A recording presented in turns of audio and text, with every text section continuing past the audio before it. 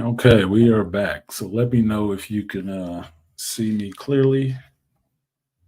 What up, Ilongo Savage?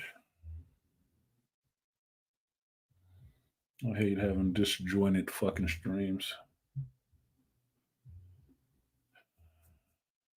What it is, what the fuck it is, isn't it?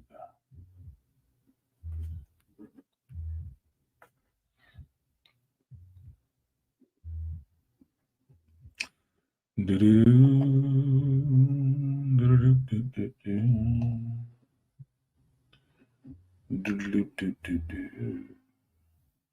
my camera still black? Get the fuck out of here with this shit. Somebody shut off my fucking camera.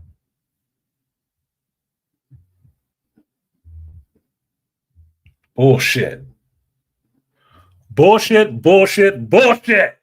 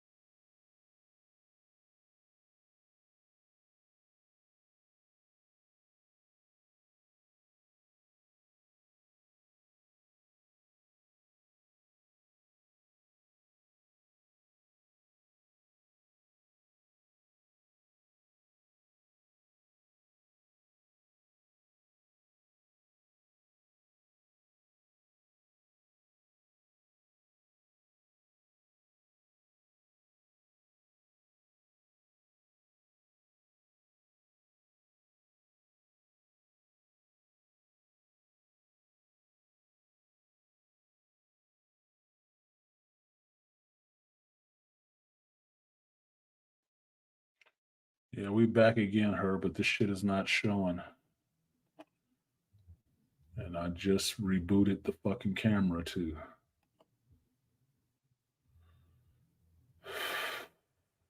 Fuck. Yeah, you can. That's the funny part, right? You can see the avatar when I unplug the camera, but you can't see what the camera is seeing right now, which I can actually see on the screen. But you can't see that shit on a whole new screen.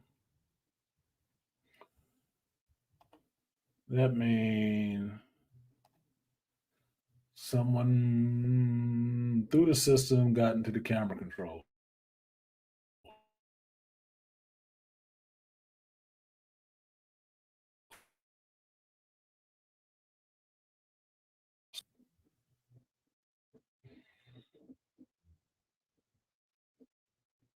Where's the Bluetooth on?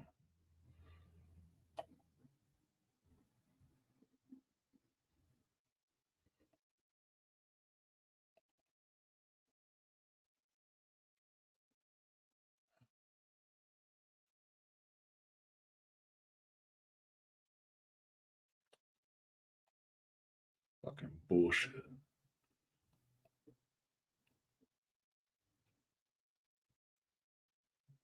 I really hate getting fucked with, dude. I really hate getting fucked with. I'm gonna remove this goddamn camera.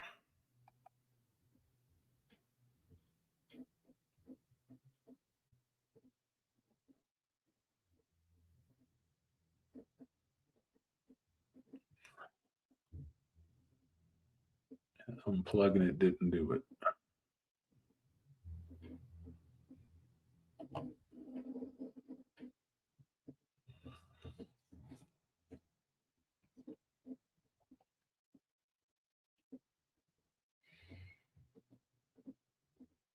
All right, so you should be able to see my avatar right now because there is no camera.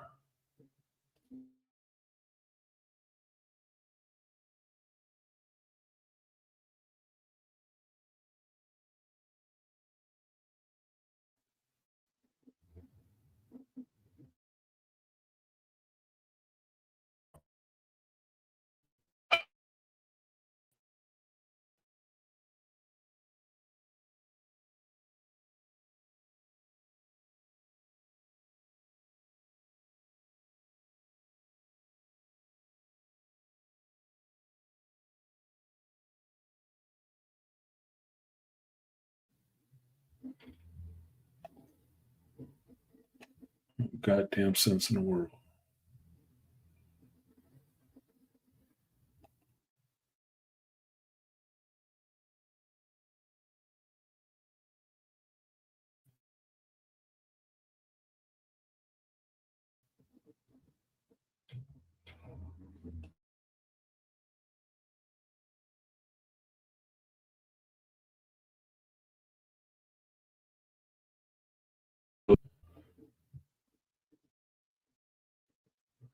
But apparently, I can't find the camera at all. Motherfucker, dude. So goddamn stupid, dude. So goddamn stupid. 1 second.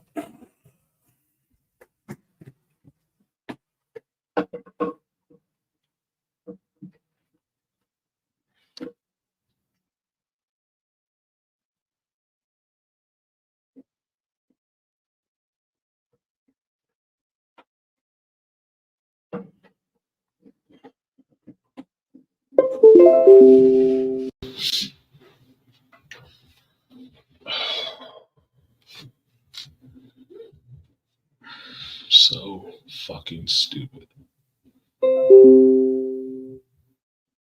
Oh, we're ready to go? Is that it?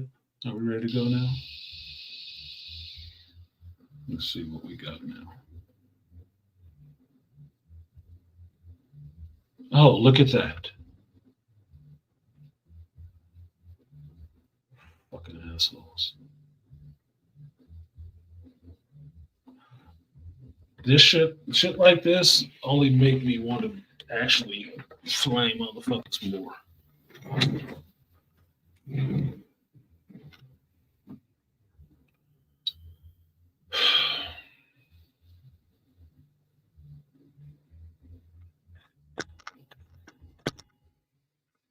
Yeah, video's back.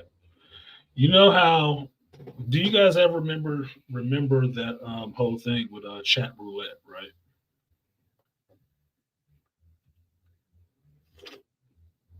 I never used it. I heard about it. And the other thing that you know is that if you can get into somebody's system,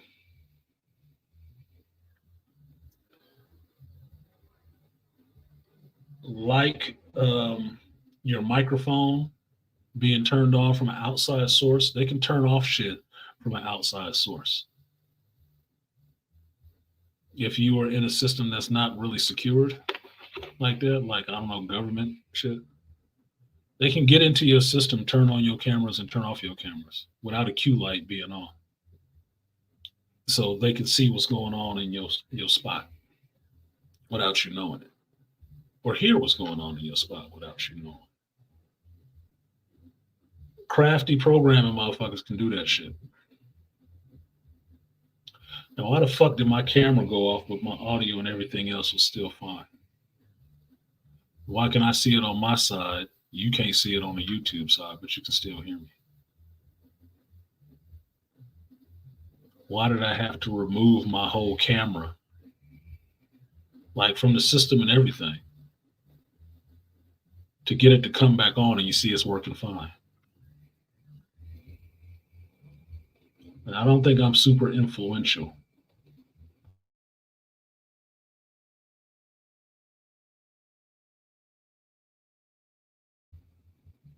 I have said many times, motherfuckers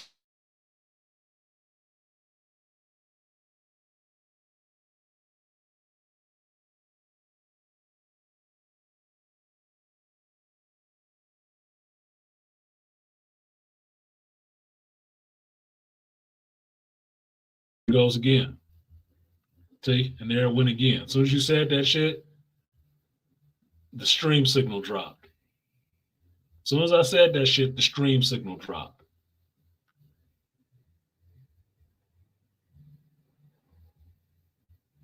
It was good and strong. All of a sudden, it dipped, and you froze, and I froze again.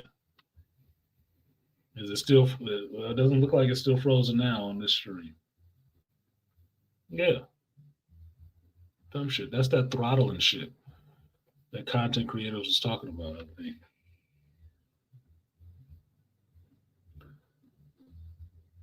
Now, I could be wrong, but I know somebody else just went live again. Motherfucker. I'm sure it's a list of keywords that trigger it. I'm sure it is. I'm sure it is. BGS don't play smart when he on YouTube for no reason at all, because there is a list of trigger words, and YouTube got a list too. And some people can have your shit fucked up. Too much of the truth on old Warbird. Look, man, truth is the damn truth. Look who showed up to the party. What up, Doughboy? My ninja. My ninja, my brother. Shout out to the Doughboy in the building. Got an Ibmore sighting. Enraged at that. What's good with you? So, back to the truth about Warbird.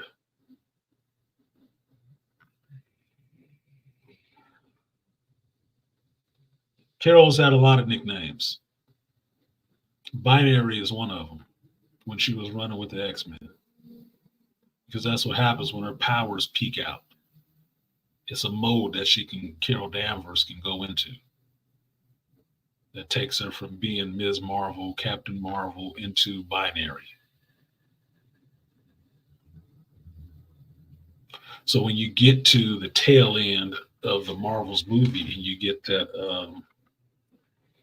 mid-credit stinger,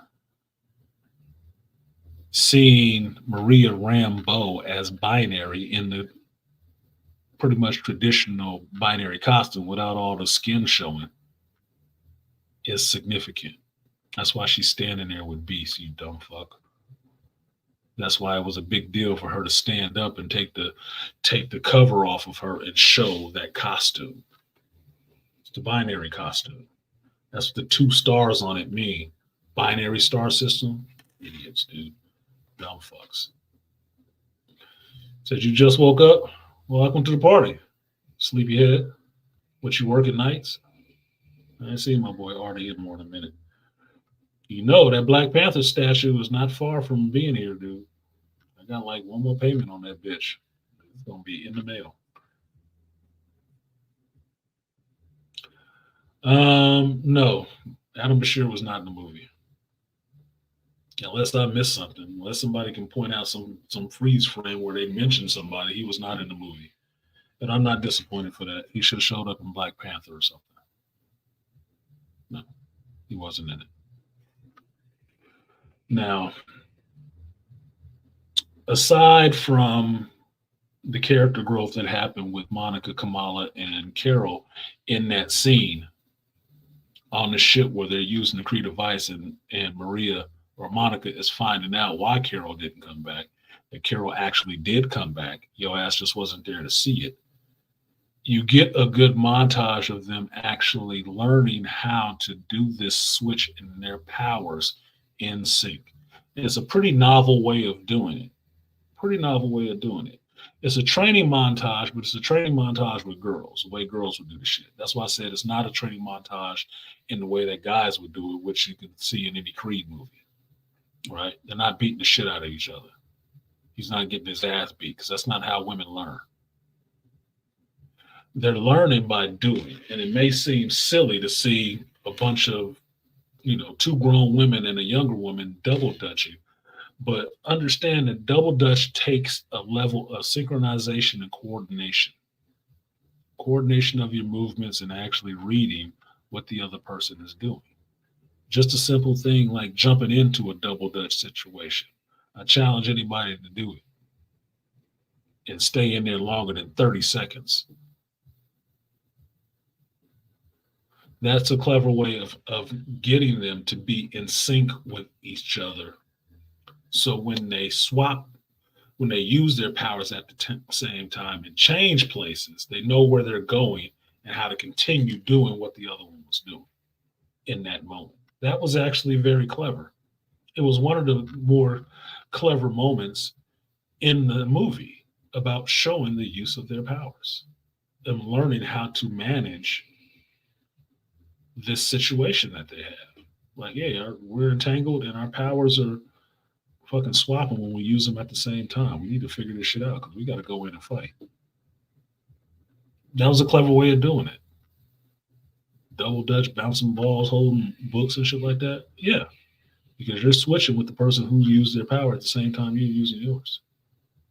So you got to know how to make that tag. That's clever. Clever as fuck.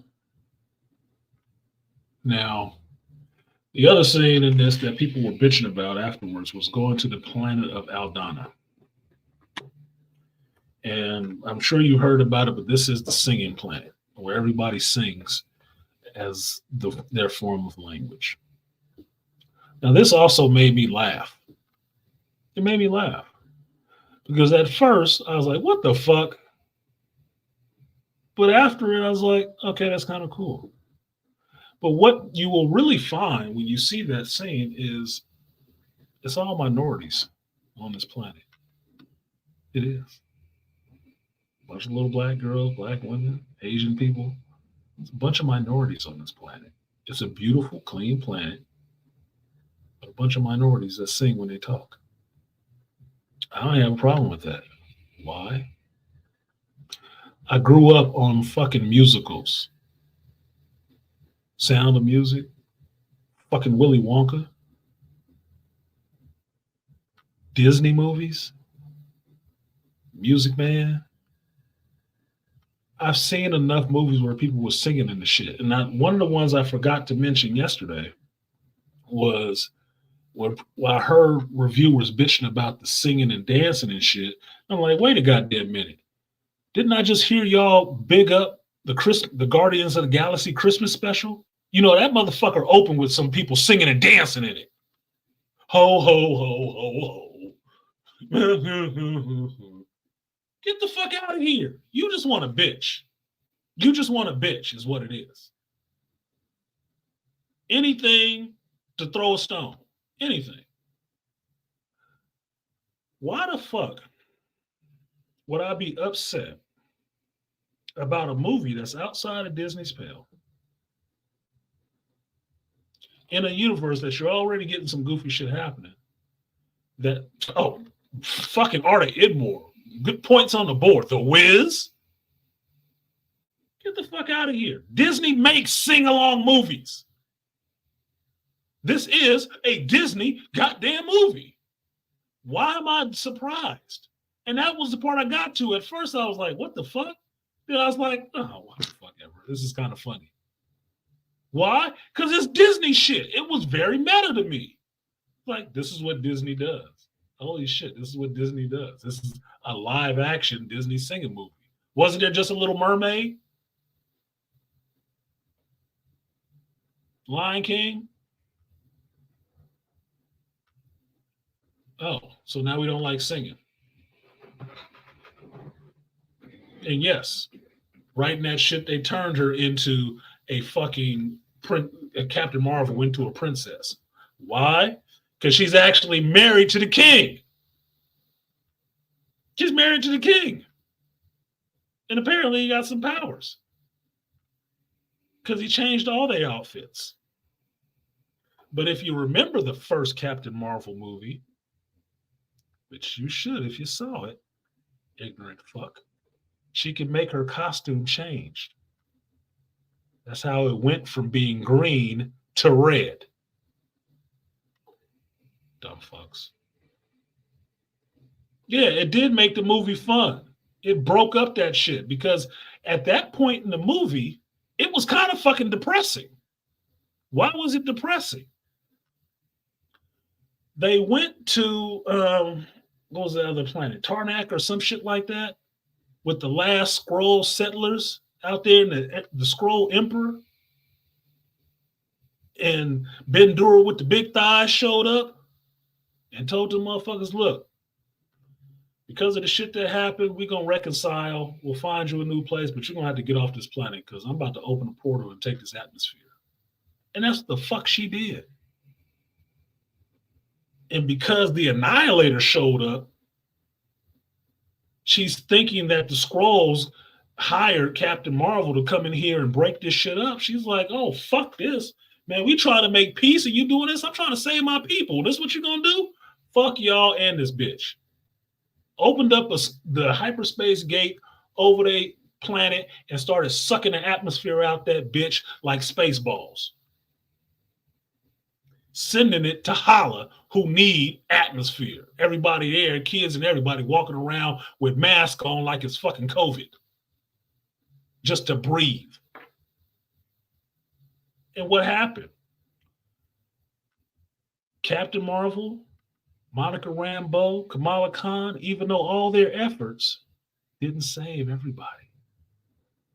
Some of them people fucking died. So, in keeping with that downer of a situation, they get to the next planet to try to cut Bendura with the big thighs off from doing it to the next planet that's possibly on her list because she wants the water. They come to this place and it's a little light. Yeah, I can take that. I can have some levity after that fucking depressing shit. Why the fuck not?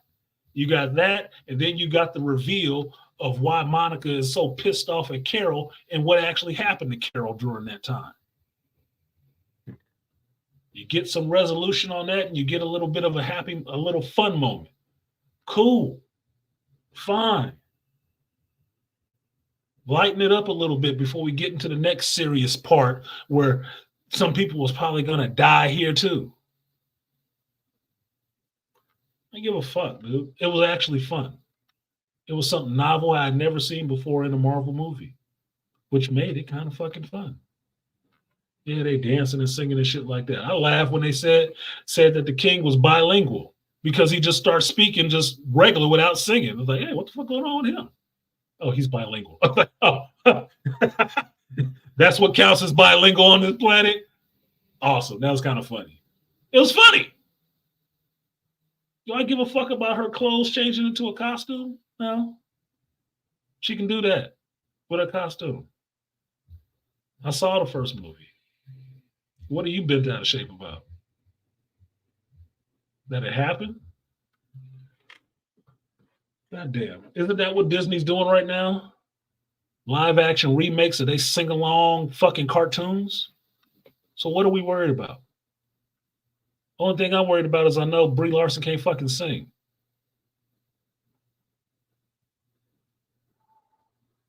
But I thought it was kind of funny because you got Tiana Parrish in them fucking shorts. Oh my God, the shorts smell like the shorts. If you like BTM, see the movie just to see Tiana Parrish in them black shorts. I'm just saying. Lord is good. Good piece of chocolate cake. Making my mouth water right now thinking about that shit. Now, I will say this for this scene that's a negative. After which, they all get new costumes. Yeah, Terrell. Ooh, wee. Like, that's what I said when she came out in them shorts. Like, ooh, wee. What we doing? What kind of movie is this? Where'd them shorts come from? I don't actually give a fuck right now. Like, God damn. Like, girl, baby girl. Oh, my God. Now, the only thing I say about this part that I didn't like, they all got new costumes. Kamala Khan's new costume at that point, I didn't like. There's too much shit going on the shoulders and stuff. It looked weak as fuck. It looked garbage. I like the one she had on before that. I like that one better. This one I didn't care too much for. But they do a good job of keeping her in some respectable female garb for somebody from her culture. That you don't see her ass, you don't see her titties. None of that shit is accentuated. Because she is supposed to be a teenage girl, an underage teenage girl. Just saying. Now, Brie Larson's Captain Marvel's costume, I didn't like that dark blue shit. I didn't like that. It was too dark, but I think they did that to try to play with shadows and de-emphasize her a bit. Not that she needs a lot to be de-emphasized, but just to hide shit that she don't have much hips or anything like that next to, standing next to a Tiana Paris. She look like she ain't grown up yet. I'm just saying. Brie got the boobs. Tiana don't got boobs, but she got the lower body. She got the lower body. So I guess the two of them together make a hell of a fucking woman. I don't know. Fleshy thighs. Oh yes. The only part of her outfit that wasn't working for me was some goddamn shoes because she looked like she was just couldn't walk on them bitches right. Like, why don't you get her some actual practical fucking shoes? But then that wouldn't be a woman, would it? So, in that scene, they end up taking on Big Thighs Bender again. And they do better at swapping their powers, but there's a little bit too much for them. She's ready for a fight. She's ready for a scrap. Now, I've heard the complaint that there is not much depth to this villain, in that people that actually reviewed the shit hated this villain because there wasn't much depth to her. How much depth do you need for a one and done villain? She is not no overarching villain that's going to be coming back next time. She's not. So what kind of depth do you want? Because I read comic books. I'm familiar with a Mort of the Month. The badass for the moment that you take down and get their ass off the board so you can get the bigger fish. I'm familiar with that. So her motivation for wanting to save her people and her planet is understandable to me. In a sense, you could say she was like Zod in that sense. If you want a comic book reference. She's willing to kill a bunch of other people to save her people. That's why I said about the accusers. They're the fanatical branch of the Kree. But one thing they do believe in is saving fucking Kree. And holla. So if your ass got to die for that, then you stand accused. And you will be judged. That's just what the hell they gonna do. So I understood her motivation. She saw what Captain Marvel did. She was there for it. She lived 30 years through that Civil War and shit like that and got to that position that her people are looking at her to save them. And she gonna see that shit done. What's not to understand? I don't understand her motivation. Motivation seems kind of stupid. Oh, I'm sorry. Saving your people that you come from and not watching them suffocate and die is not understandable at all. Oh, I forgot. You don't understand shit like that. Humanity is something that we don't fucking have anymore. Got you, AI bitches. I didn't catch the wings on Monica's new outfit at first, but then I was like, nice call back to the comics. Yeah, it was a nice call back to the comics. Shout out to the brothers on BMT stream that pointed that shit out because I saw the shit on there, and the first thing I thought about was the whole Storm thing, right? But then remembering and going back and remembering the old costume, the original Captain Marvel Monica Rambeau costume, it did have those little frill shits underneath there for lift. I'm like, oh shit, that's right. But ripping them off gave her the updated costume, right? So it was cool in both ways. They were accurate to the comics a bit. Yeah, this shit gets in the way. Let me get this off of here. Yeah, get it off of there. Too much like looking like Storm. Storm got rid of that shit too for a reason.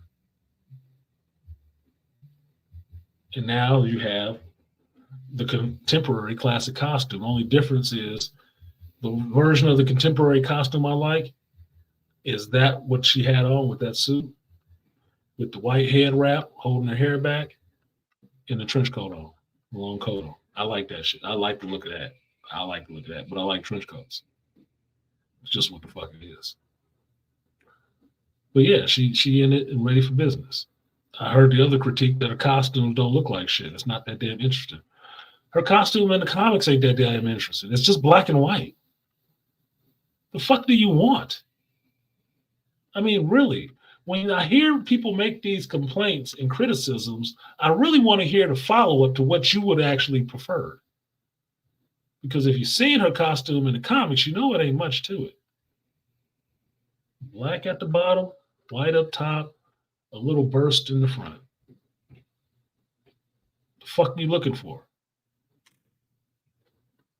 I'm sorry that some of these other characters in Marvel Comics, outside from the white boys, don't get as many variations of costumes.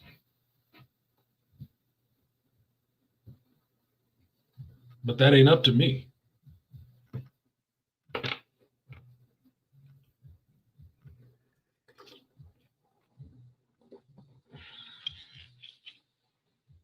I told you I play Future Fight. One of my biggest gripes on Future Fight is some of the same characters got so many goddamn different versions of the costume. I'm sick of that shit. I want some different versions. Blue Marvel was on that game. He got two versions of that costume, and I think the 5 years the game has been in play. You know how many versions Captain America has? Sharon Carter has? These other no-name characters, Agents of Atlas have? More than two. Too goddamn many. And I don't even play with them fucking characters. So Spectra's on there too. You know how many costume versions she got? Two. Captain America, damn near 9. Damn near 9. And he ain't even the best character on that shit. So I don't want to hear that shit. You mad about it? Start drawing comics. Fuckface. Hell yeah. Wolverine got a lot of outfits too. Some of them ain't even from the comic books. Some of Captain America's are not from the comic books. Just they always gravitate to doing them. Some kind of way. But that tells you who's in there doing the costumes, don't it? Reflective of who's working on this shit. I didn't catch the okay. Call back to the comics. Yeah, that was a call back to the comics. When people are truly miserable, nothing will ever set. Yeah, exactly, dude. If you want to find fault, this is my thing, and this goes for this reviewing this geek shit and dating. If you want to find fault, you'll find fault anywhere. You'll find it anywhere. If that's what you're looking for, you'll always find it because you always find what the fuck you focus on. If you focus on faults, you will find faults in everything, like Karnak. The breaking points on all things, he can see it because that's what he focuses on. It ain't even a power for him. It's just what he does. That's why he's so goddamn dangerous. But what you'll miss is everything else. What was that line from Bruce Lee? Like, your finger pointing to the stars and focusing on that, but you don't focus on the finger because then you'll miss all that heavenly glory. Loosely paraphrased. Yeah, because you'll miss everything else. Focusing on just looking for a negative thing. You'll miss things like the conversation between Carol and Monica. And Kamala being there, understanding that her hero is actually a person, dropping that hero worship a little bit. Oh, here we go.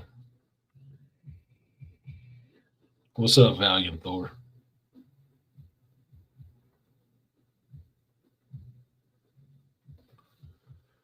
Correct. It's not what happens to you, it's how you interpret what happens to you. Exactly. Now, in this scene on Eldana, yeah, they had a singing and dancing. It wasn't that big of a deal. Yes, they got into a fight with Bender, or I think that was her name. I keep fucking up that chick's name, the character's name. They did a little better, but then they also fucked up, which happens because Big Thigh Bender didn't know where the other bangle was, the other quantum band. As she knows it was. She didn't know where it was. She still had to find it. During the fight, Kamala ended up switching places with Captain Marvel unplanned because she got into a situation where she had to use her powers. Darbin, thank you, Swift. Darbin, Darbenda over, Darbenda over. That's how I'm going to remember her name now from now on. Darbenda over. um, she ended up in a situation in the fight where she had to use her powers. She used her powers and ended up switching with Carol at the inopportune moment and put her right in front of Darbin, and Darbin saw that goddamn bangle. After that, there was a whole issue. Whole issue. She wanted that shit after that. Now, it leads into another scene that's good where it shows them swapping and helping each other and actually teaming up and going after stuff. I would watch at that point, I decided that I would watch another movie or show with the three of them together working together because the Marvels is not a bad concept. It's not a bad concept. Three women with similar powers working together. And two of which of those women having idolized the one and realizing that she's just a regular person, trying her best and fucking up along the way, like most of us in the world. I would watch that because it would be an interesting story if you had some decent fucking writing. You could have an interesting story about what it means to be a hero and how you get away from that hero worship and understanding that you have to try hard. And heroes make tough sacrifices at times, like leaving that planet and leaving some of them scrolls to be killed. Heroes have to make hard choices like that. And they ain't always, unicorns and rainbows, motherfucker. Sometimes it's really gritty and sucks. I mean, think about Endgame. The part in the movie where Captain America is beat up, his shield is broken, the rest of the Avengers is laid out, Thanos is there, the Hordes, the Outriders is all there. And what does Captain America do? Tighten up his broken shield on his fucked up arm and get his ass up amongst all them hordes and just start walking towards them like this is what the fuck we gonna do. That's a shit day for a hero. Let me tell you. That is a shit day for a hero. He know he about to die. He pretty sure about it, that's for sure. Because the big gun, the big Thorbowski, was laid out somewhere. So was Iron Man. It was just him, the super soldier, getting nutting it the fuck up and soldiering the fuck on against all of them. Like, this is what it's gonna be. That was a shit day for a hero. A story, a show with three of those characters, two of which being new heroes, would be interesting to see. It would be. Because you got the one who's supposed to be the premier hero and Carol Danvers, Captain Marvel, being the example to the youngest hero, which is Ms. Marvel, Kamala Khan, the youngest hero, just trying to get into this shit, get her feet wet, working with her best friend's daughter, which is like her niece, working with her and helping her develop her new powers and be that hero. That would be an interesting show. It would. I'd watch it. I don't give a fuck if it was 3 women. Understand the way I just described it, it could be 3 dudes. And you would watch that shit. All of them Caucasian, African American, ADOS, and Pakistani. All Americans. You would watch that shit. Fuck, if Stan Lee was still alive, he could write it. You'd read it. Because there is something there that you could work with. You just have to have writers like the ones who got into this one, apparently, that get off of the fucking politics and just try to tell a decent story. Just saying. Stop going for political points and go for some fan approval. Now, from that situation, Dar-Benn actually opens up that portal to Hala and starts sucking the water off of Aldana. Everybody didn't die on Aldana. Everybody didn't die on Aldana. I heard somebody say that everybody died there. Everybody didn't die. They just start sucking the water off, not the goddamn atmosphere. And the planet was, 99.5% water? They got enough, okay? They got enough. They'll be good. It wasn't going to happen instantaneously. Now, the next part of this shit ends up happening around Earth. And it's the part that everybody keeps bitching about, which I thought was actually the other clever moment in this movie. Now, Dar-Benn ends up around Earth because she's going to take our sun. She's going to suck the energy off of our fucking sun. And the Marvels end up going back to the Sabre space station. But the Sabre space station has been having its own goddamn problems. Because on the Sabre space station, all these little brain-looking pustules keep popping up all over the place on the space station. Nobody knows what the fuck they are. Nobody knows where the fuck they're coming from. Now, you got kind of a hint at that shit earlier on when the Khans came aboard the Sabre space station. Outside of the funny moment where the mama was threatening Captain Marvel, letting her know if anything happened to her daughter, she's going to take her ass out of this world. Not in the multiverse kind of way. You also heard the mother say, what's going on with that cat? What kind of fat? And the cat keep eating everything and spitting up. Now, if you ever had a pet, specifically a cat, when that motherfucker is eating everything, means something cooking. They're working on something. What you find out is this Flurkin, not cat, the alien, vacuum cleaner, tentacle beast, has actually been laying eggs all over the station. And eventually those eggs hatch. And those eggs hatch and give birth to a bunch of other little Flurkins.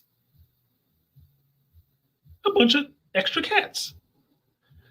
Now, it just so happens that at this time that this is happening, because Dar-Benn has opened the portal near Earth, and that portal is throwing off energy that is damaging the space station, people are trying to evacuate the space station. It's damaged. They're trying to get off of it. And they don't have enough escape pods because of the damage. So a lot of people are stuck on the space station. There's only a few pods left, and not enough to take all those people down. So in a creative bit of thinking,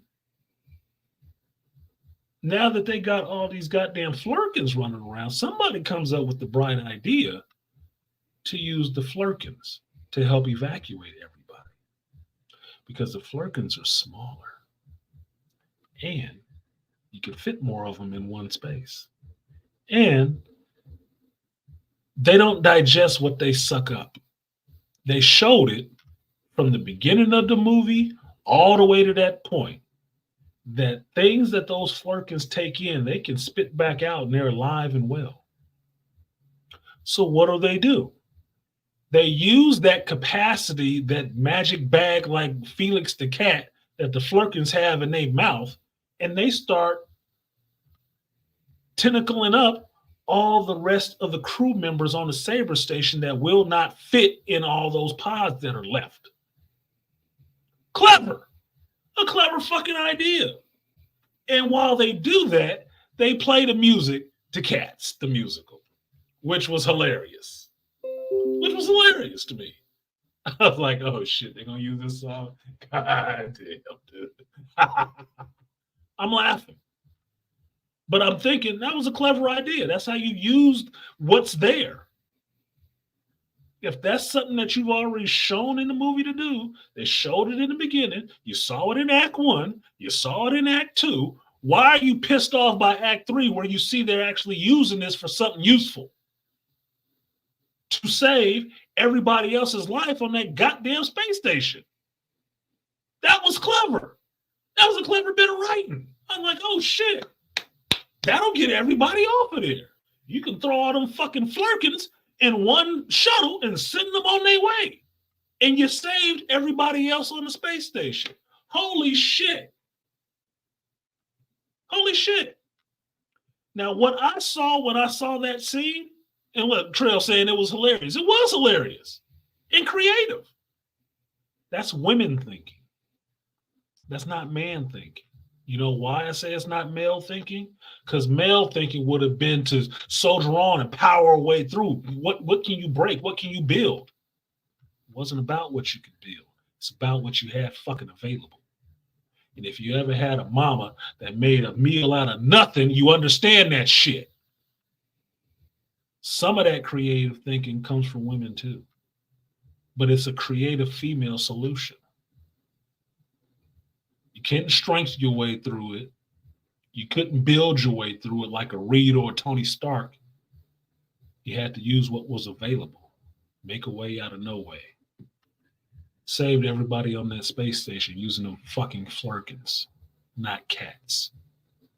So no, the cat is not the star of the movie because it ain't a fucking cat. It's an alien. Flurkins for the win. That kind of make up for taking Nick Fury's fucking eyeball in the last movie. That dumb shit. Because in the first movie, nobody had a problem with them flurkins sucking up all these fucking Kree and shit. Nobody cared. It was funny.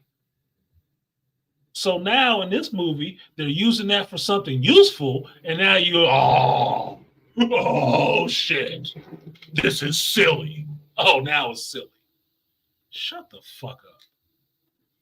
Y'all sound like some bitches for real. Some real bitches. And from that scene, that's where you get Nick Fury and the cons going back down to Earth in a damaged escape shuttle, and the brother saying his Islamic prayers. And Fury's like, you praying? Don't stop. Like, shit. This might work, it might not. And sure enough, it works. They land on Earth in New York. I think it's on Ellis Island. Looks like it's close to Ellis Island, which is kind of funny. Immigrants and all. And the Flurkins start spitting up all these people and they're alive. Good save. Oh, bravo. Now, one reviewer did point out this that I didn't think about at the time, but it's something to think about. That's why I hope they asses was on Ellis Island. Now you got all these goddamn stray cats in New York. Did they run off? Did you gather them all up? Like, oh yeah, that'll be a problem, motherfucker. we don't need planet Earth overrun with fucking flirkins, okay? That would not be a good move. That would not be a good move. We don't need that shit. We don't need that at all. That's not a good look. Okay. I do appreciate them saving everybody. Make sure all these motherfuckers was accounted for, okay? Because that could be an issue. Okay. That could be an issue. Don't need them mixing with the native population. Don't get off that island, kiddies. Hey, herding cats like BGS called it. Herd them cats. Herd them motherfucking cats. Yeah, see, Trail, like, I didn't think about that. I didn't think about that shit either, and I got a big head. Took somebody else mentioning that shit. Like, what about them cats? Like, yeah, New York City? Well, there's plenty of rats, but no. Wait a minute. Nah, cats multiply too quick. You gotta catch them motherfuckers. You need to catch them, get them their own planet. Planet Flirkin, and then, Rocket Raccoon can visit or some shit. But otherwise, I was fine with that. It was funny. It was a clever solution for a very dire situation. And it worked. Good little bit of writing, I thought. Good little bit of writing. Even had a funny scene with the cons in there. They didn't get sucked up by them goddamn cats. But wait a minute, Trail. What was the funny part? After the praying part and the amen, the cats start regurgitating people inside the pod. Like, start spitting people like, what the fuck are you doing? Hold on, man. Wait. Because the Flurkin was getting sick from that fall back down to earth. That Flurkin was getting sick and started spitting up people inside the cabin. Like, dude, we don't have enough space for this. What are you doing? Wait, hold on. That shit was kind of funny. I'm laughing about this shit now just because it's like, dude, that is the worst fucking time. Not now. Like, hold it in. Hold it in. Hold it down, cat. Hold it down. That was funny. Look, New York could solve his rat problem. Yeah, it could solve a rat problem. But like Jamaica, when they introduced the mongoose after they introduced them damn snakes, now you're gonna have a mongoose problem. What you getting to get these goddamn mongooses out of here? No, we just leave them up in the hills. We don't go up there. You have to do something. You gotta do something. Yeah, you took care of the snakes. Now you got a mongoose problem. What kills mongooses? People. Get up there and start hunting. So like, share, subscribe, support the stream if you feel so inclined. Support my difficulties with this shit. I do have an Ethernet cable that I'm probably going to have to go ahead and put a hole in this wall. I don't want to have to do and run it straight to the box. Because the box is right on the side of this wall. If I hardline this shit, maybe I can have less difficulties. I don't know. I just don't want to do that shit. But you get towards the end of the movie, and for all y'all who joined in the stream on this 0.2 version of it, should be actually 0.1 version of it. We already did the spoiler alert thing, so this is the spoiler kind of jumping around review of the Marvels. I haven't got to the other shit yet.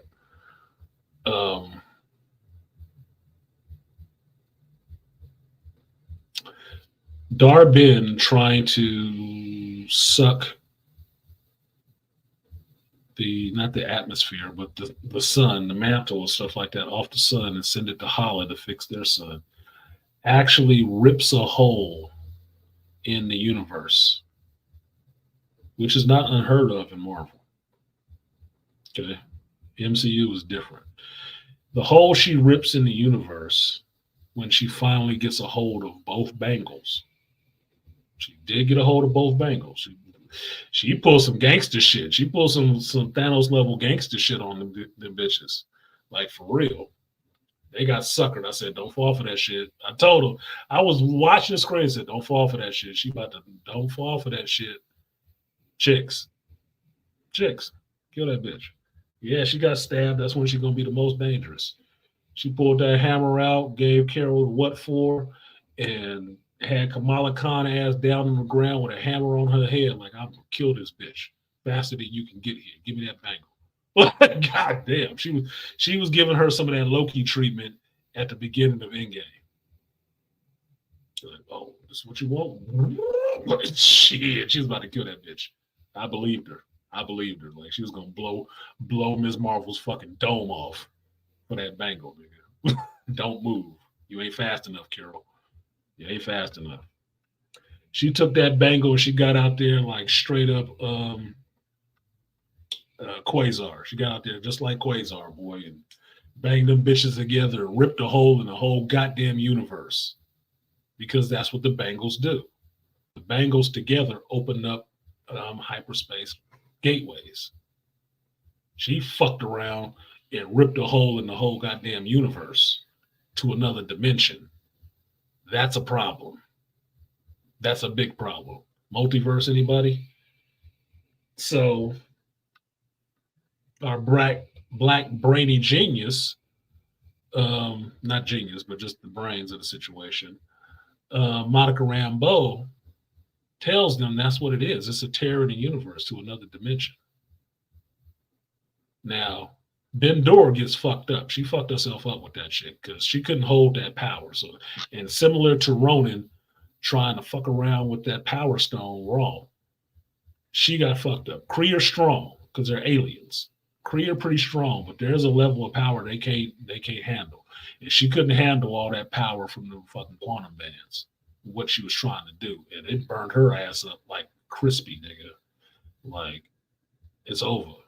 She ain't coming back, which is why it doesn't matter if you had a lot of backstory for her or not. She wasn't coming back. Did you read the end of the script first? She ain't coming back. It's over for her. One and done. So we don't need all the backstory on her. We got enough. She burned out. Carol was trying to get out there to stop her. Carol's knocked out. And the bands is floating in space. And there's a big fucking hole. Now, Monica was able to get out there and grab Carol, bring her back. And yeah, ashes to motherfucking ashes. Yeah.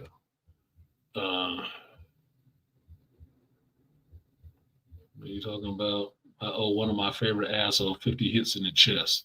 Yeah, we're gonna be swinging back. We're gonna be swinging back.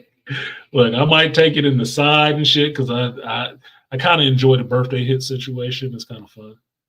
I like giving them out, so because I like giving them out, I have to learn to accept that shit. But I might fight back after a little bit. Depends on how you trying to go in, nigga. You trying to really go in and knock me out? You got to brawl for a minute. Look, it happened with my brother. My brother turned 21. My brother turned 21. He burst in my fucking room. Today is the day I become a man. I'm laying in my bed. I started laughing so fucking hard, and this nigga jumped on me. Was trying to rumble up. I'm laughing so hard, man, I could barely defend myself. That shit was hilarious. It was too hilarious. I couldn't believe his ass because he did come out there with his arms at his side with his chest puffed out. Like, what the fuck? The hell is wrong with you? I was laughing just like I'm laughing now, man. I couldn't put up a fight. He was like, now you know, baby. Nah, I'm not that little kid anymore. Then shut the fuck up. What's wrong with you? How the hell you wake somebody up with some bullshit like that?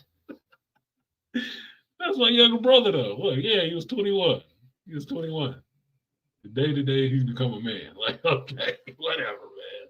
Whatever, bro. I got you. It's hilarious to me. One of my favorite memories of my brother. I swear to God, one of my favorite memories of my brother with that shit. Comical. So I grew up fighting with my cousins and my older uncles and shit like that. That's normal for me. I don't have a problem with that shit. We're gonna rumble a little bit. I guess all love. Fuck around and start taking it serious, and that's something else. So it's good. So anyway, the Marvels are back on Carol's ship. They see this tear in the universe, and Monica figures out what they need to do to fix it. And the suggestion is, which a lot of these dumb motherfuckers wasn't getting, Monica told them how this shit could happen because she also told Carol how she could fix the Hollis situation with their son. And what she told him is, you use these bangles, gave them back to Kamala. Now Kamala has both bangles, the quantum bands. And using the bangles and Captain Marvel's power, because Captain Marvel's power, she's the hyperspace engine. She has the hyperspace engine powers, meaning she kind of supercharges shit. When she hits the bangles with her energy, it kind of powers up the fucking bangles. And it gives back whatever it gets twofold or so, right? If they both hit Monica Rambeau, who absorbs energy and can turn into that energy, they hit her with that power, they will give her a supercharge and she can close that rupture in the universe. And that's what happens. They hit her with the blast, and you see Monica Rambeau actually turn into Spectrum. Now, she doesn't call herself Spectrum. The whole part of the movie is Kamala Khan trying to give Monica Rambeau a code name, and she hits on some that were actually her name at one point in the comic book, but she don't like that shit, right? It's fun. It's a fun little thing. But if you're a comic book fan, you know the way she starts glowing and shit like that, she turned into Spectrum. That's what it was. The white glowing eyes and shit like that, the white halo and shit, she turned into Spectrum. She was full on. And she flew out there into space, went on the other side of that rupture, and started closing it, using her power to close that shit. Hero moment. Hero sacrifice moment like Iron Man in the first Avengers movie. Why haven't you heard a reviewer tell you about that shit? Was it not as heroic? No, motherfucker was talking about she shouldn't have the power to do that. You don't know the character, obviously. You don't know the character. This character has gone toe-to-toe with Odin, motherfucker, and rung his bell. Read a book before you start talking about shit.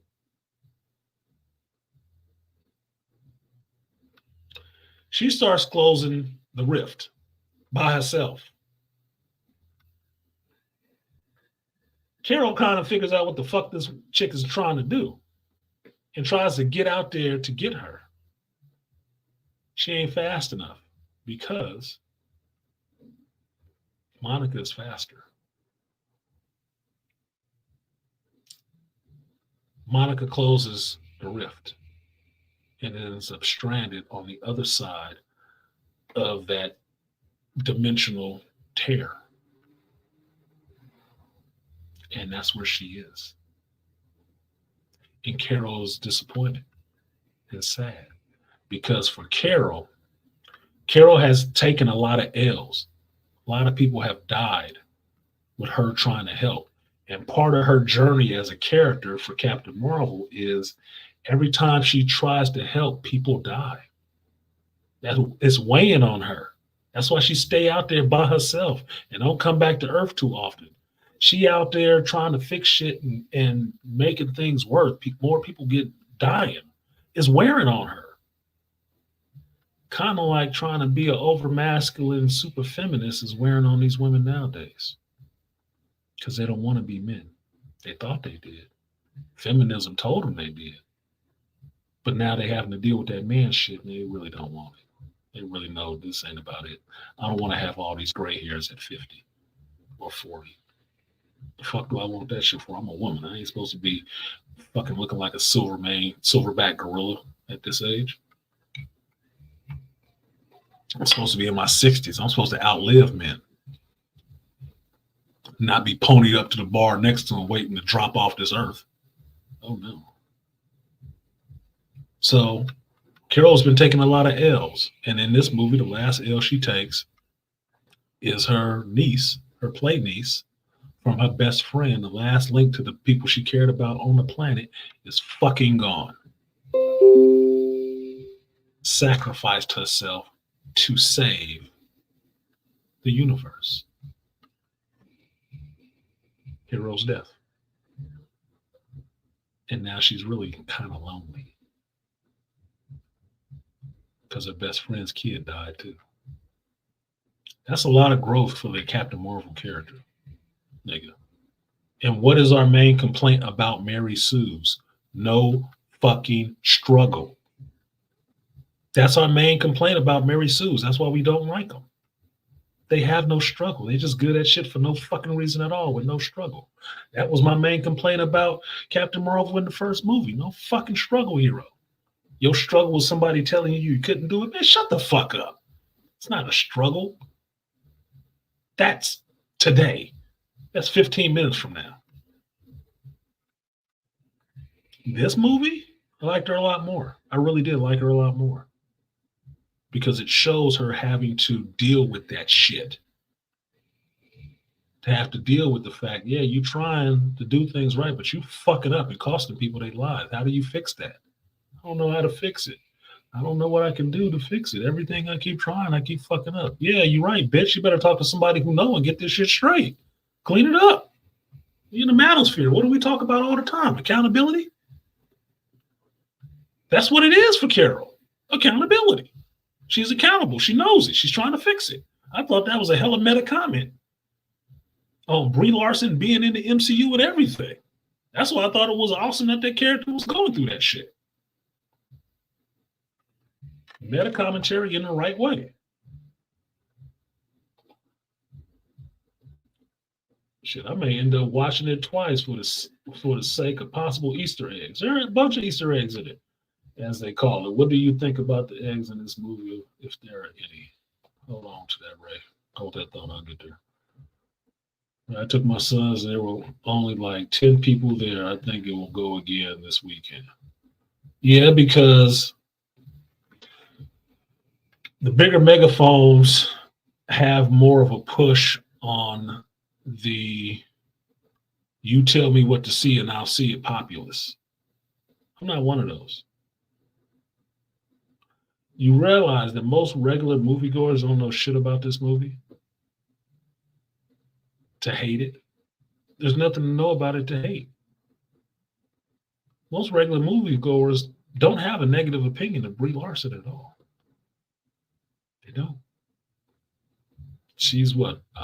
Academy Award winner, right? So they know she can act. And it is an MCU movie. They like going to see those. People have a real reason to hate it is the people who are supposed to be geeks. Because of what it means and what it signals for women trying to take over male spaces. This movie didn't seem like that at all. I was pleasantly disappointed because I thought it was going to be terrible. And I did think it would be dead on arrival. It would be because it was getting shit canned before you ever seen a trailer. It was not going to be that movie that everybody was running out to see. They was going to make sure this motherfucker died for real. And it was supposed to come out next to Doom. It was supposed to come out the week before Doom. I knew it was going to get destroyed. Doom Part 2, you getting destroyed, nigga. You better stay the fuck away from Arrakis. Oh, no. That's where the money going, okay? The spice must flow.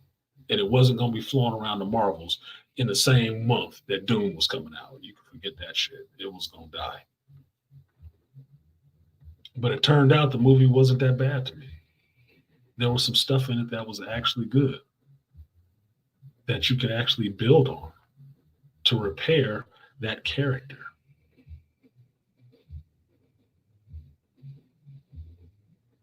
Now, Monica being on the other side of that rift and Kamala and Carol being there, they kind of work together. Carol let the Khans move into Maria Rambeau's old house in Louisiana. And what you see is that Carol is kind of being the lighthouse keeper, like Maria was. Maria was kind of the lighthouse keeper because she always believed her daughter would come back. Through that 5 years of that blip, she always believed her daughter would come back. She always believed that shit, even though she died before she got to see her come back. She always believed that shit. And Carol was like, "You're crazy. She's not. She's gone." Like, nope, she's going to be back. At the end of this movie, Carol has taken Maria's place. She's in Louisiana with the Cons at Maria's house in Louisiana from the first movie. And she's believing Monica will come back. We'll find a way to get Monica back. She is now the lighthouse keeper for believing in this woman will come back. She came back before, she'll come back again. And there with the Cons and Kamala being her mentor. Told y'all before, I love the idea of mentors in Marvel Comics because they don't have a lot of them. Because Marvel doesn't have a mantle system. DC has it all over the place. Batman mentor Nightwing. Nightwing can mentor Damian. Nightwing can mentor Jason and any other Robins. They have a mantle system. You know, look, Bruce died today. Dick can pick it up if he want to. If he don't pick it up, Tim will pick it up. If Tim can get past Damian, he can pick it up first. You know, you already know there's a mantle system there. Spider-Man died. You're like, oh, well, shit, that's the end of that. Sorry, Peter. But now at least you got Miles. So you're like, okay, well, Miles can pick it up. Miles can be the Spider-Man after Peter died. If he died. You can't say that for every character. Because there's not a mantle system in Marvel. They've tried to institute it in different ways. All different Marvel was a way of trying to institute a mantle system into Marvel to show there is a generational handoff. But motherfuckers didn't like that shit because Marvel has not traditionally had that.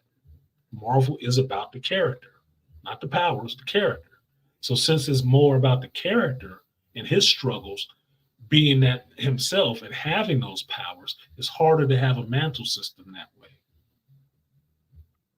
It's harder. But DC got it all over the place. Every one of those major characters got their own family of characters who can do the same thing he does. And nobody shits on him. The Flash family is big. Superman family is big. The Bat family is big. And don't fuck with the Bat family. You don't want all the motherfucking batarang swinging suicidal fucking fighters after your ass, okay? That's a problem. I'd rather have the Superman family after me. At least I can give Crypto a snack. No, the Bat family, fuck that. No. Green Lantern, they squad. Nigga, maybe you can drink with Guy Gardner, okay? Maybe you can drink with Guy. You can sit down and draw something with Kyle. Hal might be all right. You might can talk to him a little bit. But the fucking Bat family, nigga, if Batman actually wanted to go bad, that would be his League of Assassins right there. Some of them is already killers. Jason, Damian, Cassandra Cain. I'm just saying. Some of them is already killers, man. They just, getting on the good bus and putting it away for a little while. Don't push them. Don't push them. Because them motherfuckers train to fight metahumans.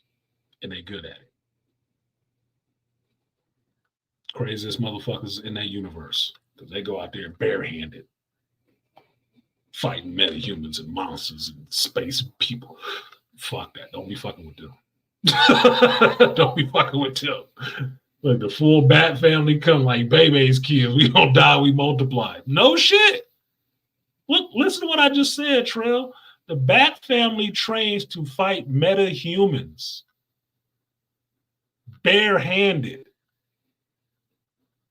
Barehanded regular humans training to fight metahumans and fucking aliens. and they good at it. Leave them the fuck alone. Stay the fuck out of Gotham. Stay the hell out of Bloodhaven, and leave them the fuck alone. If they got on some "we gonna kill everybody" shit, they would succeed. Okay, that's just what the fuck it would be. It's just what the fuck it would be.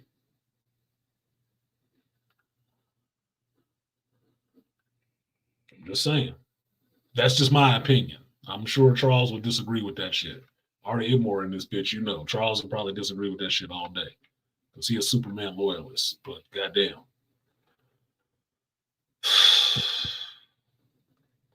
Batman got a squad. That ain't none of them really soft notes.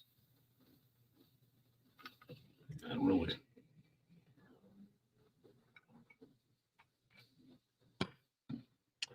So, in the Marvels, Carol is back on Earth. She's with Kamala Khan. The Khans move out of Jersey into Louisiana house. And that's good because at least there, Captain Marvel can work with Ms. Marvel and kind of train her and mentor her a little bit.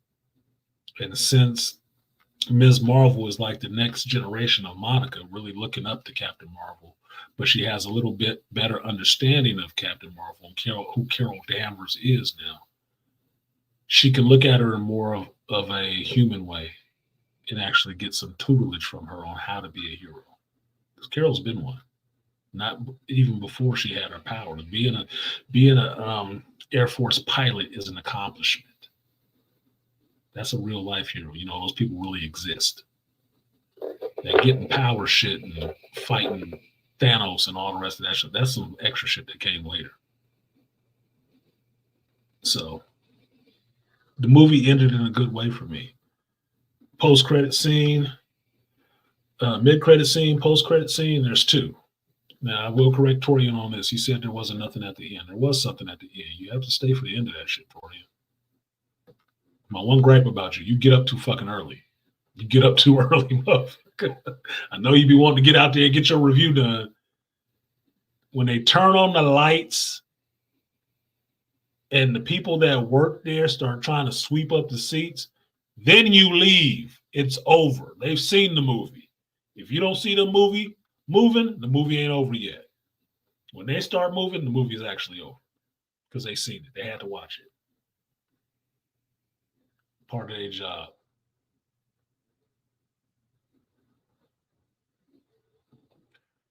No shit. That's a movie DCEU should do, a Bat Family without Bruce. The fuck you think of Gotham Knights was? The video game. That's a video game about the Bat Family without Bruce. Look, we still gonna hold down Gotham, man. Bruce ain't here, but he trained us. We about to do this shit and figure out who the fuck who did something to Bruce. Nigga, we coming. And Jason, don't kill anybody. Shit, oh, there's a lot of things you can do other than death. Like shit. Whenever someone say Batgirl maneuver 33 and I do it off instinct, they about that life. Batgirl maneuver 33. Yeah, see? Fuck around and find out. That's why I like Cassandra Cain. Yeah, always wait for the credits stop on a Marvel film. Yeah, lights on, concession, people that work in the theater start sweeping up, movie's over there. So the two post-credit scenes, I'll ruin this because I won't talk, there's nothing really to talk about in the review with that. First one is you find out what happened to Monica Rambeau, right? Because this is all spoiler territory, and I already said that in the first part of the first stream. Monica ends up in a different dimension. And when she wakes up, she sees a face. And I went over this yesterday. She sees her mother. She sees Maria Rambeau.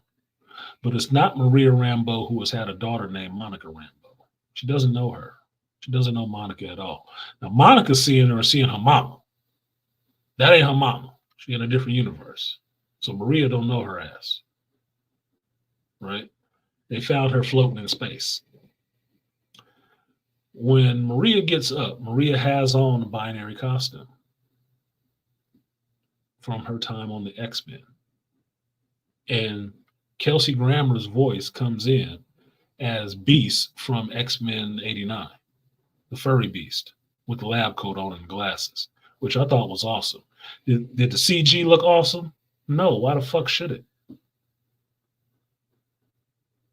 I'm not discounting that it looked shitty, but why do I give a fuck? Dude is fucking Beast with Kelsey Grammer's voice. Hell yeah. This is not teasing that, oh, there's mutants in the MCU universe. No, there's a whole fucking mutant in this bitch. The Beast. The furry one I like. Holy shit, with the voice I like. I love Kelsey Grammer. He made a good Beast. That's the best way to pull it off. CG the Beast and let Kelsey Grammer do the voice. Then he ain't got to be in a costume and shit. I don't give a fuck. Work it out. That solidifies the X-Men being sort of, let's say 75% solidified the X-Men being in the MCU because you got Beast right there. Outside of the fact you got a whole Deadpool movie coming. They're there. Now it's a different universe. But the part that you should be, if you like Marvel movies, you should be, and you were a reviewer of this shit, you should be really speculating and looking at is which universes is Monica Rambeau actually in? Is this the same universe? I'm forgetting the number designation because they fucked it up in Doctor Strange. But is this the same universe that Doctor Strange went to, where you had Charles Xavier and Maria Rambeau as Captain Marvel? Or is this a completely separate universe where Maria Rambeau became binary? Or is it that universe from Doctor Strange just earlier in time, before Maria Rambeau became Captain Marvel? That's 3 questions you can ask right there in that point. Because you've already seen X-Men in the MCU in Doctor Strange. You saw Professor Xavier in the hover chair. X-Men 89 Xavier in the hover chair. Right? Live action cartoon version.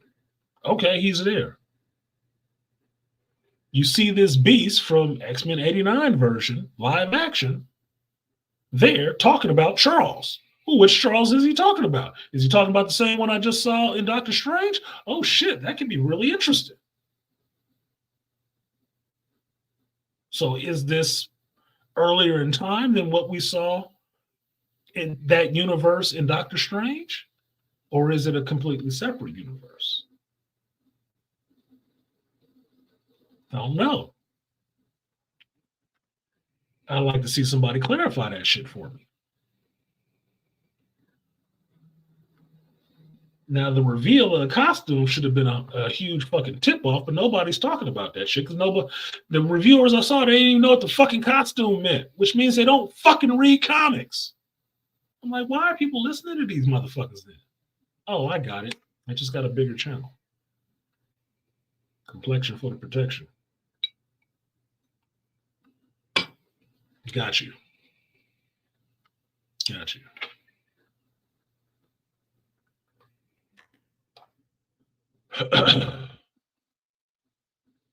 Well, here's the thing. Because it has X-Men in it, it does make it the Fox universe.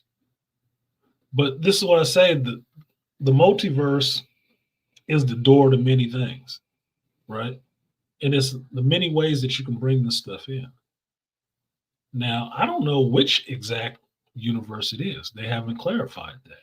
But I know if you got that Beast in that lab coat, that's X-Men 89 universe.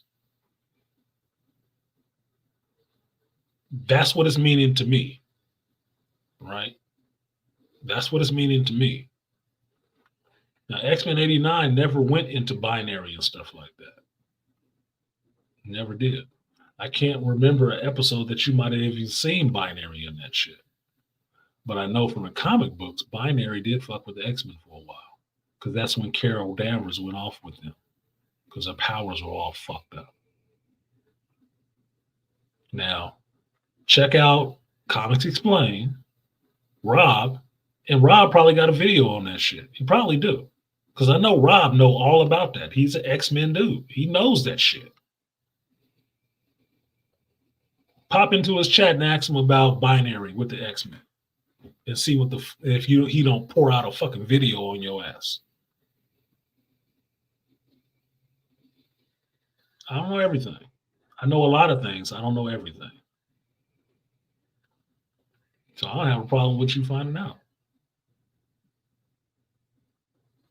So what universe it is, don't know. They'll have to flesh that. They'll have to flesh that out. They'll have to flesh that out. But I would like to see it fleshed out. I'd be curious to know. Because I want to see how they introduce the X-Men. I'd have introduced them in every movie that came out after the acquisition. I'm serious. I told you. Black Panther 2 should have had Storm in it. Ant-Man, you could have had some other different person in it.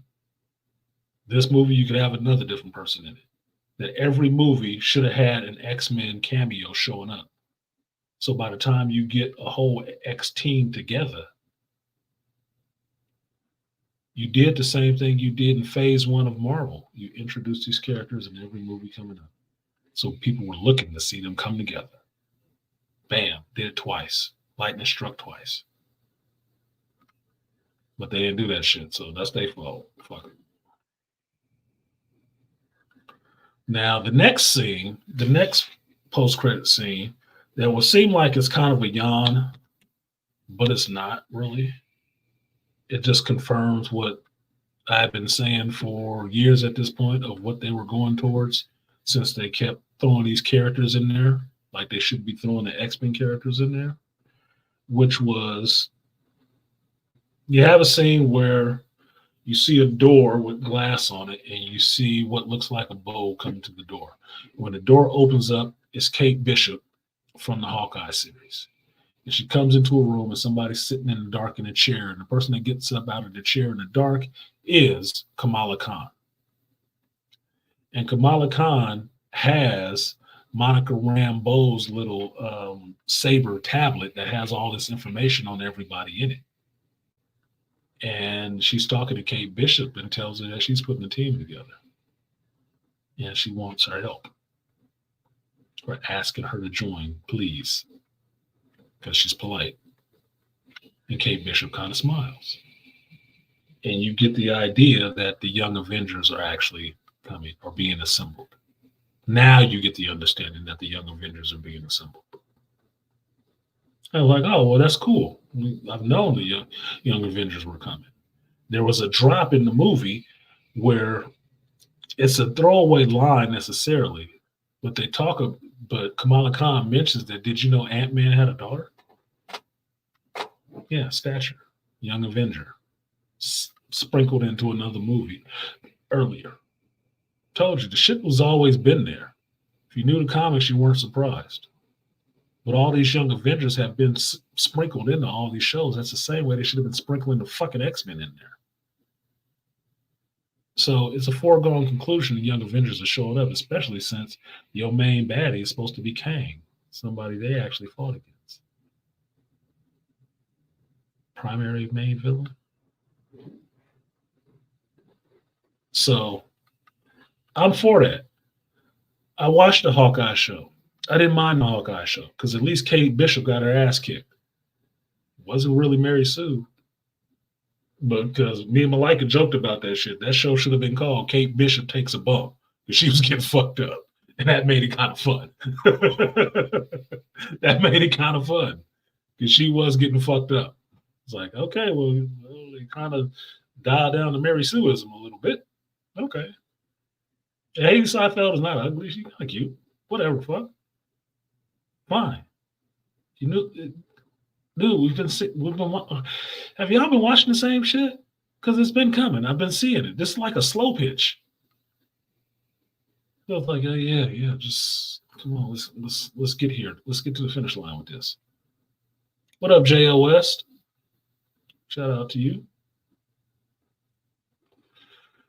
Kitty Pryde could be the best of your stature. Could be. She could show a Wolverine, as far as I'm concerned. Just turn up. I think they're waiting for Secret Wars to bring everything together. Yeah, that's the obvious slow pitch because Secret Wars is a perfect place to bring everybody together.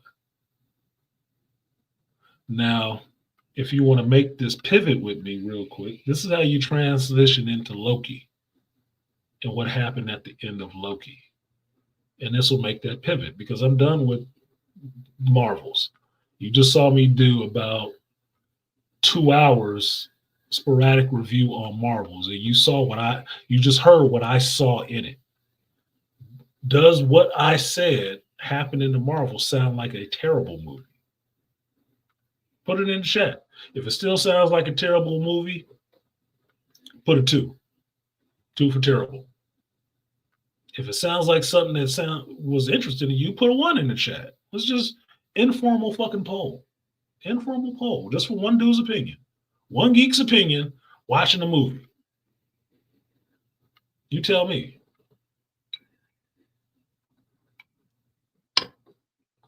And Trail and Lion, y'all can't vote because you already went and saw the shit. You can't vote. You already saw it. So I got your money, Nick Rose. 1. Sounds like something that's in it, right? Okay. Well, you take that, what I said, and you go to your favorite reviewer and see if they mentioned any of that shit. See if they mentioned any of it. Some shit needs scrutiny. I'm not a mass follower. I don't believe it. I don't like that shit. I don't like that sheep mentality. Somebody says something, everybody's supposed to run in that damn direction. I'm usually the motherfucker like, why does God need a starship? I'm just saying, why does God need a starship? Oh, you gonna punish me for asking that question? Well, you definitely don't need a goddamn starship, and you ain't no God. This is not the God of Shakari. Okay.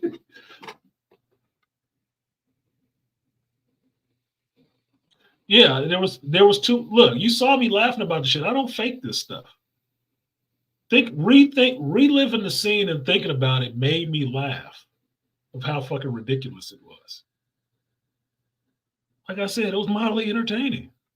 Was it the best movie? No. Was it the worst? No. But I was entertained. What the fuck else am I in there for? I don't give a fuck if it was all chicks on the screen. I like vagina. But even still, could I watch it and be entertained by it? Apparently I was. Flirkins and all. Because make no mistake about it, it was bullshit that Flurkin was the reason Nick Fury ain't got his eyeball. Because I remember reading Ultimate Comics. And he lost his eyeball to Wolverine, Ultimate Wolverine. Not no goddamn Flurkin. So that's fucked up.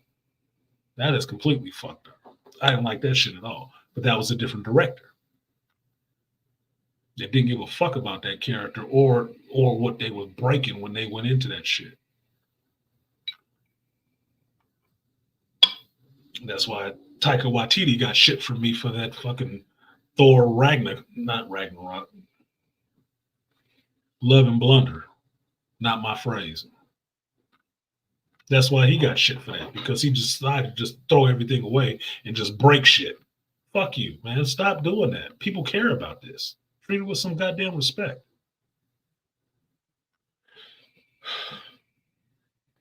Yeah, somebody caught that reference. Aquateki on deck with the references. Yeah, Star Trek. I'm a geek, a watcher of many things. So to make this pivot onto Loki, like, share, subscribe, support the stream if you feel so inclined. It's a new stream, new goals, whatever. It's still my birthday stream, so I'm gonna still do this shit till I feel like I'm satisfied. And I don't have to work tomorrow, and I'm drinking alcohol, so I might be in for a long one. I think I can pull an 8-hour today. I can entertain you for 8 hours. Loki, season 2, episode 6 finale. How does this lead into Loki? From the Marvel's point, that Secret Wars is how you can bring all this shit together. The end of Loki, as awesome as that shit was, Why is it awesome to me? It's awesome to me because Loki did something that Doctor Doom did in Secret Wars. If we in spoiler territory anyway, so who has actually seen? It's like Baker's dozen of you motherfuckers in here. So give me a one if you've actually seen the last episode of Loki. Because for me, that was the best episode of the whole season. It was. The most shit going on, the most stakes, the most emotional shit going on, and it was actually important. That was better than the whole season for me. Okay, y'all seen it. Let's see some ones in here. Trail, y'all seen it. I caught a small contradiction in one. You see Miss earlier. Something he told me many streams ago. I just added it to the Marvels review. Well, air it out, motherfucker. What was the contradiction? I don't think I make any contradictions. I'm pretty consistent. But I'm open to the discussion. Throw it in there. Okay. So we in spoiler territory, y'all, for Loki finale. Okay. Loki, by the end of his show, ends up taking the threads of the timeline and binding them together and using his own energy to energize it. And he actually gets his throne. He sits on the throne of He Who Remains as full Loki, as God Loki, and sits on the throne and pulls all those threads together into him and makes himself into the Yggdrasil, the tree of life, in a sense. Because Loki sits in the Yggdrasil, which is basically Odin's position in the world, Loki became like Doctor Doom in the Secret Wars comic. Because in the Secret Wars comic, God King Doom sat on the World Tree. He sat on the World Tree. His costume was all white because Doom took the power of the Beyonders and used his will to hold that entire world, battle world, together. That's what he did with his willpower. And he sat on the World Tree. It is a good fucking picture. If you can go back and find the comics, if you don't actually read fucking comics and don't have it, you go back and look at that Secret War shit. Doom in the all white suit, God King Doom, sat on the World Tree. Loki sits and is the World Tree in the MCU right now. All timelines go through him. He is the hub. He sacrificed himself so his friends can have lives and became that tree. That was some deep shit that happened in that episode. I'm serious. It was some deep shit and it was some awesome fucking visuals. Awesome. You have to go to the Patreon to watch me watching that shit and geeking out about it. Because that's where it's at. So, since Loki is taking that position, because they haven't introduced the Doctor Doom yet, puts a different spin on Secret Wars. I think that's why Kang Dynasty is coming first, and then you get to Secret Wars.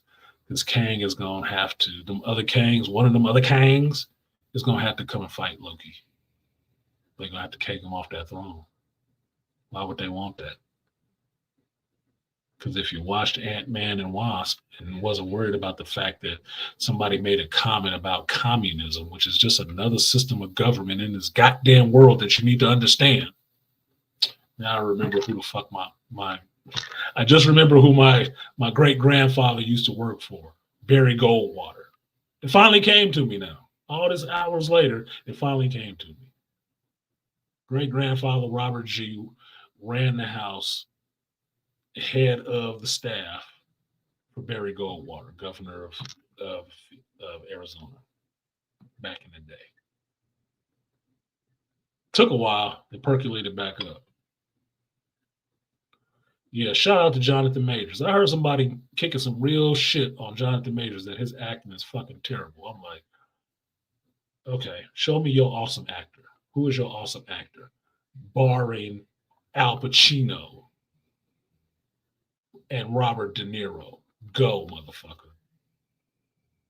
Show me your contemporary awesome actor. Go. Shout out to Hurricane Edward. Motherfuckers just be full of shit, dude. Just to shit on anybody for any reason.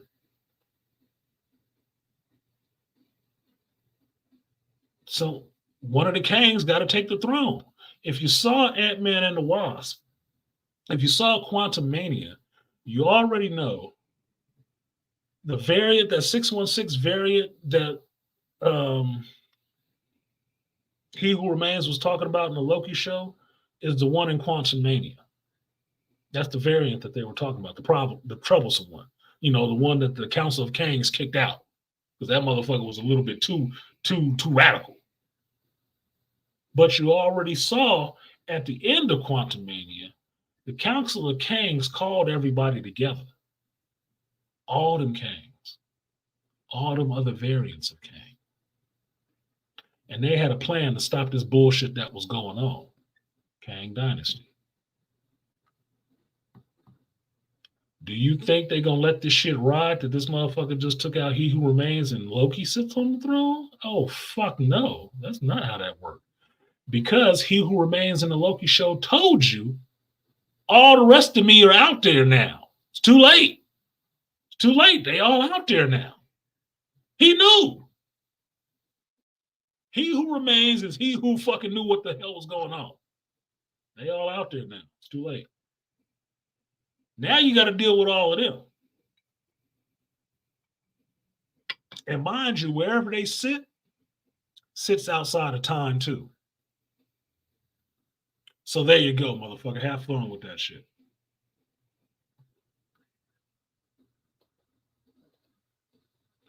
What the fuck those I need to be kicked in the nut, bastard? Jonathan Majors deserved 3 awards, damn it. Jonathan Majors, look, man, I said this during the watch.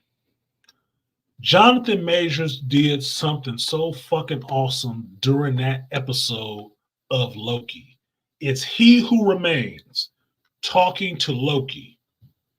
And you're getting Jonathan Majors giving his He Who Remains performance. And he flips during that performance as He Who Remains imitating Victor fucking Timely, stuttering and all that shit, and then flips back to He Who Remains again. I'm like, holy shit. And you see the difference in the performances.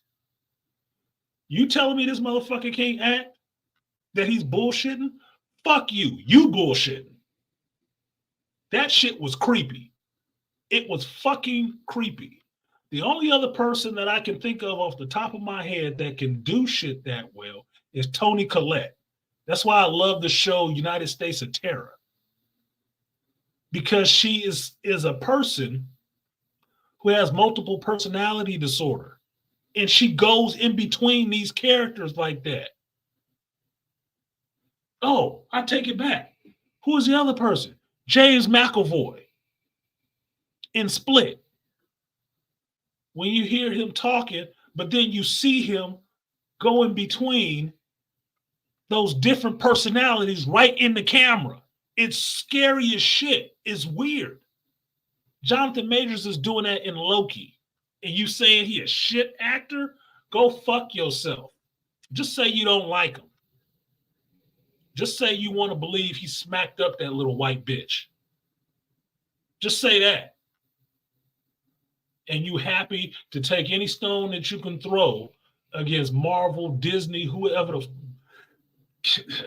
fucking whoever. You happy, whatever throne you can throw, whatever stone you can throw, you happy with that shit. Just say that and leave it at that.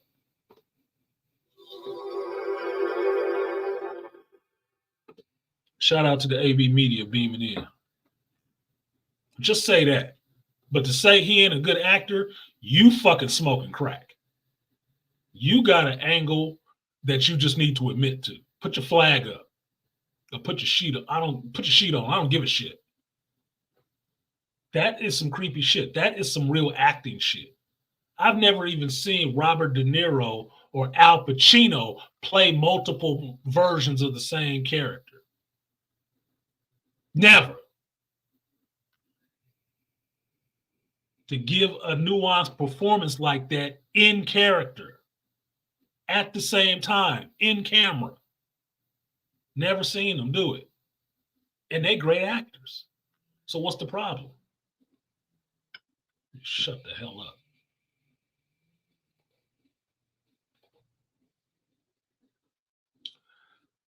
I think those Kangs are sitting out of time. That's my theory on that they're sitting somewhere out of time. The same way He Who Remains made his little space where he was sitting at the end of time. Where the fuck are those Kangs at? They have to be sitting somewhere that they're not infringed by all that, because they sent the one Kang into the quantum realm to like punish him, to exile him. So where are they sitting at? They either sitting in another dimension or outside of time. And you understand that He Who Remains sits in our regular time. He sits in our regular time. He don't sit in another dimension. He just sits in our regular time at the end of it. He is the Kang for this dimension. That's him. The other Kangs are from other dimensions. All right?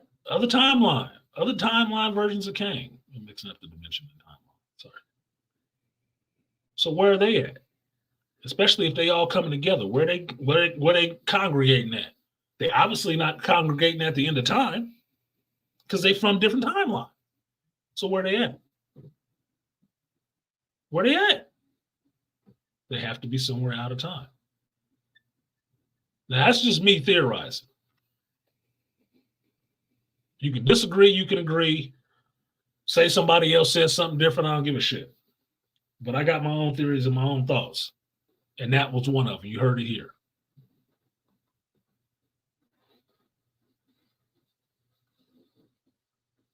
Yeah, he saved Ant-Man 3. And if you've seen Ant-Man 3, was his performance the same as He Who Remains? Was his performance the same as Victor Timely? Was his performance the same as any of them other goofy-ass Kangs that showed up at the end of Ant-Man 3? No. That Kang was controlled, calm, very intimidating, and start throwing hands and energy beams at motherfuckers that got on his goddamn nerves. He wasn't doing all that jokey shit. He didn't give a fuck about none of them jokes. Oh no, that one was about business. And he showed up and did conquer.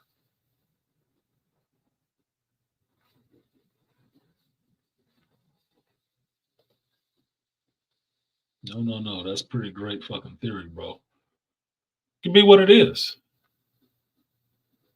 They make a movie and prove it wrong or right or close. That's it. But that's my theory. Maybe like, nope.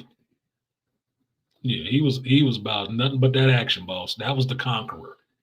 You've seen He Who Remains, you've seen Victor Timely, and you've seen the Conqueror Kang. And per the end of the Ant-Man movie, you also saw the Rama Tut, the Future Kang, and all the rest of them. So you've seen a bunch of different versions of Kang already from the same actor. I told you guys this shit, since that shit with him and that girl first blew up, motherfucking Jonathan Majors stood to be a whole power player in Hollywood from playing those roles. Nobody liked that shit because he wasn't on a list of who it should have been. Everybody got a problem with that shit. You mean this black dude gonna come in here after we had fucking Josh Brolin playing Suge Knight Thanos, and he about to sit up here and make more money than him? playing all these different versions. Look, if Josh Brolin could have did it, he would have. And I like Josh Brolin. I told you, I go back to Josh Brolin to fucking Goonies, nigga. Fucking Goonies? Some of his earlier work? I'm not no young movie watcher, motherfucker. I didn't get to this shit in the 2000s, okay? This ain't new for me. I know these people, in a sense. I've been watching them for a while. That's why I like the ones I like. I wasn't a fan of RDJ because he played Iron Man. I was a fan of RDJ before he ever played Iron Man. I just thought Iron Man was a good role for him to get back. I was a fan of RDJ when he was in Back to School with Rodney Dangerfield, when he was in fucking Weird Science, being that asshole at school, at the high school. Less Than Zero when he was a fucking drug addict sucking dudes' dicks and shit like that to get a hit. Y'all tripping. I'm not new to this. I look young. I am not young. Old soul. And shout out to the Art of Ibmore for the Applejack. Art of Ibmore, I gave you props, my boy. I gave you props last weekend. I had JT and Chris over to the house, and we was drinking whiskey. And they had not had the Applejack. I gave you your props for turning me around on the Applejack. I did. I had to. I give people their respect, man. You hear or not, I have integrity. If you hear or not, I will give you your respect for that shit. They was drinking that shit like, that's kind of good. And I told them, this your everyday whiskey. You can drink this Applejack every day. And shout out to Art of Ibmore, because he the one turned me on about that shit. He brought it up on the stream, and I talked about him and joked on his ass, ripped on his ass, calling it fruity and all the rest of that shit until I tried it. And then I had to come back on the stream and say, Art of Ibmore is right. The Applejack stay on deck. Since that day. Since then, that motherfucker stay on deck. I stay with a bottle of Applejack. I ain't had old number 7, and I don't know how long. Old number 7 is just old number 7, motherfucker. It was like, oh yeah, I remember that one. That's the one I started with. I don't drink that shit no more. If I'm not drinking the Sinatra, I'm drinking the Applejack.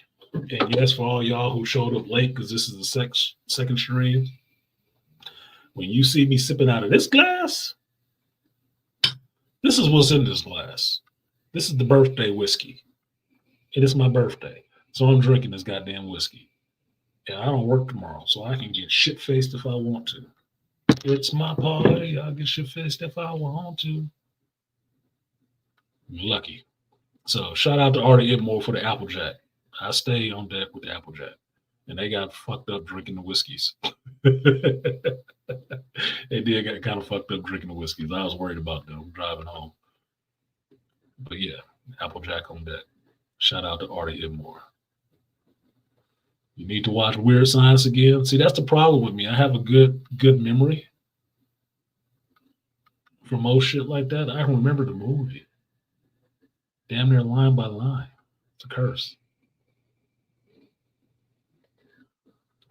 RDJ with Anthony Michael Hall. RDJ was there with, who was that other asshole who was in a lot of teen movies at that time? I don't remember his name because I didn't really like his ass. But he was a punk in some movies too.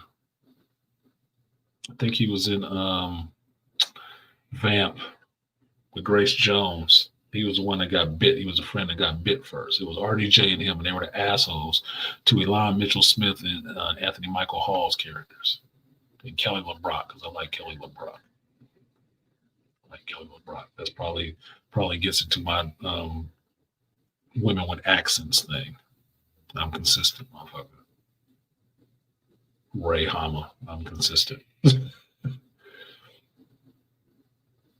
Yeah, I ain't new to this. I grew to this. Yeah, it grew up with me, and I was there to watch it.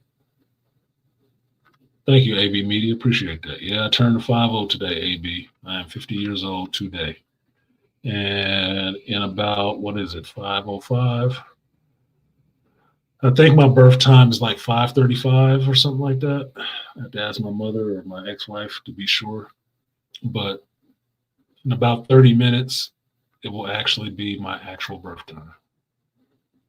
I'm not saying there's about to be no harmonic convergence or nothing like that. You're gonna need the goddamn Ghostbusters to show up and close the portals and nothing like that. It's not that, but that would be my birth time, the time I was born, legit. They don't have that in my area anymore. That's a damn shame. That is a damn shame because we keep it over here. That motherfucker's on the shelf regular. And I tried to send you a bottle, and they want me to have a whole goddamn liquor license to send a liter of fucking alcohol through the mail. Like, how did you get it here? Didn't you mail it here? Didn't it come on a truck? Like, God damn, man. Look, I don't need a liquor license, okay? I just need to send a bottle of this shit to my homeboy. God damn, stop making this shit difficult. If I had a little bit more of your secret information, I would have got them to drop off a bottle from somewhere, but apparently they can get it into your fucking state or something. I don't know. You need to go to South Carolina to get it? No. I'll buy it. You go to South Carolina to pick it up.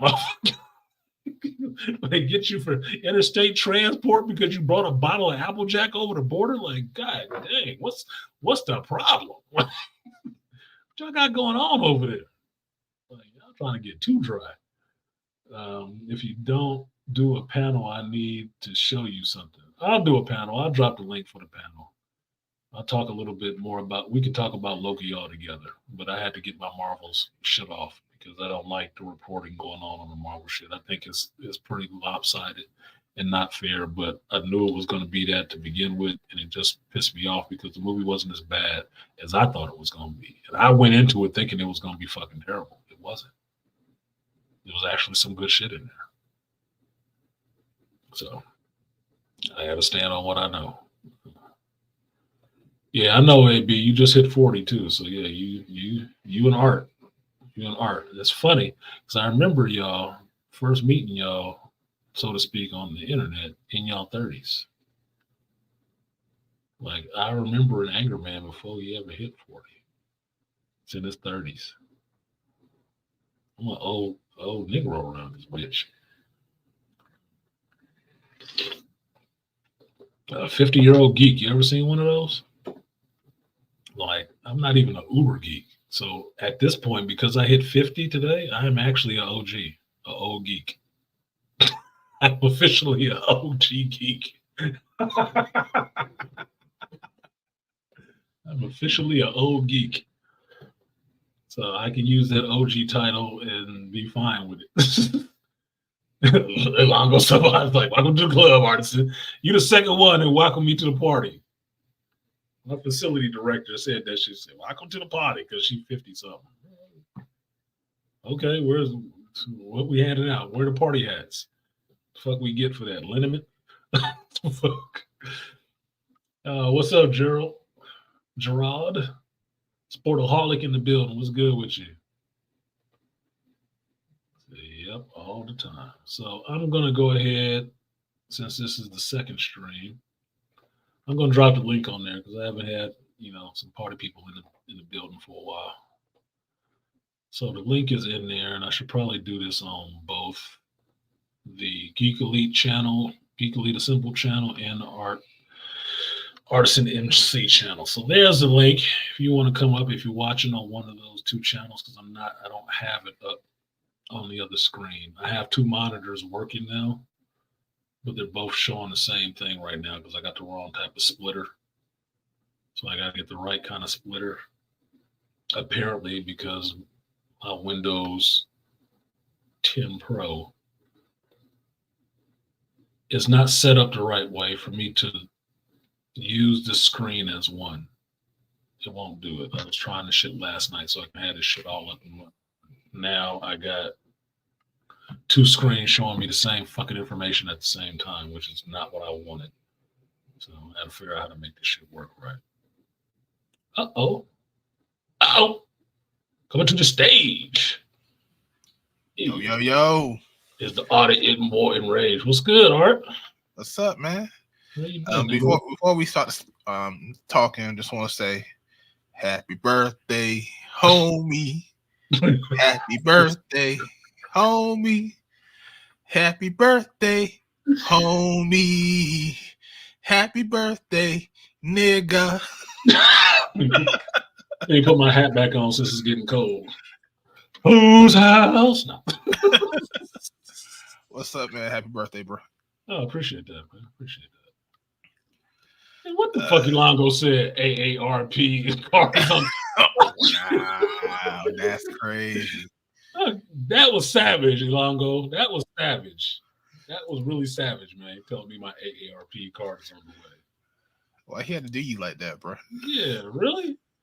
You got his brother beaming in. Good, AB Media. Hey, what's going on, man? It was good. I got the 40-year-olds, the millennials ganging up on me in this bitch. I did want to show you this. I don't want to see your dick. No. Nah, that's better than my dick. Oh my god, I don't even know that shit, nigga. Damn. You know, that to the chicks. Look, you know that the manosphere ain't many of them in this parts. I'll scare them off. There you go. Little wrinkled children in the corner. Uh-oh, we got statue. Oh, nigga, I just had a heart attack. Oh, who made that? Man. Blitz Wave. Blitz Wave? What is that? Polystone or something or what? It's 30 inches tall. It's about the size of my dick. And I think the base rotates and it lights up. I need a link. I need a link in the back chat, motherfucker. You got $1,000? I can find $1,000. What the fuck you talking about? What the fuck you talking about? I got a fucking damn near $1,000 statue. Ooh, 30 inches of the Gungrave. Y'all don't know how much I love Gungrave. Nashiro Nightowl, man. Gungrave is my shit. Mm-hmm. Gungrave Trigun is my shit. I love that shit. That shit is so. That shit is so fucking sexy right there, bro. You saw, I just paused, nigga. I'm telling you, my heart skipped a beat when I saw what it was. Like, ooh, that's a Gungrave statue. The amount of detail on it too. That's what's crazy about it. Goodness. Yeah. They getting $8 grand. That must be a limited number that they're making. I don't give a fuck. Where's the link, bro? Put the link in the back chat. What are you waiting Okay, on? so I'm on Big Bad Toy Store. They're already sold out. Fuck! Why are you showing me that shit now? You sent me that goofy ass picture of Tahitian treat with vodka. You could have sent me this shit a week ago. If you go on Amazon, they have pre-orders. Fuck, did Amazon buy them all? Son of a bitch. Let me find out. So I was gonna order mine off Amazon, but I have to try to figure out how to get some overtime. I bet. Turning tricks or something like that. Yeah. What you need, supervisor? Nuts tingle? You need a little finger massage? What? Let me know. Oh, so all you gotta do is go to Blitz Way, and then I put in Gungrave statue, and it should show. I think it's like, I don't know if it went up. It was like $750. It could have went up on Amazon. Oh, it's not $8.99. $8.99. So they increased the price. $8.99. Quarter scale statue. My Negro. Okay, I'm gonna share this. I'm gonna pull you down, and I will present this for the crowd approval. Little chick I was fucking with I was just telling her about your ass, about the statue, because she had an issue with the Black Panther statue. Oh, it's coming out next year on February 1st. That's a Valentine's Day gift to myself. Mm-hmm. Exactly. So any chick that want to, get on the D, this is the kind of shit I need. This is the kind of shit I like. Oh yeah. Mm-hmm. I'm gonna figure out a way how to get it. If I got to pay off my credit card for a year and a half, I'm gonna get that. You're gonna be lubing up that asshole. You're gonna be the bender. Fuck tomorrow. It's gonna be Art Bender. That shit is sexy as fuck. Art Darbin. That is a good statue, dude. That's worth 900. Yeah. 30 inches tall. Oh shit, that's the picture right there. Yeah, look how big that shit is. God damn, dude. That's not even cabinet size.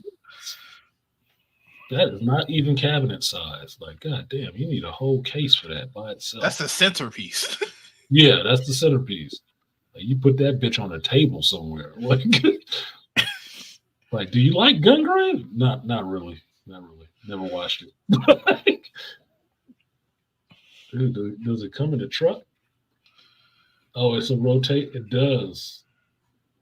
You can rotate the base. Push the button for LED action. Get the fuck out of here. Oh my god. Okay. Add to wish list.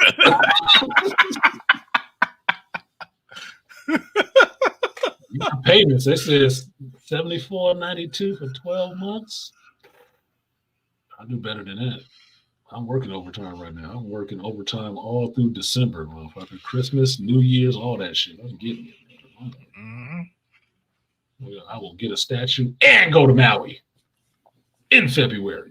Say something. Yeah, I had to show that too because I know you're a big Gungrave fan. I am. And here's the thing: if y'all who don't understand me with my love of Gungrave, right? I do like Western theme stuff. I do like two gun characters, but Brandon Heat is a really interesting character for me. Brandon Heat sits like Spawn with me. Because Brandon Heat got turned into Gungrave out of his love. And his love is for his brother. Which it's not really his real brother, but they was both orphans together and grew up together. Harry McDowell was his brother. For better or worse, Harry McDowell was his brother. And he loved Harry. Not no gay way. He loved Harry, right? It was a brotherly love. It was a brotherly love, right? You have to say that shit because motherfuckers don't get that shit nowadays. Like, it's a bromance. It must have been a romance. Yeah, like, motherfucker. Do you have siblings? Jesus. Yeah. Everything is not about the rainbow, idiot. Like, goddamn. But he had a love for his brother, so much so. He saw the fucked up shit his brother was doing, but he still tried to be there to protect him. So much so, Brandon Heat was a quiet type. He wasn't letting Harry know he knew everything he was into. Harry didn't find that shit out till after he came back as Beyond the Grave. He came all the way back to make sure his friend didn't keep fucking up. Gave up his life, gave up his humanity to make sure he came back and looked after his friend. Because what was the end point on it? He couldn't kill his friend. Mm-hmm. He couldn't kill Harry. He couldn't kill him. Harry could kill him. And Harry paid the price for that shit because Harry did go a little bit crazy after he shot Brandon. He was a little bit fucked up after that. But Brandon couldn't kill Harry. That was his boy. That was his brother. And he gave up his humanity to come back to try to get that motherfucker right. I'm like, dude, that motherfucker was devoted. That motherfucker was devoted. And this is what happens when you get devoted. You'll pay for that shit. Same thing with Spawn. His devotion got him fucked up in hell, making deals with Malbosia to come back. Like, man, you bitch, for the love of his wife. For the love of his wife. Like I said, the whole thing with me with Spawn is he's punished for his love. For love of his country, he did all that grimy shit that put him on hell's radar. For love of his wife, he made a deal with a devil to come back. He's stuck. He's stuck. His love is what killed his ass and got him into that fucking position. That's his weakness. That's it. Trigun is your top 3. Yeah, Trigun is my top 3 too. Vash the Stampede sit right there with Gungraves, made by the same character. Yep. It's basically in the same universe. Did you get the new game? Overture? No, I did not get the new game. Because I thought it was only out in Japan or some shit like that. No, I got it on PS5. Oh, fuck you. Let me go back on Amazon. What? I'm going through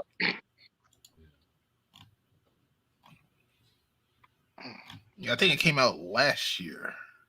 Cause I got it when they had it on discount during I think Christmas or Thanksgiving. Okay. Yeah, I don't pay full price for games anymore. Fuck that. I'm not paying $80. I refuse. Yeah, I'm not paying $80 for that shit. Fuck you. That is not what I do. because I don't believe games should be that damn expensive, especially when the motherfuckers ain't finished and you got to download everything anyway. Yep. Eat a dick. I'll give you $80 when you finish the game. How about that? Shit. Shithead. No. Is it Overture or is it Gore? I think it's Gore. Gore. Yeah, it's Gore. 2022. Overture, yep. I think it's the second one, the second game. Yep. This one is only $30 on PS5. Yeah, I think I got it for like 20. Oh, it said if I order it right now, I get it tomorrow. So I will order it right now. Buy now, bitches, because I'm a good rich now. Are you on? You talking about on Amazon? Yep. Let's see. Let me see what it is on PlayStation Network. Try to save you some money. Well, I have PlayStation Network, but I'm not going to go turn on my PS5 right now. That's why I'm looking on here right now, Negro. Hold on. Oh, you trying to be helpful, man? You ain't gotta be rude about being helpful. Trying to save some money. Fuck all that damn paying full price for shit. The price is negligible. Like this one is $30. Yeah, I'll pay $30 for it. What is it?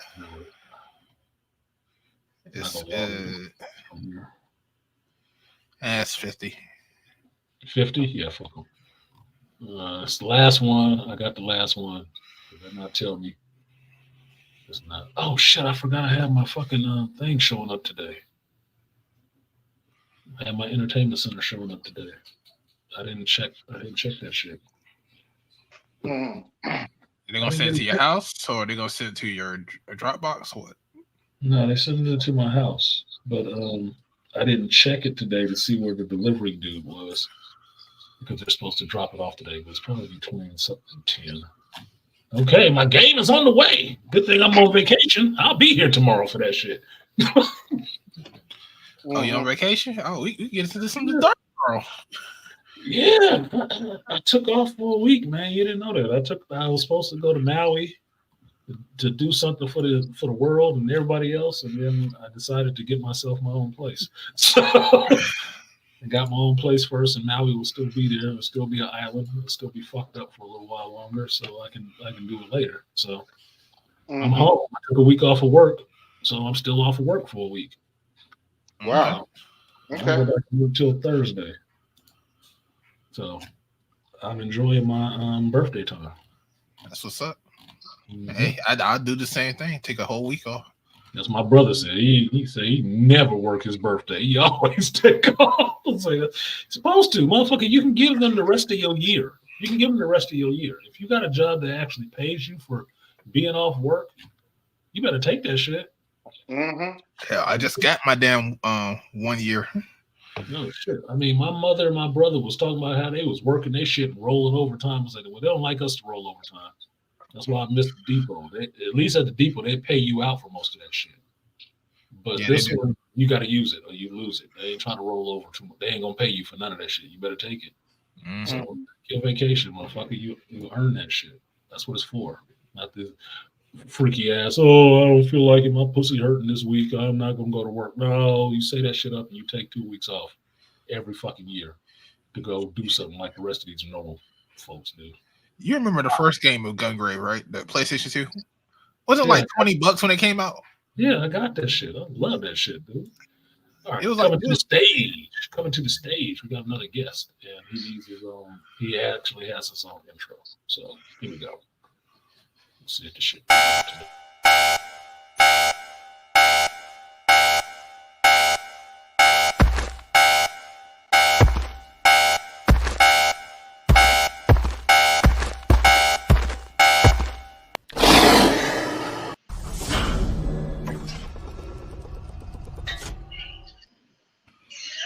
We are joined by the Beastly Nerd. Hold on, man. I'm having my headphones is not connecting.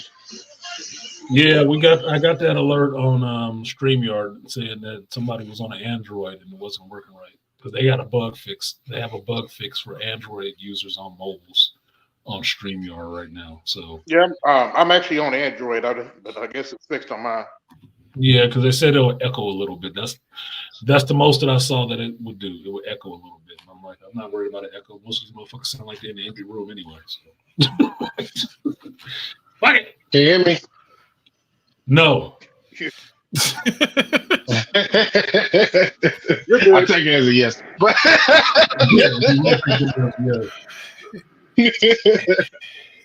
what's going on, everybody? Not much. How you doing? What's going on, Reese? man? What's up?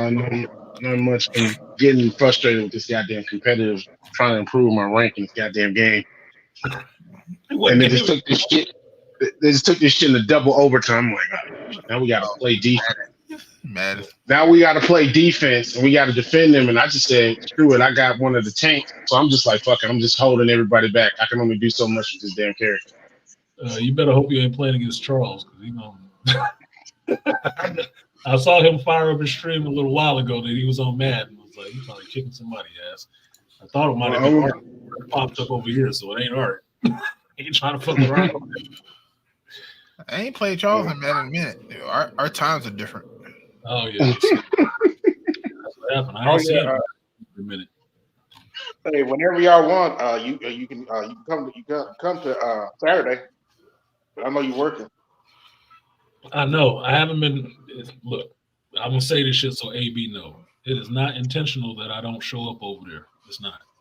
Between work, Saturdays, I'm usually on call. Like I'm not on call this weekend, but the weekend I will be on call. Those days and Tuesdays is usually when I get my on call days. So I don't get to show up on Noostles, and I don't get to show up on Coliseum all the time. So it's like, I'm always fucking working now. Yeah, this Negro, I don't even know when the fuck he be showing up anywhere. I'm like, I don't. Like, I just be alive. Like, I've been pulling doubles for the past couple of months. I've been shorthanded. I've been covering shorthanded at my job so much that I'm covering 2 people. So that's why all of December. That's why I'm working most of December. I'm working holidays, before Christmas, after Christmas, New Year's, after New Year's. I'm covering a bunch of people right now. So I'm getting it and putting it away. So if you don't see me and you like, this nigga don't never do no videos, motherfucker, because I'm always at work. No longer take me to do a video. About 8 hours. And then I'm starting my new job tomorrow morning. So I don't want to hear about you turning tricks. No, it's strange. I'm bullshit. What's the new job, Beasley? I'm working in the juvenile probation department now for the city. Oh, you want to beat up on kids now, huh? It wasn't enough doing the martial arts. Now you just want to go where they actually and fucked up. Now you're like, we're gonna get this sparring in, man.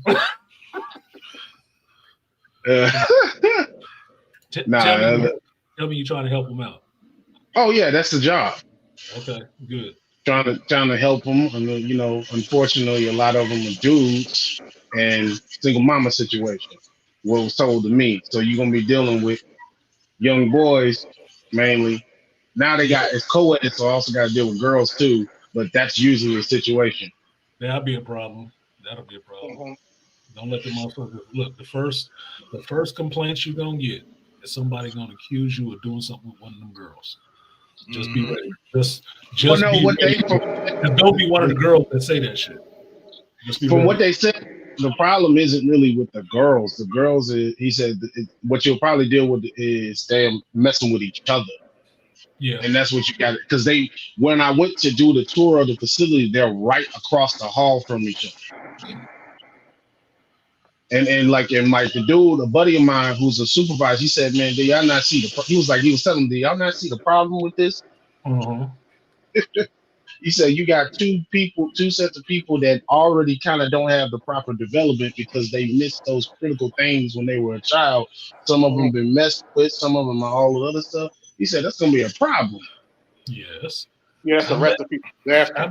I met this chick, and what she did, she worked in a place like that. She was a supervisor in a place like that, where she had kids that had emotional problems from being touched up or something in their life, been in trouble with the law and stuff like that, and they're living in the same complex co-ed together. And the shit she was telling me that she would have to break up and intervene in the middle of was crazy. Outside of drugs and stuff like that getting smuggled into the facility, fucking staff members fucking with these kids and stuff like that. I was like, man, you need to be like really just bringing these people up. Like how you got staff members messing with these little girls, and these wasn't even male staff members, messing with these little girls who've been touched up and stuff like that. They already got issues from the shit. You're gonna be there fucking with them? Like, oh my god, dude. It's like, you should. Yes, I couldn't be there. It'd be a whole fucking problem. That's the one. I think there's some things I think there's some things you just need to be publicly whipped for. That's one of them. Publicly caned, yeah. Get some Singapore style justice going on. Look, put them out. Y'all being nice. Y'all being nice. I am being nice. I am being nice. I'm way worse with it. I'm like, that's too nice. Ass whooping. I need to do something. That's one of the bad things about having those institutions for children, because they attract those people.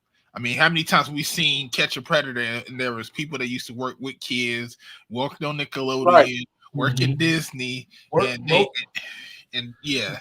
Yeah, most of the stories this woman was telling me, her biggest problem areas was from staff taking advantage of these kids all over again, victimizing and abusing them all over again. And I'm like, look, dude, there are special places in hell, and I would like to show them. Oh man, they just for this I've been through the interview process for the last month, so they went all through my background and all this other stuff. Like the HR was popped up. He said, "Hey man, this popped up." The FBI, because I had an FBI fingerprint because I was doing it. You got to have FBI.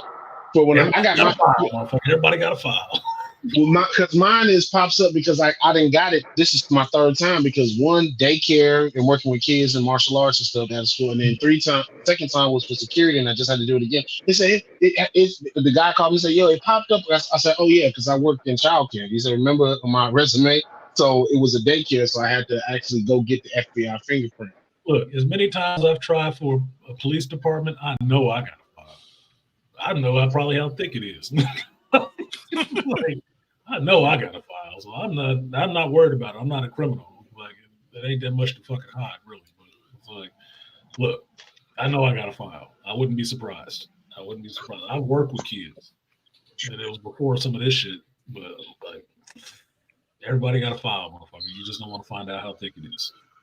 Yeah, but the facility I went to, it don't, because like my buddy said, got to remind. He said it don't look like it. He said, but it is jail. It's just like kids basically who sit there for like 3 to 6 months for like deferred adjudication. Okay, short term. Yeah, so he said realistically, man, these people sign their paperwork and let them out after 90 days. So you ain't even. He said a lot of times you ain't even really gonna see them kids. Because he said, so basically you got 90 days to break like a lifetime of trauma and stuff. Yeah. And so I don't think you really can, but you can make a dent in that shit and set them on the right before they get out. You can try to set them on the right path before they get out of there. So that's what he's saying. Because I know I know from what I know about you, you do have a good love for kids and wanting to see them be good. Got that big brother energy for them. So at least you know martial arts, so none of them bucking up to you is going to be scaring you away from doing anything. He said, "Oh yeah," he said, "That's what I said." He said, "Really, because we got to wear different color shirts to know that we do basically training." He said, "Really." He said, "They will test you on that first day." He said, "Really, it's the first day, but if you stand your ground and let them know that you ain't going nowhere," he said, "they tend to they give you your respect and they back down. But if you don't, he said they gonna run them up." Yeah, because one of the things I learned from working in the community center where I work, that's usually the thing. They try you to see how committed you are to actually being there. That's why they try you, because everybody else has actually walked away from them or don't give them no time, no shine, none of that shit. They ignore them or whatever the fuck. They hate that shit. They want somebody who's actually going to hang in there and stick around with them. So if they understand that that's who you are, you usually get on that other side of them where you can actually talk to them. That's why I got the love for the kids that I do from when I worked in my community center days. That's probably why Even if I saw them today, they would still be like, "Hey, shoot, hey," and give me hugs and shit like that. Even being grown, because I stuck in there with them. I wasn't giving up on their ass like that. I felt bad when I had to leave there to take care of my own fucking kid. Like, look, I got to make more money, and they ain't gonna pay me this shit here, so I got to go. I don't want to have to leave you guys, but look, I got to raise this kid. This is important. You know, so, Now he did say a lot of the shit that they do, like as far as like when it's money, a lot of money involved in making sure the recidivism rate happens. Because he said one of the things he said was they took out the programs like auto mechanic, shop, electrician, the shit that they would need to actually. shit. And he said, yep. He said he said, look, he said, you see all these flat screen TVs and these cushy furniture. He said they took all that stuff out. He said once you started adding therapy and therapeutic and stuff, he said that's when the money starts showing up. See, this the funny part is that they took all the stuff out that would actually give them a career that they can thrive on their own without having to go get a job for somebody. If you know how to fix cars and you got the automotive stuff now, you can actually open your own garage fixing cars and make good money doing it. Have a whole career. If you know how to do electrical work, you can have your own electrical company. My boy that I went to high school with has his own electrical company. That motherfucker in Florida, Jacksonville, Florida, right now, living his best goddamn life with the 49ers. Whatever the fuck his issue is with that, I don't know, but it's his business, right? But he got his own company, his own electric company, doing electrical work, living his best life. He a little younger than me, right? Mm-hmm. So they took out the stuff that would actually give these people something that they could actually learn and do and survive on their own without having to have their background hindering them going into somebody else's business, and gave you fucking TVs and therapy. Therapy is useful, but if you can't get a job, you're gonna spend a lot of time in fucking therapy, and you might pay for it. A TV so you can stupefy yourself and not be involved. Just sit down and let us give you medication. Fuck you. Yeah, and that's another thing with the therapist. Like, and this is one brother that I was went for the job fair with. I hope he gets hired too. Is one of the things he talked about is he's like getting his degree and training in psychology and therapy. And he said, man, and he asked about it. He said, my buddy, so he said, man, you know what? Ain't nothing but female therapists and stuff. He said and that's one thing that they trying to get dudes, a lot more men to deal with it, because you got female therapists with boys. You already know. You have to psychology right now for the last 20 years, I believe it was, filled up with women because it was considered like an easy degree to get. Right. But it's a degree that comes with a lot of respect, right? But they flooded into that field because psychology initially was mostly men. Freud, Jung, Adler, most of these theorists and stuff like that are all dudes, right? They're all guys.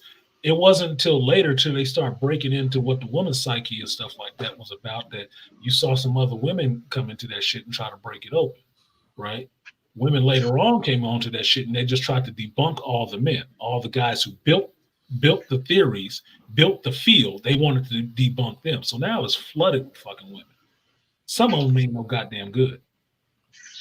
They got a lot of issues they ain't work with, and they just want to debunk the stuff that the men did. But what you have now is it's not enough men in the shit, because now it's seen as a feminine thing. It's not a feminine thing at all. That's why they don't get into the hard science part about it. All the numbers and shit like that. That's why a lot of them don't go into that. What they do go into is that life coaching and marriage and family therapy and child psychology and all that little shit, because you don't have to do that extra work part, which, getting your PhDs and stuff and actually doing the science part where you're breaking down numbers and doing studies and all that shit. They don't like doing that part. They like the touchy-feely stuff because it gives them that little high, like, I know everything. No, do the rest of the science. Do the rest of the science part. That's why they need men. And black men specifically need it because they don't have them. It's not a lot of them. you'll have a hard time getting a fucking job. But you see people like Dr. Umar can do it. I'm not saying turn into the panda bear. I'm not saying that. But excuse me, AB, I said it wrong. The panda African bear. Just panda African. Yeah, the panda African. I'm not saying that, but that's one of the ways you get into it, where you can get in and start moving around in that shit. Because a psychology degree is like having a marketing degree. It gets you in a lot of doors. It gets you into a lot of places, and people don't realize that because psychology is used everywhere. Not only in law enforcement, it's used in advertising, it's used in science, it's used in HR, it's used everywhere.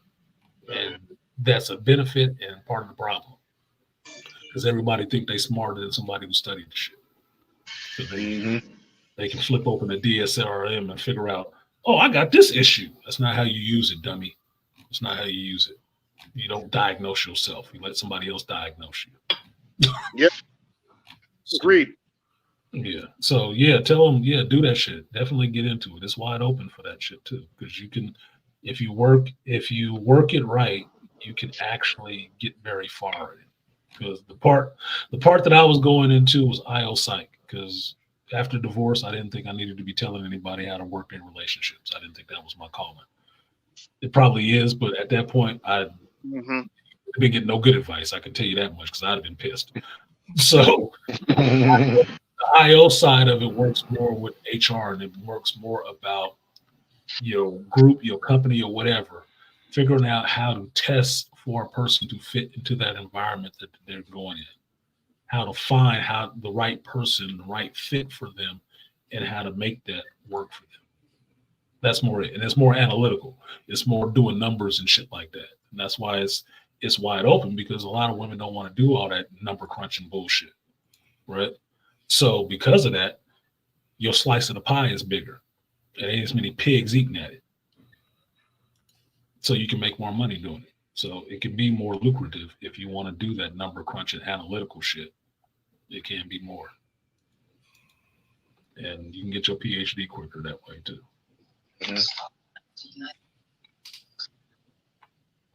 So it's benefits. You just have to want to do that hard work, that number shit. So that's it. That probably drug everybody down. Like this ain't geek stuff. I thought we were talking about Loki, nigga. Oh, this geek stuff. I'm a nerd too. I told you. I sit in the very. There's psychology behind the damn nerd stuff. Like, what the hell is that? Psychology is in everything. Psychology is in everything because it's just about how people think, why you think the way you think, how you get to draw the conclusions that you draw. That's why I get pissy, because I see this shit and I'm like, motherfuckers is just lying to people. You're just trying to lead the masses with a stick up their ass. Like, oh, it's terrible, run that way. We'll talk about don't let you agree like that. Oh, here you go. You got your punching bag you want to get in on, huh, AB? Like, come on, bitch, I got something for you. I already know. Well, he got his heavy bag. He want to start swinging on. You need to go get some help. I agree with BGS. She's probably bipolar. I don't know what. I haven't watched none of that shit. I haven't been watching these other content creators that y'all been talking about. I really haven't, because I told you I've been in a happy place with getting my place and getting certain things in my life straight and stabilized, and I didn't want to imbibe any of that negativity. I really didn't. Yeah, I understand that. I didn't say y'all was putting it out there. Y'all was bringing it to our attention. I ain't got time to listen to no dumbass bipolar bitch. Come on, man. I date. I date. There's only so many of them I can deal with at a time. I'm sorry. Still out here in this world dealing with regular women. Like, hey, I'm at peace. That's all. Shut up, Art. I ain't got to worry about nobody spending my money. I gotta ask no questions. I know where my money goes. I know what I can afford. Look, you probably didn't hear it earlier, but I was dealing with a chick that I was dating. I had a whole issue over me doing a stream before I went to a date I planned, and showing up at 15 minutes after her when she was showing up 15 minutes late. And it was all about, you chose to do a stream over me. It was more of a priority than me. Like, motherfucker, I didn't even know you that. What the fuck? Yeah, this is my business. Man. This is what I do. Priorities. Like, what the fuck are we talking Priorities. about? Eric, You know what I would have said? fuck you. Be well. Be well. Fuck Be well. Rich man, huh? Be well. Bro, you Walk are the fuck off. Yeah, you're out of your goddamn mind. It seems like streaming is more important. Yeah. Yeah, because you ain't paying me shit. I mean, y'all don't pay Exactly. me as much. Pay me enough. Like, you pay me enough to say you do it, but like, you ain't paying me shit. Paying me no mind and giving me a fucking headache fucking up my birthday weekend. Shit. Mm-hmm. I'm trying to get set up. You fucking that up for me. Like, He's like, I'm gonna owe your attention on me. It's like, nah, that's not how this works. That's not how it works. Princess complex. You don't get to come in and tell me what my priorities are. You don't get to be one right off the bat because you want to. Hell no. You can work your way up, but I'm telling you, look, I had to tell this motherfucker. After divorce, I understood what I was doing wrong. And my priorities are very set. Me, work, my children, everybody else. Right. I'll figure it out. And my work, part of my work is doing these live streams and shit. That's one of the things that actually brings me joy to do. So Yes. you don't get to come in and supersede that because I might have seen your box one time. It's not how it work. It's not how that shit work. I'm union minded, so you got to pay your fucking dues, and they You gotta earn your keep. Gotta earn your keep. Pay like you weigh. That's not. Yes. That's what's happening here. So, as far as I understand, there's a lot of fucking single women in the world. I ain't fucked all of them, so I got time. You want my attention? Unhinge your jaws. That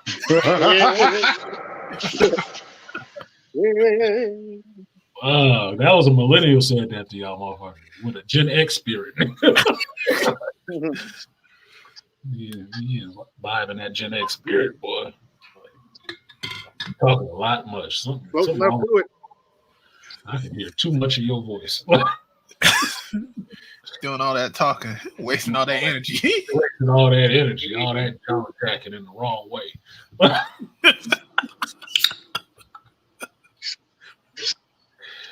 Fucking hell. Anyway, did y'all watch? We'll get back to the mother shit. Motherfucker, don't get me started. I have been drinking, and it's officially past my birthday. I was officially born. So shout out to my daddy for bussing. Think of my mom was cute in her little town in North Richmond. Thank you. In North Richmond. A lot of people don't know that the times they were born. To be honest. Well, I do. I don't. I just know the song I was conceived to. That's fucking all. Damn. Oh, really? Chaka Khan through the wire. Oh, damn. So I have an issue with that. So once I used to like that song.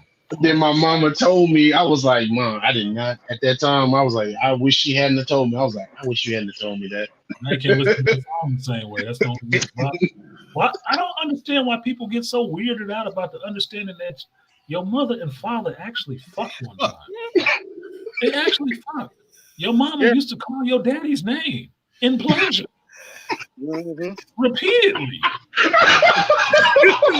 Hey, it's true. Getting her over and smacking that ass.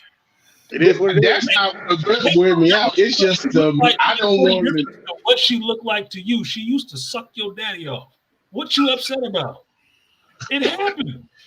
That's not what bothers me. It's just the song. I did not need to know that part of the information. Okay. Look, if I knew the song, if my parents would conceive me to Through the Wire, I would actually enjoy that song a little bit more. I would. I at least understood, because mind you, as far as I know from my mother growing up, my parents ain't never been together except when they conceived me, right? Which I know is bullshit, right? I've grown up. I've had women. Fine, whatever the fuck, right? Mm-hmm. That would actually be a little bit more than knowing nothing at all. Like, my kids know where they were conceived. Now I can't tell them there was a song playing, but they know the circumstances of where they was conceived and how they was conceived. And all they do is shake their head. Like, what do you got with bathrooms? I was like, I don't fucking know. Privacy? Hey, all you need to know that it was a good song that you were conceived to. It was a good song. It was better than some Jungle Boogie or some shit. Like, exactly. Like, goddamn. I mean, think about it nowadays. Would you rather be conceived to Shaka Khan through the wire or to some Little Nas X from right now? No. Sexy Red. Yeah. Hey, some Old Town Road or some bullshit. Think about if you were born to my booty hole. My booty hole brown. Would you rather find out the song you were conceived to was WAP? You joking, but it's probably some kids. No, I'll give you a better one. Imagine you were conceived to what's the name of that song? They like oh she in that song she said her coochie stank. I was like, what the fuck? I'm like, okay. I ain't even heard that song yet, but I heard about that part. I was like, oh my god. Somebody fucking to that song. Somebody is fucking to that. Somebody in the club shaking their ass on some dudes Johnson right now to that song. I'm like, yeah, see, so thank your lucky stars. Chaka Khan, good. She could probably still get it from me.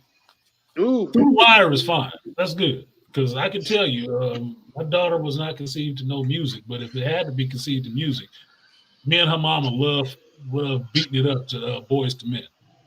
Yeah, Shaka Khan was a 10 back in the day, so yeah, so I'm fine with that. I seen Shaka Khan in concert. I was like, damn, get that old bitch. I'll protect you. Look, I'll protect you. You live crew. That bullshit, baby. Pop. You gotta be an accent for that one. Or baby, yeah. What was the other one? Storm X a lot. Baby got back. Baby got back. Like, oh my god, come on, man. There was a lot of songs that you could be conceived to. That wasn't one of the worst ones. So you better thank your parents. Uncle Luke. Yeah. Anything from my crew is probably a bad idea to say you was conceived to. That end up in therapy. Okay, like. And now I'm gotta watch this Freaknik movie, and I think Mama gonna be in that shit. Like, oh boy. Go on, man. Rainfire Design says, I just sat down at 8 p.m. showing the Marvels. I'm the only one here. He's going to show my ass. See, that shit work. That fucking propaganda works, motherfucker. Look, I'm not telling you my theater was full. There was about, I went, what the fuck? Friday. Went Friday afternoon. 250 show. It wasn't full of people. But the PR on this motherfucker is bad, so I'm not expecting a bunch of people to be in there. Honestly, I think it's mostly people just don't like Brie Larson. I think it's Brie Larson. It is. I think it's a combination of things. I think it's the Brie Larson, them basically telling everybody that we had to go watch it in between Endgame, and it wasn't that. And so a lot of people probably watched it and was like, why the hell did we watch this? And not to mention people's cats on they doing their reviews, and that's about all I can think of at the top. So I'll say this: I don't remember what area Rainfire is in. It's 8:00 on a Sunday night. Motherfuckers got work in the morning, and probably not in the movie theater. Kids got school, grown folk got work. Right. I said it earlier in the first stream that most people don't really got no real hate or love for Brie Larson. Most general audiences, they ain't got no hate or love for Brie Larson. Only people that give a fuck about Brie Larson really is Marvel fans and her playing Captain Marvel. Those are the only people that really got smoked for Brie Larson. Really got some real pent up frustration smoke for Brie Larson. I got it for it. I mean, I do. I hated Captain Marvel movie. I hated that shit. The special effects were good, but I hated that movie because I didn't like her character. I like her character a lot more in this one. I didn't like her acting. Show for character growth. Like, oh shit, this bitch can actually act sometimes. Because two of her best scenes happen with her and Tiana Paris just doing some actual acting. Like, oh fuck, you can turn it on. So what's wrong with the rest of the shit? Why ain't you been doing this? And that's why I say it comes down to the director and the writers.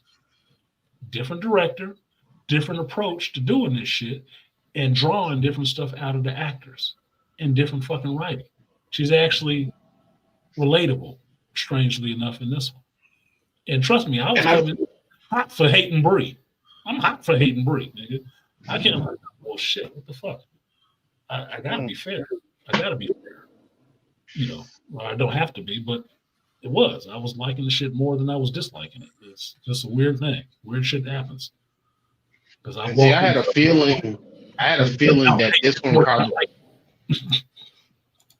and I had a feeling this one possibly might be slightly better than the first one. I was like, you know what? Based on the trailer, I was like, you know what? I might go see it, but it was better than the first one. If you watch the first part of the stream, 5.25, when I finally got into it, like 2 hours and 25 minutes in, I finally got into talking about the movie.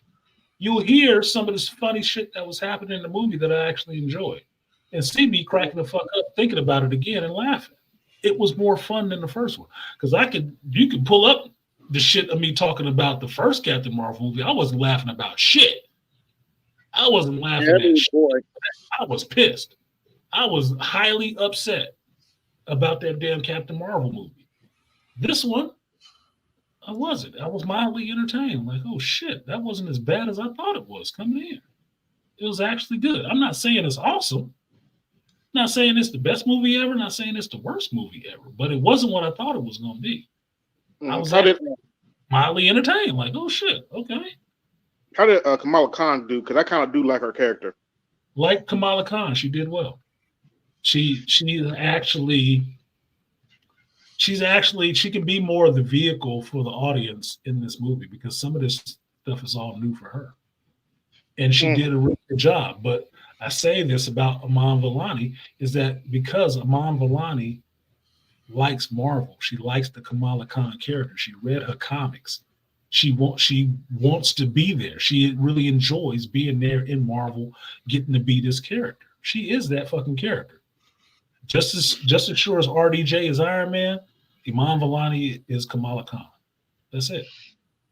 So she's actually having a good time with this shit. Everybody else is shitting on Brie Larson and Tiana Parrish, and like they even know anything about Tiana Parrish at all to be shitting on her. But they just shitting on her to be doing it. They just want to shit on the fucking movie. I'm like, dude, some of this shit wasn't that goddamn bad. But y'all keep repeating the same things. So did y'all watch the movie? Because some of y'all inaccurate and missing all kind of shit. So that's what I said. It's mildly entertaining. You can see it. You can not see it. You can wait for it to come on D Plus at the premium price because they're gonna jack up the prices today or tomorrow on D Plus. So you can do what you want to about it, but it will be cheaper and more expedient if you actually saw it in the movies on the matinee. Because then you ain't paying Disney Plus prices if you ain't already got a subscription. Because they jacking that shit up for less content and shittier content. Because I can tell you this, an increase in Disney Plus prices don't make me want to go back and watch Ahsoka. Fuck you. I want money back for that. Ahsoka was that bad? Yeah, especially the last episode. Yeah, I was severely disappointed. The last episode was better than most of the rest of that shit. But that was the one episode directed by the black dude, Rick Fumajaya. Because I heard a lot of people were complaining about it, and they said pretty much that Hayden Christensen stole the show. When Hayden Christensen showed up, it was a good moment. Mm-hmm. It was a good moment in the show because you understand that Hayden Christensen, for some of you guys, I would think millennials and whatnot, Hayden Christensen is your Mark Hamill right now. Mm-hmm. What you know of Star Wars right now. And he came in showing that he knows how to play Anakin Skywalker because he is Anakin Skywalker. There ain't been another one. I mean, Jake Lloyd was young Anakin. We don't give a fuck about young Anakin necessarily. Nigga, drive a pod race. If you can do a pod race for real, we'll believe you. But Hayden Christensen was the one coming in, swinging the lightsaber, doing Anakin and showing his turn to Vader. And that's what the fuck he came in there and did. And he basically came in there and embarrassed Rosario Dawson about how this lightsaber combat shit works. because he was trained by somebody who actually knew sword fighting, and Rosario was trained by somebody who taught her just to do the dance steps. Yeah, And I look- was actually look- glad that I was actually glad they didn't put the suit on him. They actually showed what he was before that suit, because that was a dangerous motherfucker. Before he put that suit on, he was ooh. Look, the way they showed him in this Ahsoka show, which was one of the good points, they showed that Anakin as a Force ghost, or whatever the fuck he was supposed to be at this point. They showed him in a version of himself that actually found some peace and some balance with himself. Right. That he flipping between Anakin Skywalker and Darth Vader, giving you that dark and that light in a fight, which was something to fucking see. Which once you understand what the hell is going on, it's like, oh shit, nigga, that's full on fucking Vader style, man. What the fuck? Watch yourself, it's over, because I can tell you this. It's There was only a- fancy. where he's fighting Ahsoka, and all of a sudden he go dark, and you see that motherfucker's eyes. He pull out that lightsaber, and it's a red saber, and he got them eyes, and I'm watching that shit like, it's over for you now, bitch. You dead. You dead. It's over. I like that is prime Anakin right now. That is Anakin. That's On savage. you ain't got a chance. It's over. It's over. Put down the lightsaber. Put it down. You might save yourself. Because when I saw that, I was like, it's over for her. It's done. She about to die. This the end of the Ahsoka show. I'm watching. Like that is Apex Anakin right there. You fucking up. You fucking up with that one. Because look, Obi-Wan didn't only slowed his ass down by taking his legs off. Nigga. If he still had one leg, he was coming after Obi-Wan. Yep. Ooh, that was a chilly moment. That was a chilly moment. Like, oh, you fucked up now. You fucked up now, girl. You got the wrong Anakin out. You better hope that was your master. This ain't your master no more. This is the Dark Lord rising. Problems. But that was good for him. That was good for Hayden to get to come back and play that role like that and play the Vader and the Anakin at the turn. It was good for him. It was good for him. Didn't make Rosario Dawson look that damn good for her fight training, but Hayden was looking awesome, nigga. There was some good scenes in that one, but still, fuck Dave Filoni. But still, fuck Filoni. But still, fuck him. I don't like what the fuck he did. He basically just tried to hijack George's fucking Star Wars with his bullshit. A little kid playing with his goddamn toys. Fuck you. You ain't George Lucas. And half of that shit I don't like that you fucking did. You just bastardized this whole fucking franchise to try to turn it into your shit. Fuck you. Judas. Oh, by the way, that's how I really feel. So that's how you really feel. Yeah, just in case there was any misconception. Dave on my shit list right now. He really is for that Ahsoka show. I'm mad I watched that shit. And I said it earlier, even watching all 8 episodes of that bullshit, Marvels ended up being better than that to me. I have to ask that you ever 90 watched. minutes. I have to ask that you ever watched the season finale of Bad Batch season 2? No. Still no. Still not no desire to watch that shit either, because he let me down on that fucking Bad Batch shit so goddamn bad. I was so disappointed in that Bad Batch shit. I still have not watched that final episode. Can't. It never peaks on my list. Only time I think about it is when somebody mentioned that shit. No, he fucking up Star Wars for me. I don't give a fuck what. I know a lot of you millennials love Dave Filoni. I don't. And I had been in his corner thinking he could save Star Wars, and seeing what he did by himself lets me know that some of that goofy shit I saw in Obi-Wan was his ass too. Because Deborah Chow was listening to him. Because he did the same shit in this Ahsoka stuff. I mean, goddamn, Artie Edmore. How do you have 8 episodes of a show that just copy other shit that you already did and rip shit off from everybody else's show? That means you're not. Kidding me? That means you don't have a clear bone in your body. That's all it is. You like Exactly. Look, that Mhm. means you are not fucking creative. That means you are not fucking George Lucas. No matter how much you try to rip off his shit and remaster it with your characters in place. Fuck you. I told somebody else this shit. I feel so bad for George Lucas that he's here alive to see how they bastardize his shit. At least Isaac Asimov is dead. At least J.R.R. Tolkien is dead. They ain't got to see this shit. They probably feel it in their spirit, but they don't get to. They don't have to see it. George Lucas is alive and watching them do this shit in his fucking face. In his studios that he made. That gotta hurt, man. That gotta fucking hurt to your soul. And he gave them a blueprint. They said, "Fuck your blueprint." Fuck your blueprint, and this is what we gonna do with this shit. This is what Star Wars really means. And he looking like that ain't what fucking Star Wars. How you gonna tell me what Star Wars means? This is not what this shit means. You learned the wrong lesson. Don't matter. It's ours now, motherfucker. Oh, really? That's how it's gonna be now. That's why I call David Judas. All that time sitting there with fucking George, trying to learn everything he could from him. He sold his ass out so Kennedy Patine can give him his own show and his movie to do this shit. Star Wars demonstration error.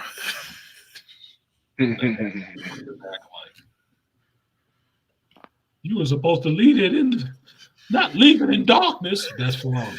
Leaving it in darkness, nigga. I'm waiting for Obi-Wan to come and cut his goddamn legs off. You were the chosen one.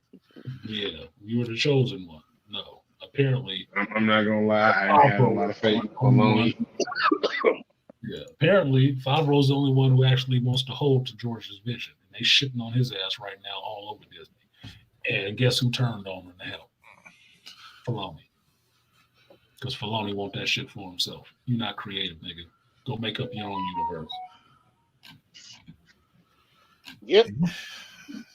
Like it seemed like as soon as they get Favreau out of the way when it comes to these properties, that's when the shit starts going down. Because remember, he was part of the MCU. He's the one that got the shit cracking. As soon as he left, that's when they started taking this huge pivot. It's two things. It's Favreau figuring out how to do Iron Man in a believable, interesting way, right? It's Favreau fighting for Robert Downey Jr. to play Iron Man, knowing that he could give a good performance, right? It's Favreau for coming in and setting that groundwork for the MCU. And what initially worked with the MCU was having these directors on there collaborating with each other to build out this shit. Because make no mistake, Favreau was there, Josh Whedon was there, James Gunn was there. Those original directors of those original Edgar Wright, the Russo brothers, they all worked together in creating that original first phase of those movies. That's what worked. What didn't work after that was when they got Ike out of there, the dude that watched the money. You know, the greedy motherfucker. Everybody, oh, he's just a Republican and he's a conservative and he's a hater. And he's a motherfucker holding the purse strings. Is like, why you want this much money? Wait a goddamn minute. For what? What you want all this money for? Wait a minute. Scrooge McDuck and this shit. You get two. Two. But you better make it work with two. Nigga, no, you're not blowing this whole budget on this bullshit. No. You better find another way. Get creative. And that's why you got Iron Man flying the way he did in the first movie that made it believable because it was all practical. It wasn't all CG. But what did you get later on? Motherfuckers got some money, shit kind of working. Everything is CG now. And what are people disliking about most of this Marvel shit? It's all CG superhero fight. Crash your action figures together. Boom, smash. We should make money on this, right? Look, black folks should know this better than anybody. Why are black folks some of the most creative people? Because you deal in a spot where you don't have everything available to you. You have to be creative. You have to, because you don't have endless resources. Somebody dropping a bag of money on your ass and pulling up a dump truck full of it. So you can just have every fantasy that you ever wanted. No, you got to make do what the fuck you got. And you actually turn out things that make more money than they cost to produce. What Marvel's problem is right now, they spend more money on shit that don't make it back. That's a problem. Yep. You spent $100, you came back, and you only made 50 back. You fucked up for 50. You fucked up. It's not rolling the right way. It's not. Need to start listening to your audience. You need to try to spend a little bit less and make what you're doing on less the best it can possibly be to get that larger return. Because that's how it works. Kathleen Kennedy spent fucking how much money on that Indiana Jones 5? What did it make back? Did it make that money back? 300 mil even. Did it even break even? No, that's a fucking loss, a monumental loss. If you worked in the bank and you lost that much money out of your drawer, nigga, they would arrest you. They'd arrest you. Mm-hmm. You wouldn't go home that day. You would go to jail that day. Federal time. Like, where all the money go? Where the money go? No, this drawer had like 3,000 in it. I don't know. 150 came back. You don't even need to clean out your desk. just bring in the federales. Yeah, what are all these cops in here for? These people want to talk to you about where the fuck the rest of our money at. That's one of the things that's wrong with Marvel. The other thing, I thought it would have been a good idea for Kevin Feige to have control of the comics and such, but I did worry about it in a sense because if all roads go through one person, there's more shit to fuck up. And I never liked the comics being the dog that got wagged by the tail. I never liked that idea. Never liked it. Right? It makes no sense that the tail is wagging the dog. The movie should always follow the comics, not vice versa. Mm-hmm. One shot that mirrored some shit that happened in the movie, but Art knows, just like most comic book fans know, those comics don't usually do too well. You can't keep that shit going a month. You got to get a 5-issue miniseries and call it a day after that. But after that, this is regular continuity that you're supposed to be going to. But what having one person in charge of the MCU does is they start fucking up the actual continuity. Mm-hmm. Hey, artists, you know what comic shop's trying to do for me now? Jerk you off? They're trying to sell me on statues and art books since I'm not buying that much comics. Because they want that money back. I told you. It's like, he ain't buying as much. Maybe we can. No, hey, look. They ain't good as much. Like, hey, look, guess what's coming out, man? You got an Optimus Prime coming out, man. You want to put that on pre-order? Told you, comic shops live and die by people like you. And they live and die by people like you who spend a lot of money on this stuff if it's good. If it's not good, they are killing the comic shops because customers like you don't go in there. I'm sorry I know this whole fucking food chain, but I'm not no internet geek. I know this whole food chain of this shit. You make shitty comics, the customers that come in there and buy those comics that usually spend like $100, $200 a pop a week on this shit, don't buy it as much. Especially selective comic book fans like, oh, hell no. Joe Herb will drop a book in a minute. That motherfucker got like 1-2 months to be shitty and he off that shit. Nope, take it off my list. I don't want it. Like, goddamn, man. I already bought 2 more copies of this for you. There's only two books I'm getting consistently on DC, and that's Batman, which I'm thinking I might drop because of the Gotham game that just came out. That shit sucked. And what was it? A Green Arrow. But I haven't did a Green Arrow book in 2 months. So I'm just like, okay, what are you guys doing? Marvel, it's like whatever. Yeah, I'm about to drop Thor. I mean, I have not collected Spider-Man because Spider-Man sucked. And it used to be that comic books, that's what they listen to. They listen to those numbers of what sold. That's what they listen to. Like Joe Quesada told you, why did we kill Aunt May? He said, shit, you voted for that shit. You stopped buying that shit. That's what killed that bitch. We got Jason Todd beat to death with a crowbar. The fans. That's what they wanted. They voted for that shit. Same thing with Jason Todd. Yeah. Look, you drive that industry and letting them know they have to listen to stuff like that. Like these, look, we made 10,000 copies of this, 5,000 came back. and we sold less of them, they start paying attention to that shit because it costs money to print them goddamn books. Yes, it does. Publisher wants to take back no strip covers of comic shops sending this shit back. Like, look, we got stacks of these motherfucking books. I bought 45 of these books. I only sold 5 of them because the customers don't like it. Send me my money back. I'm stripping the covers off of these 40. I need that money back. Publishers don't like that. What the fuck they gonna do with it? They ain't got no resale market for no shitty comics. Shit, The furnace, maybe. Oh no, they already paid the money on the ink and the paper and shit. No. Mm-hmm. Yeah, I seen the invoice in my comic shop, and I think the most copies of a single issue that they got was like 7. Yeah. My numbers were low. When I was buying, I would have to do 10s. I would do 10s. And that was with the fucking variant covers and shit that I fucking hated. Because Marvel is like a hoe about this shit. They keep trying to give you a bunch of different variant covers to get the numbers up on selling a shitty book. 1 for 5, 1 for 10. Yeah, it don't matter if you give me 3 different covers of this shitty ass book. If the story inside of it is no good, who gives a fuck about the cover? Mm-hmm. What they're banking on is millennial buyers who buy just special covers.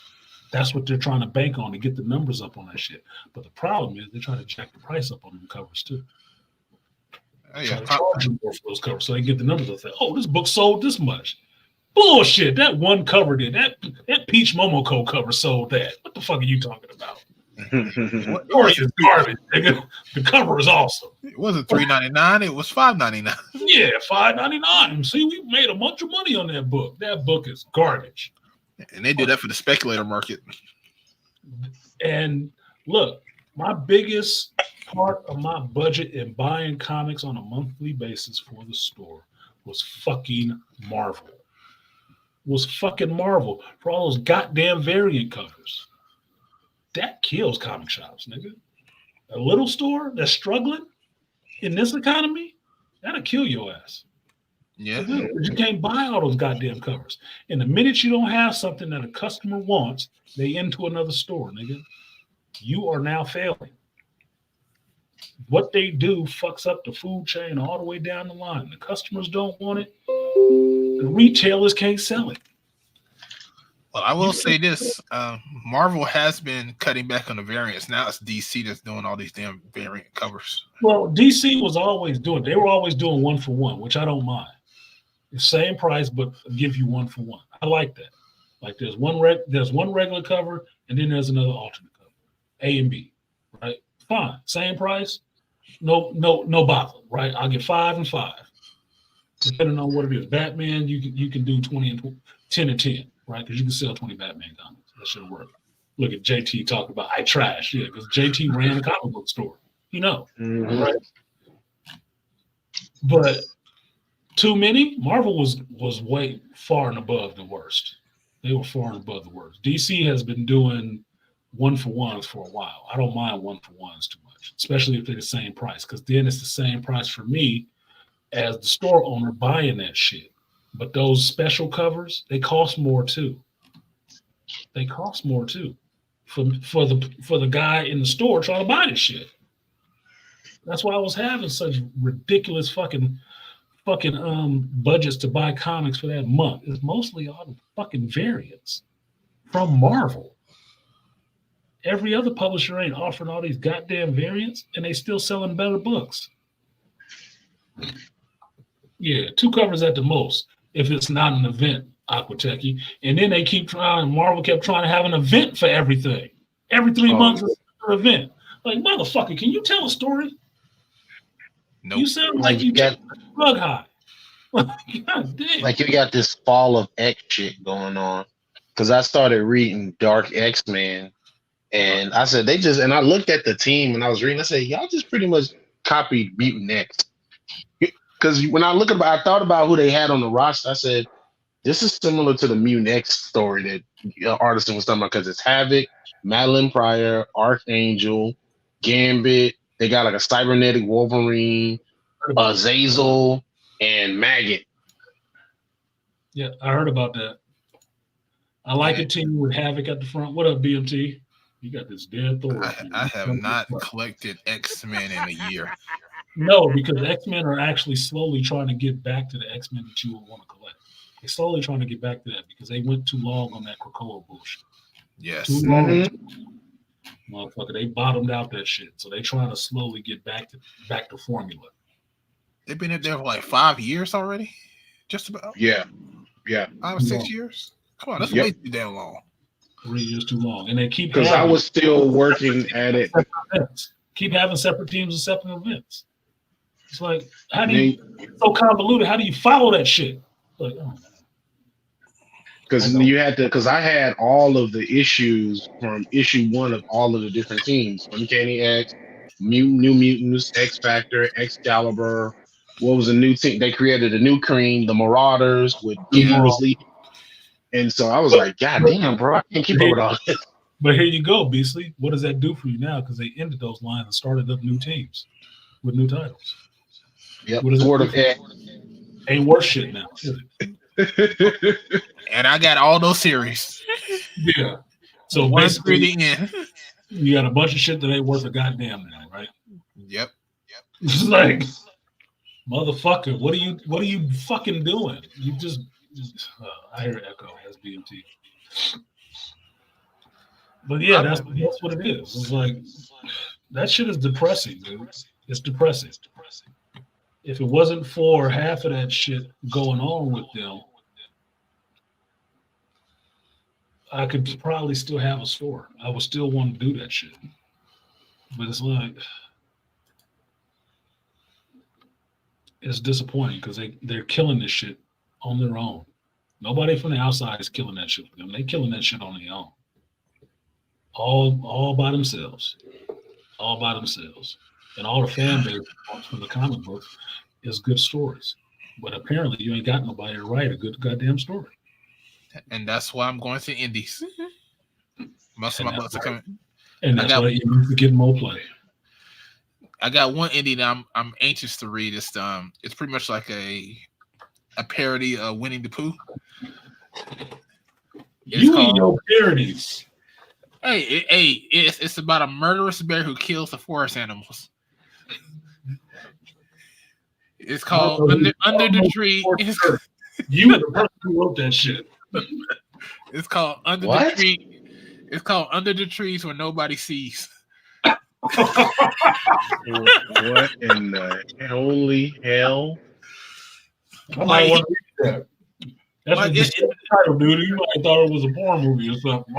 The cover, you see this bear in he's got an apron and he's dragging like a bag full of blood across the forest. Wait a minute, let me see. What in the horror movie slasher film are you reading? It's called Under the Trees Where Nobody Sees. Oh, here it is. Teddy bear. You found it, Artisan? Yeah, I got it. Shit.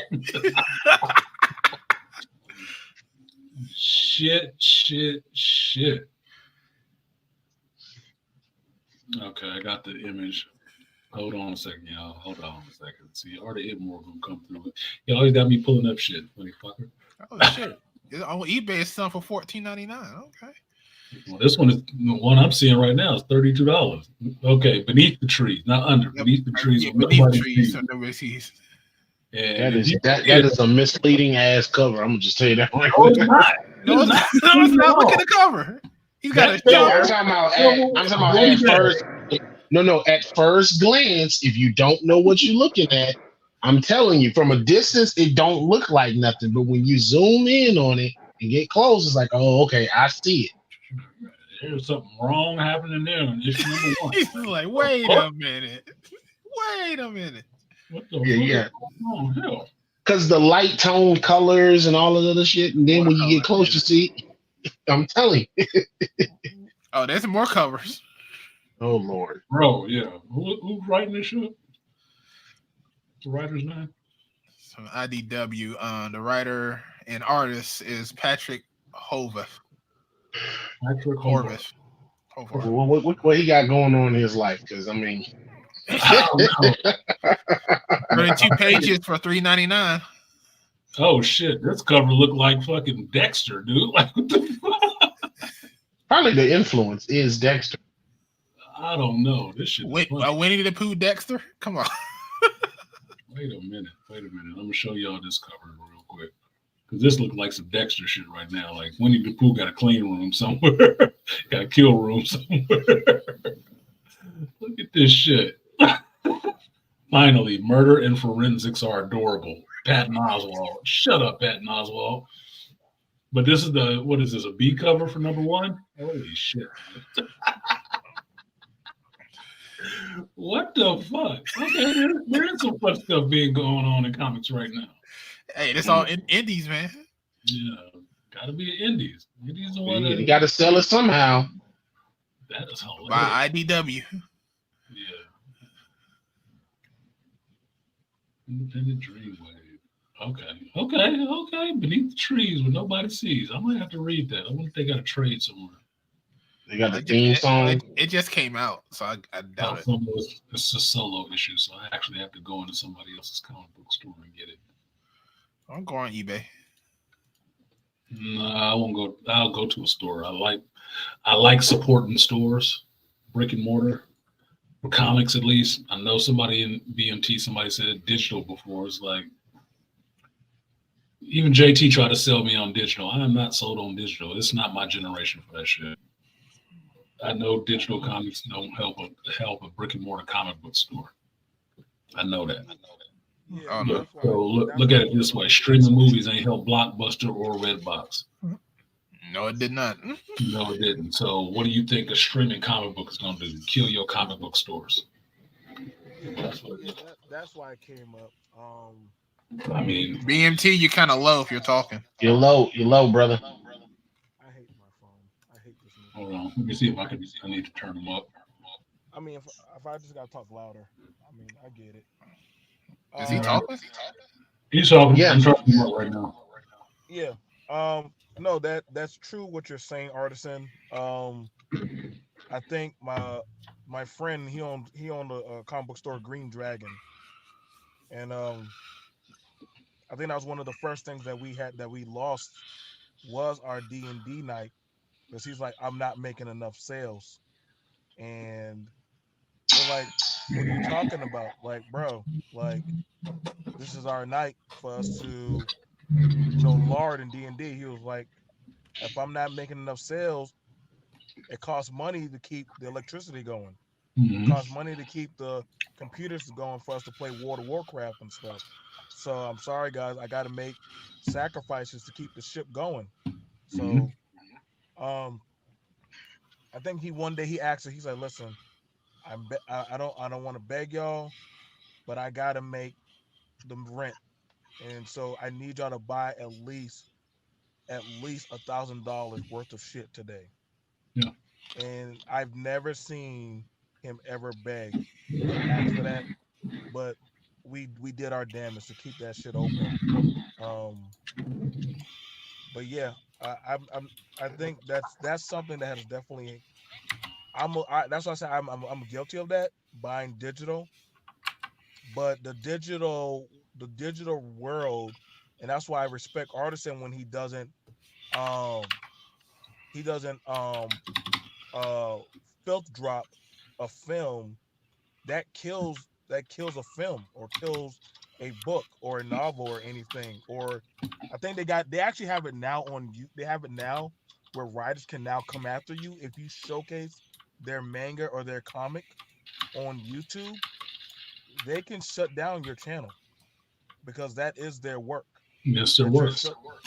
That you're showing. So they actually, I think they actually fought YouTube about that. I forgot what the law is, but it's literally you're showcasing their stuff without their permission, and and literally they don't get paid. They don't get paid for it. Right, and a lot of content creators were like, "Hey, you're messing up our content. We're losing money." But I'm like, they created it. Right. So it's a pretty big battle going on right now for a lot of that's actually a pretty big battle going on right now for a lot of comic books and writers. It's literally their stuff is being ripped apart on social media, and being played or used on like OnlyFans and different stuff, or membership only, where their work is being used, and they don't get paid for that at all. Like No, see, this is why I don't have too much of a problem. Like, I use music on my videos, right? Sometimes I catch a copyright and people don't want me to use the song. Like, okay, fine, I'll take the shit off of there. Sometimes it's like, okay, it's a revenue sharing thing. You can use it, but the revenue gets split between the person who created the song. I don't necessarily have a problem with that. I don't, because they made the song. I didn't. So I have a problem with them getting any revenue that could actually be generated on my fucking video if it's any. Yeah. Like, if you want half of $2, okay, take a buck. I got a buck. We both came up $1. I mean, whatever, man. I'm fine with that. I don't have a problem with that. Because if I'm a creator and I'm out there doing stuff like that that people are actually using, enjoying use, why the fuck shouldn't I get paid for it? This ain't all free. All this shit ain't free. It wasn't free for them to get in the studio and make that goddamn song. The studio time wasn't free. Recording it wasn't free. Putting it out there wasn't free. The advertisement for it wasn't free. Why the fuck should you get it for free without paying nobody in that process and be bitching about it? Oh, they want to get some money for it. You didn't create that shit. If you were a creative person, you'd understand that shit. Yeah, I pay for everything. I love my physical media. I love physical media. That's why I say it's the generational thing, because I can tell you the one of the things having a comic shop that I hated fucking hearing, and I want to punch somebody in the back of their goddamn head for, is when they come in the comic shop, they look at the comics, and we can get this on digital. Man, get the fuck out of here. What the fuck are you in here for till we can get it on digital? Shit like you doing that as a smug comment against me. Like, I won't support your store. I'll just get it digitally. Go fuck yourself. Why'd you come into an actual comic book store anyway? Like, no.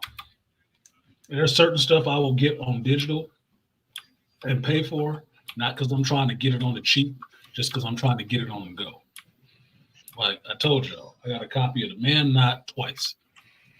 Digital and the hard copy, because I like to underline shit. That's what it's for. But I'm not using it in place of having to support a local shop or an actual comic book store, because I understand a comic book store, you find one somewhere, that is an independent operation. There is no corporation behind that shit. Nope. It is an independent labor of love. And it needs to be showed that, like, that is your last mom and pop spot. It may not be your mom and your pop, but it's somebody's mother and father. Some love, how to keep that shit around. So it needs to be, to me, if I'm going to spend money on comics, I'm going to walk into somebody's comic book store and give them money for that shit. Amazon don't need my money for comics. They don't. They get enough of my money for books and that goddamn video game I just bought. Right. Furniture, all the rest of that shit. They don't need my money for comics. I don't need to pay them for comics. I know where a comic book store is. The only time I'll actually spend money on Amazon is like I'm getting too much of a damn good deal. Like if I like, okay, I can get this at a comic shop for 100, but on Amazon it's like 30. It's like that's a push. Like statues. Yeah. I will get a statue online and not from a comic book store, because I know for a comic book store, it is more like that fucking Gungrave statue. A regular comic book store ain't buying that goddamn statue, because the markup on it would be $1,000 and something for them to try to sell it, and them waiting for somebody to come through their fucking door ready to drop $1,100 on a goddamn statue is rare. It's probably not gonna happen. You would die waiting on to get the money back on that motherfucker. It'd be sitting around your shop for years. For that one day you finally marked it down 50% because you were going out of business. Then somebody will come through and buy it, bitch. Other than that, you're gonna be suffering. Yeah, like the only reason my shop got that damn Captain America Sam Wilson is because I wanted it. I bought it as soon as they had it, and then they still got one sitting in their shop right now. Nobody ain't touched it. It will, because statues like that, the big ones, the good ones, are a risk. You have to have somebody who actually is going to pay for that up front. pretty much, to get it. Otherwise, it's just going to be sitting in your shop. You might as well say you bought it for the store, because that's what it's going to have to be. That's why you don't not seeing a bunch of them. It's not going to be like, oh, we got 3 of these Captain Americas sitting around. We just can't wait. How much they cost? $300 a piece. Shit. You have people scrutinizing $4 books for a crease that they don't want to buy. You think they're about to buy that $300 statue just for the fuck? No. That's not no humbug purchase. Yeah. Nope. Yeah, I told them I'm going to slow down a little bit. I said the only thing else I want from them is that RoboCop 3 with the jetpack sideshow. Okay. Yeah. But yeah. Okay, there was a problem with my entertainment center getting dropped off today. I hope the problem wasn't that they didn't use the fucking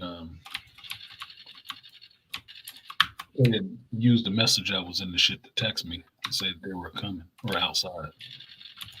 That would be a problem. But and I should have it by the 14th. Well, as long as I got it before I go back to work, motherfucker. I mean, today would have been nice. But I did 2 streams and wasn't paying attention. So it's a push. It's a push. What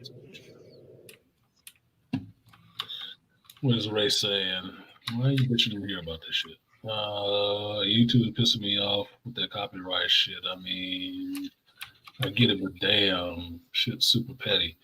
You blocked 2 of my streams. So what you do is, Ray, you go into that YouTube Studio editor, bring up your video, go to the left where it says editor, and click that shit off. And then you put the video back up. And then you have them review it again, and they will unblock that shit. That shit happens to me sometimes. Some songs is like blocked like a motherfucker in certain countries. Like you put that song in your shit, it cannot be seen in these countries, so it's blocked completely. Like, nigga, I didn't know. I don't live in Arabia. It depends on the artist, because that last video I did, I think it was that "Fuck You, Bitch, I Hate You Now" the song. Like they said that. I don't wonder why I got blocked. No, I didn't get blocked. It said it was authorized use for YouTube. I was like, really? I was like, oh damn. So Yeah, like, I mean, it just depends on the artist and what their relationship is. Artists, like I like Bass Nectar, right? I like Bass Nectar, right? He got to deal with YouTube. His shit you will not get to play his shit without him revenue sharing. You won't. Yeah. And I'm fine with that. I like Bass Nectar. Okay, if that's what it is, okay, it's gonna be revenue share on any video I put up with your song in front of it. Cool. Somebody else I can't remember who it was, got blocked in a bunch of fucking countries, a bunch of goddamn countries. Okay, I cut that part of the video out, right? Because I usually only play music at the beginning and the end. So I know I need to cut those 2 ends off and give you the rest of the fish. Cut the head off, cut the tail off, give you the meat. And then have them review it again, and then they like, okay, it's good. Yeah, that's the game. That's how the shit works. So I'm not pissy about that. But the ones that block my shit outright, and I can't even edit it and get it off, y'all some bitches. Yeah. I'm promoting your shit for free. Yeah, all right, how about now? I see you, Trigger Man. I like that icon. That fucking I cut people open for a living knife on that shit. That baby got me all the way through Afghanistan. Look, Death Valley. what was he just talking about? Beneath the trees where no one can see. Please. Mm-hmm. That's a nice knife. It's a nice knife. Thank you. That knife literally got me all the way through. Hey, a good knife will save your life. A good knife will save your life. Shout out to John Rambo. Yeah, no shit. Shout out to John Rambo. Real Captain Rambo. Nigga. That's no, I think I have the fondest memories of I think that's why I kind of have a love disdain for the digital era. I know it's like, oh yeah, we have everything access, but I don't know, the going to the concession stands, the movies, the going to the movie store and having to find a film on a Mhm. Friday night. I missed that. You know what I'm saying? Those it caused interaction. Mhm. You know what I'm saying? It like my cousin, we used to call him the librarian of the movie. Because he worked at a movie store, and we called him the librarian because he literally knew. He was like an encyclopedia of all the films, old, new, occultic classics. Like that was just his Working in the thing. video store. Yeah, working in Right. the video store. And he wasn't even the manager. He was just that guy that just watched all those films, and that was his thing. They never questioned him. He had the keys. He could just check out any movie he wanted. That was part of his job, was to watch the newest films that come out. Mhm. And hey, sir, how do you feel about this movie? What do you think? Oh, so this person that plays in it and this and that. Waterworld. I never thought I would have watched that damn movie. I watched So he said- Waterworld. I liked it. Yeah, I never thought the mermaids were so badass. But hey, Look, that's what at the comic shop. That's what my boy Zach was. Zach was an asshole. Zach was an asshole. Anybody who ever went in stand-up comics, they know Zach is an asshole. But what Zach did and what Zach's strength was Zach read every goddamn comic book that came through there, except for Archie. He hated Archie. But he read every comic book that came through that store because he got 8 hours a day to sit in that store, help customers that he felt like helping, and read comics. And that's what the fuck he did. So you can roll in there any day of the week and get a rundown of the last 5 years of comics from his ass off the top of his dome because he read it every fucking week. Every comic that came in there, he'd read all of them. And it's filed away in his fucking head. That's a gift. Give you a rundown quick. That was like a download, motherfucker. Like you went in and jacked into the matrix, he got you up to speed in less than 15 minutes on the last 5 years, and you out thinking you know shit. And because the jet you read, that was a skill. That's why he was valuable. Are you gonna eat this food? No. You gotta warm it up first. I think that's one of the things about it.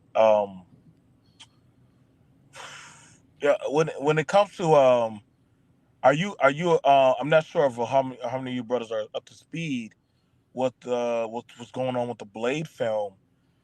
And a lot of the readers and people who keeping up are like, hey, are y'all reading the Blade, how Blade works? Like, what's happening? I don't think the people who make these films read the books or read anything anymore. No. I don't think they read anything. In the Kevin Feige era of Marvel making these shows, they don't want these people really reading the comics, which doesn't fucking matter because the comics are kind of shit. Because the whole Blade daughter thing that I heard about going on in the comics right now, you know, he got a daughter now, bloodline, and she running around with her daddy, you know, the newer, better version of him. That's the kind of shit they're trying to institute in the movie. And as far as I'm hearing that movie, the second go is kind of dead too.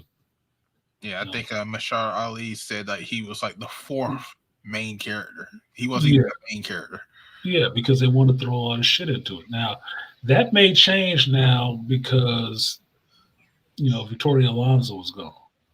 But Well, they brung in the writer from Logan. So what? Like, look, I remember watching this interview with Frank Miller, right?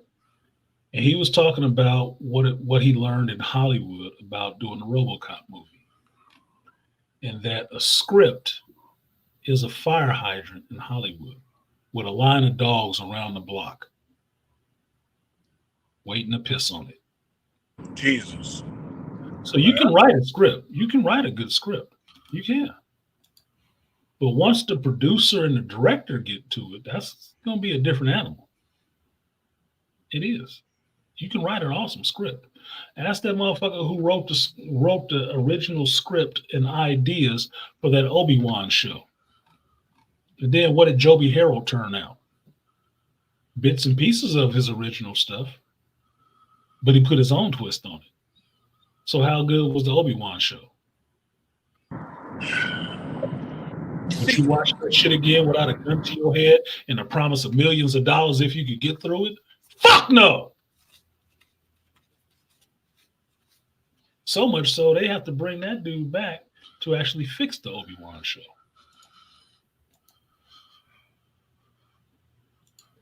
So if they do a second one and you see a Obi-Wan Part 2, not called the sequel though, because they got to stay away from that because that shit is radioactive. That's why. So he can actually fix it. You know, I could get if they had it where Obi-Wan was mentally fucked up for failing the Jedi Order, I would be fine with that. If they had it where, you know, he was having self-doubt, because that's a big issue with a Jedi, is you can't have hesitation and self-doubt.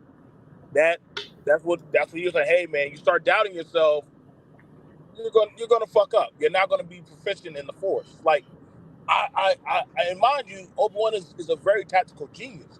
So, but I don't know, man. It's like they're going against a lot of the caricatures, like reading on.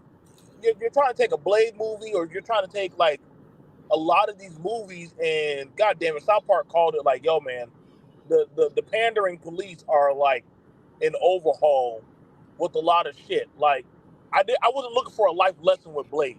I was looking for a badass dark-skinned motherfucker with some bad hot Latino bitch flipping around, talking shit, hacking off white people's legs and limbs and shit, and say, you know what, son, this is what black masculinity looks like.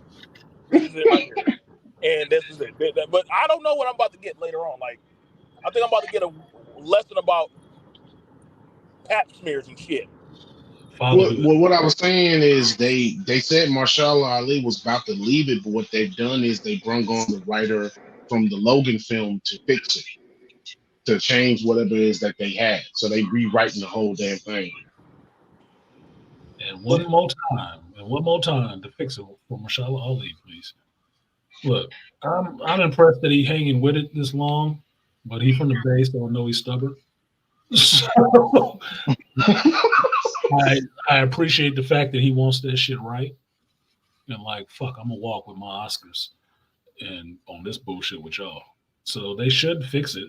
I mean, a new writer coming on could fix it, but if the studio head is still the one who want to make changes to this shit and make it all fucked up, the executive producer on the movie, then it's still gonna be fucked up. Because somebody put all this female shit in there, and I don't think it was just the writer. Don't think it was just the writer. But now that Victoria Alonso is gone, we can see some of that shit might roll a little bit differently, because I can say this: the Marvels don't look like Wakanda Forever. It don't. It don't even feel the same way. One was with her, one was without her. You tell me. Now, who was the studio that did the original Blade? Like, who was it? New Line Cinema. Yeah, New Line. Now, but, I mean, we already knew it. At that time, Marvel was already fucked up. They already had financial issues, and they're like, "Well, what the fuck? What else damage can you do?" Now that I rewatched the film, I'm seeing blowjobs in the club, and I'm like, "How the fuck did this nigga stay pristine with no blood on him while everybody was getting splayed and having an orgy in the street? Like, how the hell did this nigga do that?" 2 words: Wesley Snipes. I guess so. That makes sense. You ain't get no blood on my leather jacket. What's wrong with you? And also, too, like, with that movie, there was no real Marvel markings on that poster or anything. So a lot of people didn't understand that Blade was a Marvel property. It's there, but it's there in the beginning credits because there was no real Marvel entertainment. I mean, you get your shout outs to Avi Arad and stuff like that in the beginning of it. And Stan Lee titles, but That's it. Marv Wolfman and all them. You get those nods to them, to Marvel, but there was no Marvel Entertainment at that time. You know, it's just AVR right out there pimping these characters off the studios to try to keep them in the forefront so people know who the fuck they are. And they're giving these studios that they pimp the characters to license to do what they want to do with the characters, just so they can get them out there. That's why I thought in the Spider-Man, what is it, No Way Home or whatever, I like that nod that they gave to AVR, giving him that respect, because he did push Marvel through the 90s and the early 2000s to try to where you can have a Marvel Entertainment. He did keep them characters fucking out there, like them or not. He kept them fucking characters out there. So he was hustling them damn deals to keep them characters there. So I ain't mad at his ass for that. Thank you, because with him, I got a Blade movie, which I never thought. I read the Night Stalkers, motherfucker. I got runs of the Night Stalkers. I never thought you'd see one of them characters up there, especially not a Blade. Hell no. What? A Blade movie with Wesley Snipes? Shit, I like Wesley Snipes. I'm watching, and I know who Blade is. I'm watching this. It's a comic book movie. Who is this character? It's a comic book, mama. Really? Yes. One of the gory ones where they kill monsters and shit and demons and stuff. Holy shit, I gotta watch this. And they took the MTV Awards. They won. How many awards did they win that year? They were just stomping the fuck out of He got best fight at the major awards movie stuff. Best fight scenes and everything. He got like 2 or 3 of them. That just for the fight scenes alone. Best fight choreography. And he should have. And he should have. Because I can tell you what, when you saw that first Blade movie, he was in there kicking people's ass, and it was really him. You were surprised. Mind yes, you, that sir. was before the Matrix movie. Remember that. That was before Matrix. Mm-hmm. Facts. And it still holds up today. You can still watch that shit today and say, damn, he was kicking their ass. And number 2 is still just as good. And he was beating their ass. You say that for Wes, man. He might have looked slow in that Expendables movie, but goddamn it, that Blade 1 and 2, boy, that was some. Yes, I was loving that. That was glorious. I've never watched. Got his signature move. Listen, front kick. What? Hey, bro. No, that capoeira kick is his signature move, as far as I'm concerned. No. It's the spinning. It's the spinning knee when he does like a jump turn spinning knee. That's his signature. When his crotch falls across the screen, I said, "Damn, that's he that did the jump turn knee." And they don't never get it right because they always up close when he does that kick. He did it in Money Train when he knocked the dude out. I was like, dude, y'all too close. Back up when he does this kick. Back up for this. Wes was getting it in. He was having fun with that shit. I love that shit. Blade 2 was my favorite one, but I still love the original Blade. Still love the original Blade. You know what? That I love that there's always some motherfucker trying to skate up here. I'm like, what? Oh. Still love the original Blade. Oh, you got the sword, man. I've been looking for the game, man.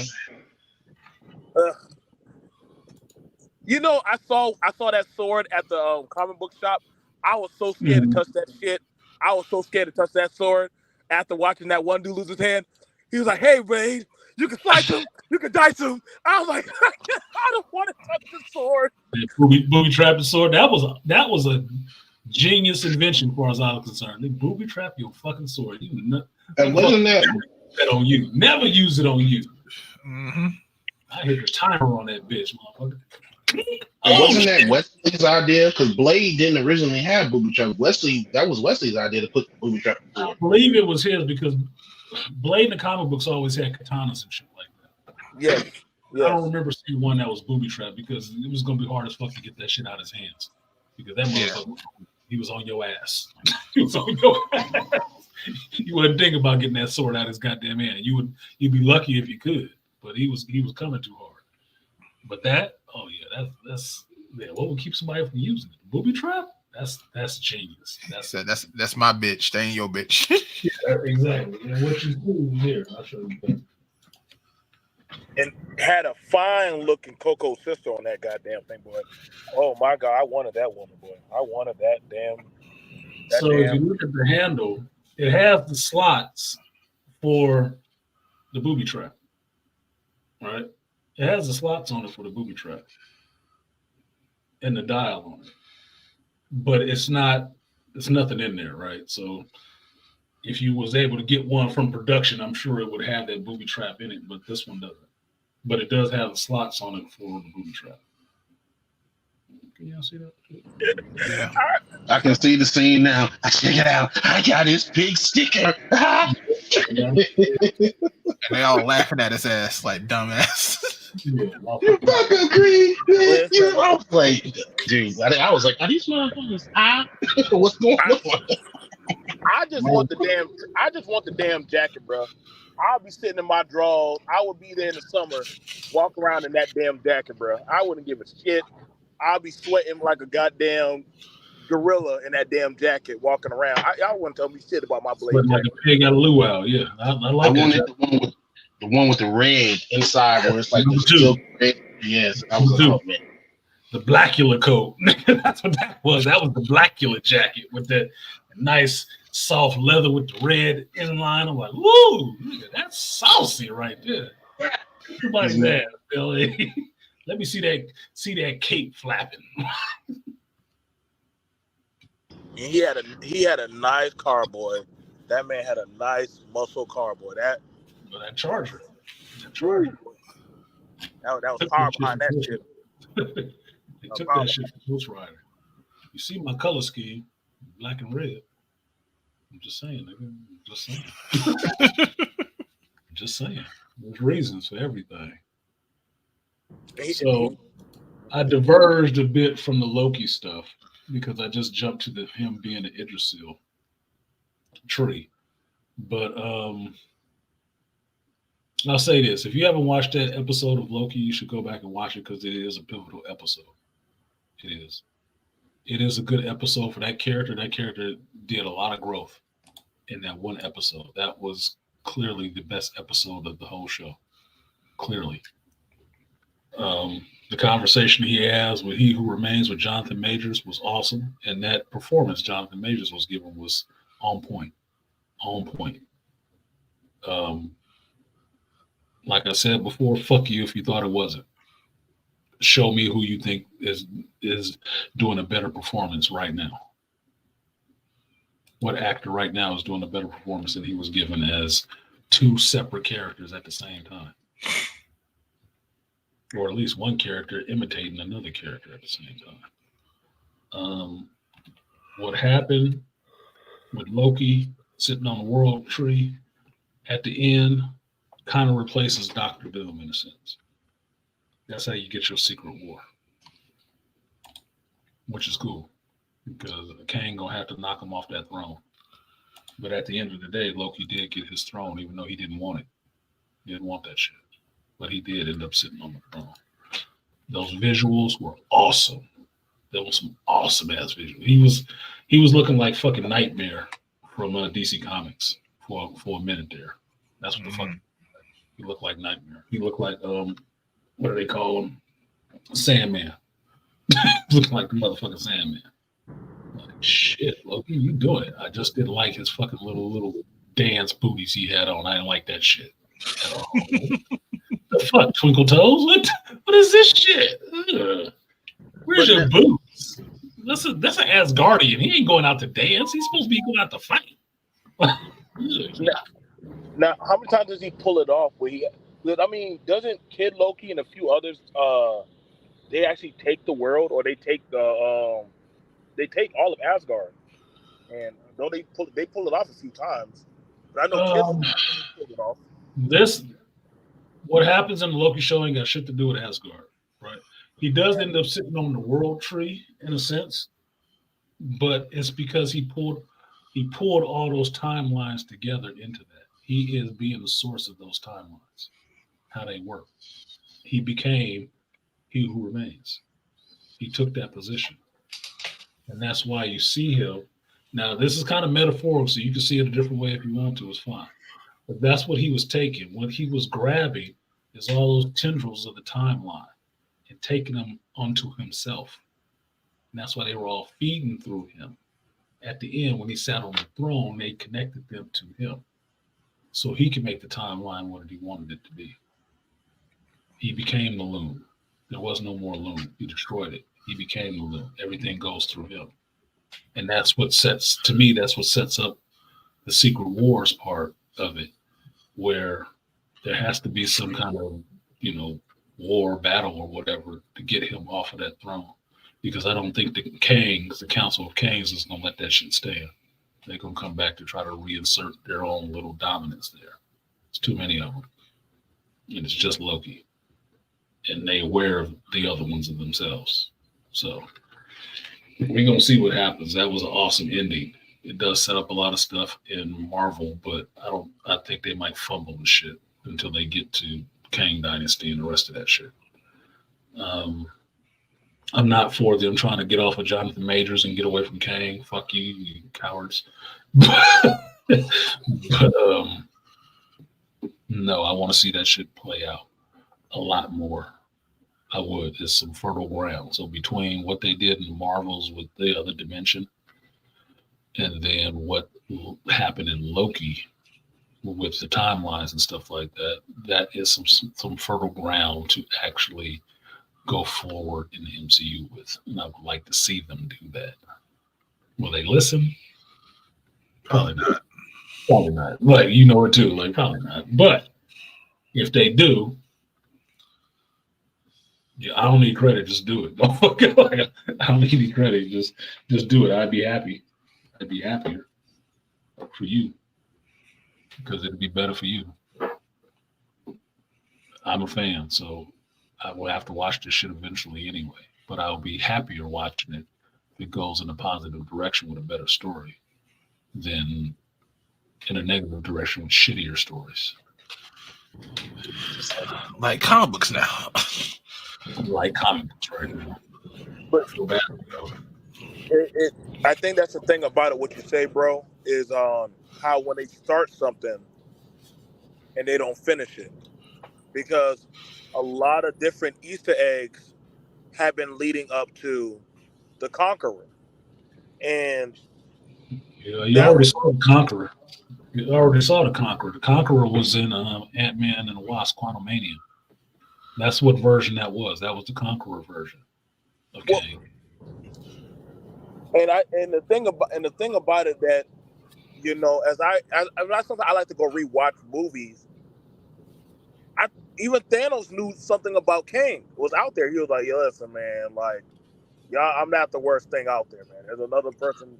There's some asshole out there way worse than me." Like, I think that's the thing about it is like when you start in these Easter eggs that are leading up to the bigger, and that's why I don't like these alleged bullshit, because they're like, oh, now like this could have been our version of our Thanos. We would have got our Thanos out of Kang, and I mean, hopefully he don't have no meltdown like the Joker, like Heath Ledger, but I think he would have pulled it off. I think he would have other than playing a lot of different mental points of view, but I really believe he could have pulled it off, because they would have need quite a bit of a team to take on Kang. We just weren't seeing like the hitters. You weren't really seeing why Kang was a threat. They haven't really shown Kang as being a super threat. I mean, the most you've seen him do so far is in Quantumania, where he goes down there and fights the rebels and them super evolved ants, and he starts killing the motherfuckers off. Like, that's the Conqueror. That's Kang the Conqueror. That's what he did when he was there. That's the one that was exiled from the Council of Kings. That's why he was there, because that motherfucker believes in we'll take it over and make it better. No, we just take this shit over. Like, that was the Conqueror version of Kang. And you saw when he got pissed off what he went in there and started doing. He just started killing off people. Right. You haven't seen him be able to beat anybody else, because white women and chicks always beat him otherwise. They always kill him otherwise. So it's making it kind of lopsided. It's like you're trying to have him be the big threat, but you keep doing this dumb shit for feminism that makes him not seem like a threat at all. That's why. Like, even in this last episode of Loki, I mean, I don't know how many times I had to see this motherfucker get killed. I said it while I'm doing my watch. It's like, I'm tired of seeing a black dude get killed repeatedly by some white bitch. I mean, at least at a certain point, you didn't even see it. You just heard it. But you know it's happening multiple times. Like, why do I have to keep seeing this shit? What are you trying to drive through my fucking head? That black dude's got to die? I get it, motherfucker. Move on. I'm tired of seeing that shit, personally. So you haven't really seen a true version of Kang that was actually a force to be reckoned with, because Kang is just a human being. He ain't super strong. He ain't durable, none of that shit. He's just a regular human being, right? His technology is what gives him his edge. Now, they went backfilling in the comics to give him a storyline and a history to where he can fight, he can scrap and stuff like that. It's like, all right, whatever, fuck. Moving on. I do want to get to Dr. Doom. You're going to introduce the Fantastic Four, give me a Dr. Doom. You're going to do Secret Wars? Cool, Secret Wars was a good story. I need a Dr. Doom, though. Because if the Secret Wars you want to do is the one from recent comic books, I need Dr. Doom being God King Doom. That's what I want to see. I need Dr. Doom regardless. Exactly. That's what I'm saying. Regardless, I need a Dr. Doom for this shit. But how would they fight in the Beyonder? How they gonna fight that motherfucker? Because they don't have to do the Beyonder to get there. They don't. They don't really have to do the Beyonder to get there. I mean, think of it this way, because since they haven't introduced the Beyonder anyway, right? They haven't introduced her. Since they just made Loki make the whole fucking world tree himself without a Beyond or anything like that, you just put Dr. Doom in that place. Wow. And if they do, I will say this: if they do Beyonder, have Chris Evans play him, because who Beyonder did take Captain America's body because he said it was perfect. And why not? Chris Evans would love doing that shit. He liked playing Goofy. You know, it was a downtime for him having to play the straight-laced Captain America. That shit was fucking him up. I like to be Goofy. Because when I look at the Beyonder, that is a very I don't know if I had to do a match between who has the biggest ego between Doom, Mephisto, and the Beyonder. Well, Doom is up. Doom's an ego. That motherfucker talk about himself in the third person. Doom in power. Doom. Come on, man. Nobody got a bigger ego than Doom. Super Deuce in the Marvel universe is Doom. Number 2 in anything is Doom, nigga. No, nobody has a bigger ego than Doom. He went down there and fucked with Mephisto to beat up on Mephisto. Come on, man. Nobody got a bigger ego than Doom. That's the whole reason Secret War shit works with him holding everything together with his will. Nobody has a bigger ego than him. Even Doctor Strange was there like, nah, Doom got it. He got it. I'm the Sorcerer Supreme, but Doom got it. It's fine. Whenever you beat up on somebody and says Doom wins, it's like, come on. Doom will not be dominated by you. Fuck no. That's why I always enjoy when Doom and Reed be talking, and I'm like, you talk to him like he dumb. He talked to Reed like you dumb motherfucker. That's how he talked to him. I hate the way they talk to each other. Like, how are you smarter than me? You know, you ain't fucking smarter than me. Like Doom be talking shit to. Yeah, he do. Like, you got some other people fooled. You ain't got me fooled, Richard. Weak as shit. I like, damn, show Reed some respect, goddammit. Like, shit. It's like I told you we shouldn't be going to these damn cosmic rays, and look what happened. I get fucked up. Well, you were listening to Richards, weren't you? Yeah, okay then. Now you want to fuck with me? No. I'm good. No, Doom, you got to help us. No, I don't have to. Doom don't have to help you. Like, wait, why are you talking in the third person? It's just you in the room. Doom will not help you. You're right here. Why are you talking like that? Doom will not help. It's kind of like you will leave Latveria. You remember Beast Wars? Mhm. Oh yes, Where yes. Megatron, he always talked to himself in third Yeah. person. Yes, I know Beast Wars. Yeah. Yes, Yeah, yeah. Oh, yeah. We'll take you out. Yes, yes. Fucked up you'll get. Yeah. I don't know. I can't wait to see who they find to play Doom. Yeah, Doesn't Jesus matter. Christ. The way Marvel is going right now, to be a black dude in that bitch. Yeah.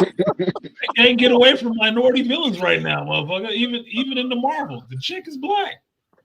Like, dude, you not Bro, that's fooling me. why. Whose choice was this? This got to be that chick. It got to be this chick's choice. Too many characters. Too many. And that's why I'm worried about that. They talking about this X-Men shit. I'm like, look, so if y'all do not make Magneto black, y'all been making the villains black for a very long time. I'm like, what is going on here? You don't want to see a Black Nito? What's wrong with Black Nito, man? If Doom is black, They did that in the comics, right? Yeah. Bishop War College. I was on Apocalypse side. I'm not gonna lie. I was on Apocalypse side now. I ain't gonna lie. When Apocalypse, I was like, you know what? Apocalypse, you got some good talking points. Fuck humans right now. Like, I ain't gonna lie. If they was gonna make anybody cast a black person, Apocalypse would be the best. Apocalypse would probably. Yeah. The Egyptian. Why the fuck wouldn't he be dark skinned? Why not? What's wrong with that? I didn't well, like see, the Egyptians, they respected him. Even though he was different, they respected him. They were like, huh. Shit. You didn't read that in comic book. You motherfuckers didn't respect those guys. They were scared of him. Well, hey, fear and respect, it all goes hand in hand. Kind of close. One way you know where the knife coming from. The other way you'll never see it coming. I respect the fact that I'm not gonna fuck with you. Yeah, I'm not gonna fuck with you. We'll just get off your 4 horsemen and he can run off into. We won't chase after you. We'll just kick your 4 horsemen's ass and keep it pushing. Like I said, who would you be afraid of in the Marvel universe? Only Sinister. Because if Apocalypse showed up, I mean, I might have made the cut. Magneto show up, he might recruit you. Apocalypse show up, I might be one of the 4. I mean, look, I'm a wrestling fan, dude. The 4 Horsemen? Oh shit, I'm here. Can I do the figure 4? Oh, that needs to be a poll. Who would you rather recruit you, Doom or Apocalypse? Oh my god, no shit. Look, shit. Doom ain't recruiting nobody because he's fucking too selfish. Right? It's only a bad time for you. Yeah, it's only Doom. There is only Doom, motherfucker. Like his ego. Because at least with Apocalypse, I'm gonna get a power upgrade and all this other shit. And I get to keep live. Dark Seed. If it's Dark Side, I'm getting an upgrade. If it's Apocalypse, I'm getting an upgrade. I'm gonna be one of the final 4, man. I'm gonna be one of the final 4. If it's Magneto, I might have joined the Brotherhood. I'm good. Yeah, you get a whole house and everything. Mr. Sinister, I'm getting fucked up. I'm getting dissected. I'm definitely getting fucked up. let me rephrase that. Dark Beast, I'm getting fucked up for fun. Mr. Sinister, I'm getting cut up, but I'm getting made in a lot of clones. I'm gonna get a power upgrade and a lot of clones. Okay. So there'll be a lot more of me. But Beast, Dark Beast, I'm just getting fucked up. Sugar Man, I'm just getting fucked up. Beast, Dark Beast is gonna just dissect you. It's like, this is fun. Shit. Yeah, what the hell? Superman did that too. Shit. Like, nigga, what did you do? What's wrong with you? Yeah. Isn't this interesting? No, put it back. No. If it's goddamn Doom, you don't want to come back.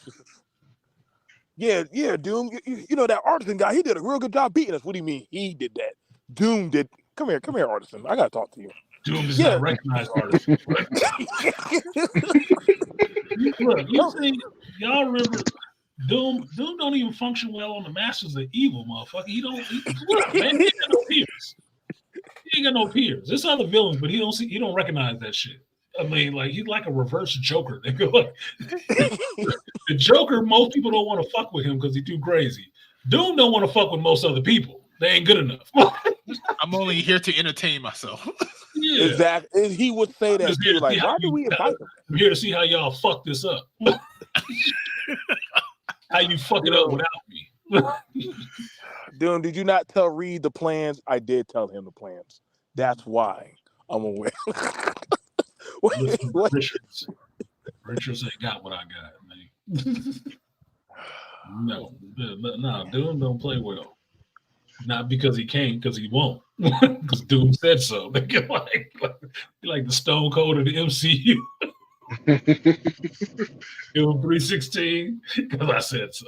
That's what I'm saying. You can't ask him for about like anything. Don't ask him about no incursions. Don't ask about. I think the only.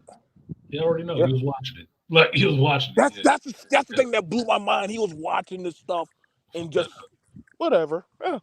No, Doom functions like Black Panther sometimes.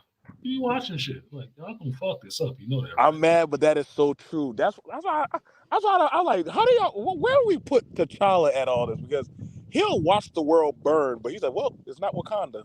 So Yeah. We'll say the The last hero alive during the zombie shit, I was like, he's the only. Well, not a surprise. He's the only one that made it, chilling in Wakanda. Look, they spiritual. Wakanda's is spiritual, man. He ain't scared of no goddamn zombies. that man talked to spirits already. You're right. What is he, the Lord of the Necropolis, motherfucker? Like Lord of the Dead, undead. What the fuck you worried about? Him. Yeah, he's like shit. About All right, well. you dumb living motherfuckers that's bothering me.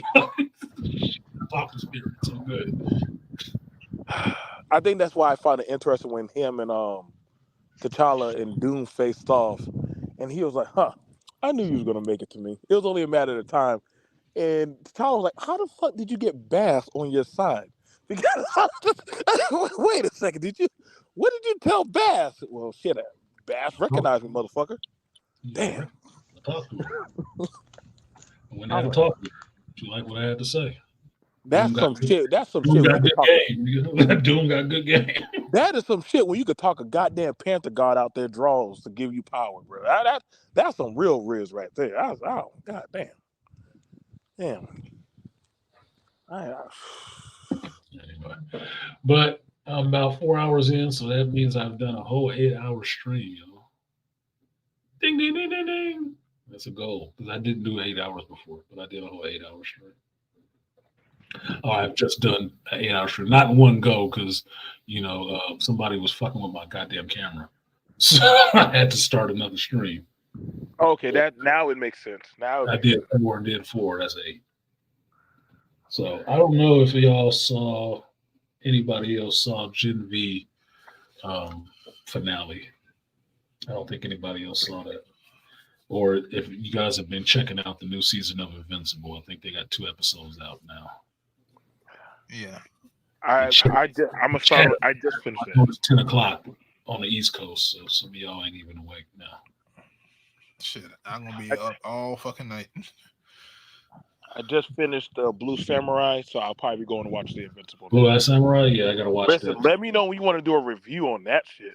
I'm ready. I have to watch it first because I'm really interested and hot on seeing it.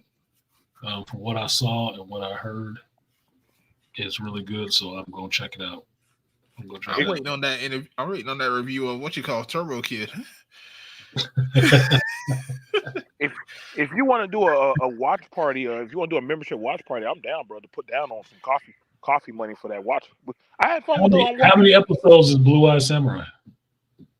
I think you got. I got to go look at my phone on that one. It's on phone. Netflix, so it might be 12 episodes or 6. It's like 6.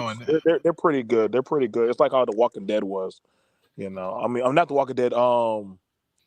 What's the one that we were watching before?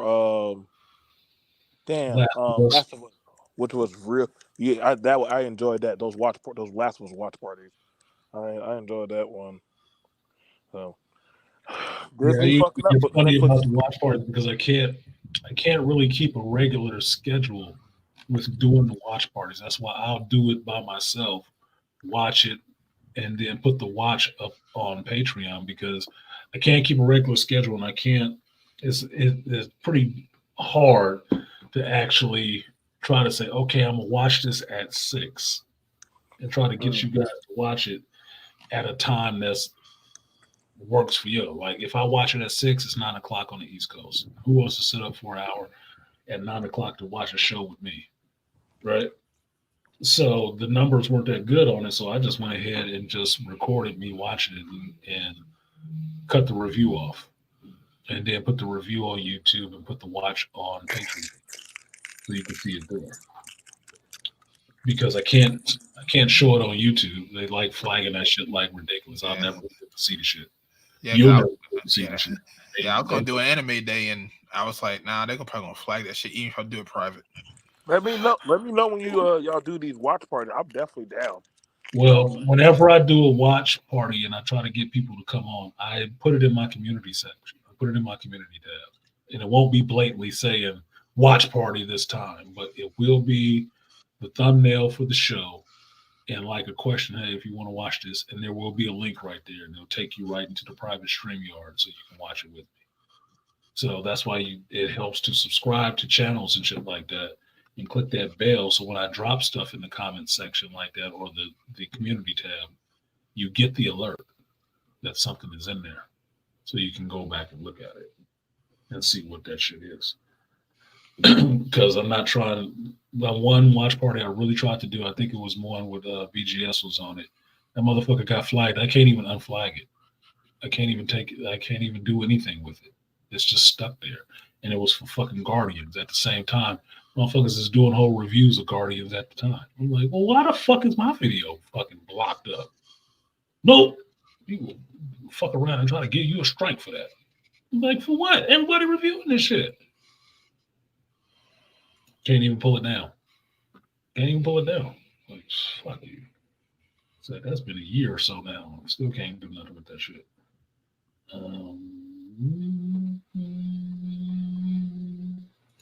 Like I said, whatever y'all trying to do, I'm all here for support.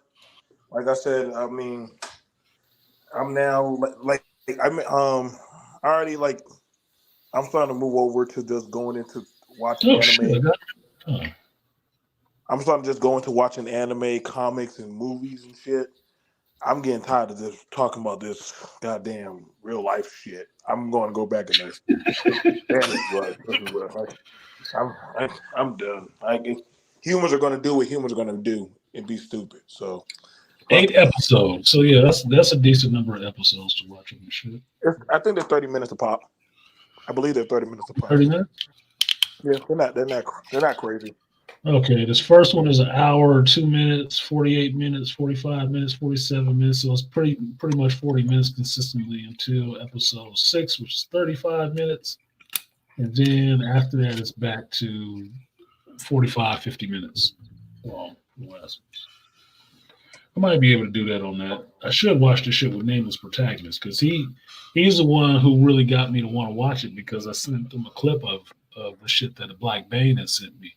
And Nameless was calling out the moves and shit like that, saying this is really accurate. I was like, oh shit, really? Oh, let me find out about this damn show. Let me see. So Ninja Nameless, Nameless Sensei was saying it's pretty goddamn accurate. Then I'm taking that as gospel. So I need to check it out. So then I can talk about it with Black Bane because I know he already finished the shit. He probably finished it. The day he told me about it, he was probably finishing that motherfucker. Netflix just finished up their lawsuit that they got hit with, where they were pulling, the pandering shit and not listening to their fans. And they're like, okay, maybe we probably need to listen. And so now they're flooding out all these good shows and stuff now. And it's sad that it took that type of, we got to go to court and we got to deal with this type of shit. But sometimes you got to. Some people don't listen until you kick their ass or they have to pay some money. Yeah. That's it. So for companies, paying money is how they get their ass kicked. I mean, the company I worked for, they was doing some real shady shit before I got there, not while I was there. But they was doing some real shady shit beforehand till I got hit with that lawsuit. Now they're cleaning up their fucking act because they didn't want to have to pay out all that goddamn money. Mm-hmm. So that's just how it works. Sometimes that's how it works with certain people. Corporations, they're gonna have to pay. They're gonna have to dig deep to figure out. They need to stop doing certain things. The beastly nerd has arrived again. God damn, what the hell is going on with StreamYard? They kicked you off, but you came back louder. No, what? Well, my headphones, man. It's like messing it up, and it was working fine, but it keeps stopping. Look, if I can figure out what was going on with StreamYard, I figure out what my camera was off, fucking up my flow, my good stream that I was having, talking shit. Man, I'm waiting for you to kill some time, bro. Content creators, and all of a sudden my camera just went out. I'm waiting for you to kill some time, bro. I'm stuck out there in a dumpster, holding off from damn crack addicts and shit. Yeah, I got to get back on killing time. Here's the reason why I ain't done a killing time, right? I've been happy with my new place. The PS5 is all hooked up and shit like that. Everything is wonderful, except for the fact I don't have a comfortable chair in my living room. My couch is still in storage. I haven't had time to get my couch out of storage. So I don't have something comfortable to sit on to sit there and watch the shit, to play the shit. I'm like, I'm not going in there to sit my ass in the kitchen. Like, I got a wireless controller, but I don't want to sit that fucking far away. I want to sit down and get comfy on my couch, get cozy, just lean back and just like, I can't do that yet, so I ain't played the shit. I need to go on there today though, because last year when I was playing Gran Turismo, I got a whole Aston Martin for my birthday. I'm like, shit, well, what Gran Turismo got for me today? What they got for me this year? Do I get a new car this year too? I would love that. I love that. I'm behind on my day. You be into your racing when you in your Gran Turismo. I think you just lose. You just lose yourself. God damn it, my tires! I can't believe my tires got. I do. He's talking like he lost the tire. I do. Hey, it be like that. It be like that. I'm competitive. That's the thing. I'm a humble dude, but I'm very competitive. And car racing brings out that competitive side of me. Like, oh no, nigga, I need to win. You're gonna fucking die. You can like I'm a Scorpio. It's always you're gonna die. Even if you live, it's always you're gonna die. That's how I go about it, right? Is that I need to be winning this shit. I need to be better. I need to cut the time. I need to do everything, whatever it is I'm doing, I need to do it better. I told you one of these days, me and you gonna play pool. Okay, one of these days you can get your ass whooped. That's funny. Playing pool. Yes, you haven't known this, Art, but when I went to Vegas back in August, the pool tournament, the APA billiards tournament, world tournament was happening in Vegas while I was there in August. And they do I think you said something about that. Yeah, they do that shit every fucking year.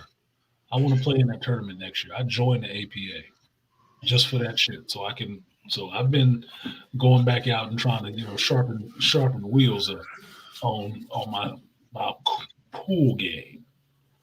And I haven't played in a while. So that's why I was out last night shooting pool. Not last night.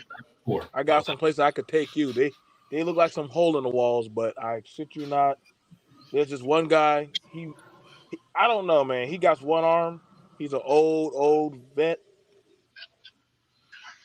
But I swear, God, I think he's a fucking computer, bro. He be hitting angles. I don't know, dude. Like that's a Terminator right there, boy. We call him We call him the fucking sniper, dude. But he'll start calling out the shots and everything. Like, all right, I'm gonna do this. That's what you're supposed to do. That way people know what you're doing. Yeah, that's how you know it ain't no fucking luck, motherfucker. I called that shit. I told you what was gonna happen. That's what I was doing, and I tell you exactly what I do, Art, when I go out and I play and I practice. I'll do the break, and whatever drops first. Like yesterday, a lot of solids was dropping. Solids is everything with my dominant hand, my right hand. Right? Left hand bridge, right hand stroke, right? Right. Stripes is the offhand. Right hand bridge, left hand stroke. I play against my right and left sides of me.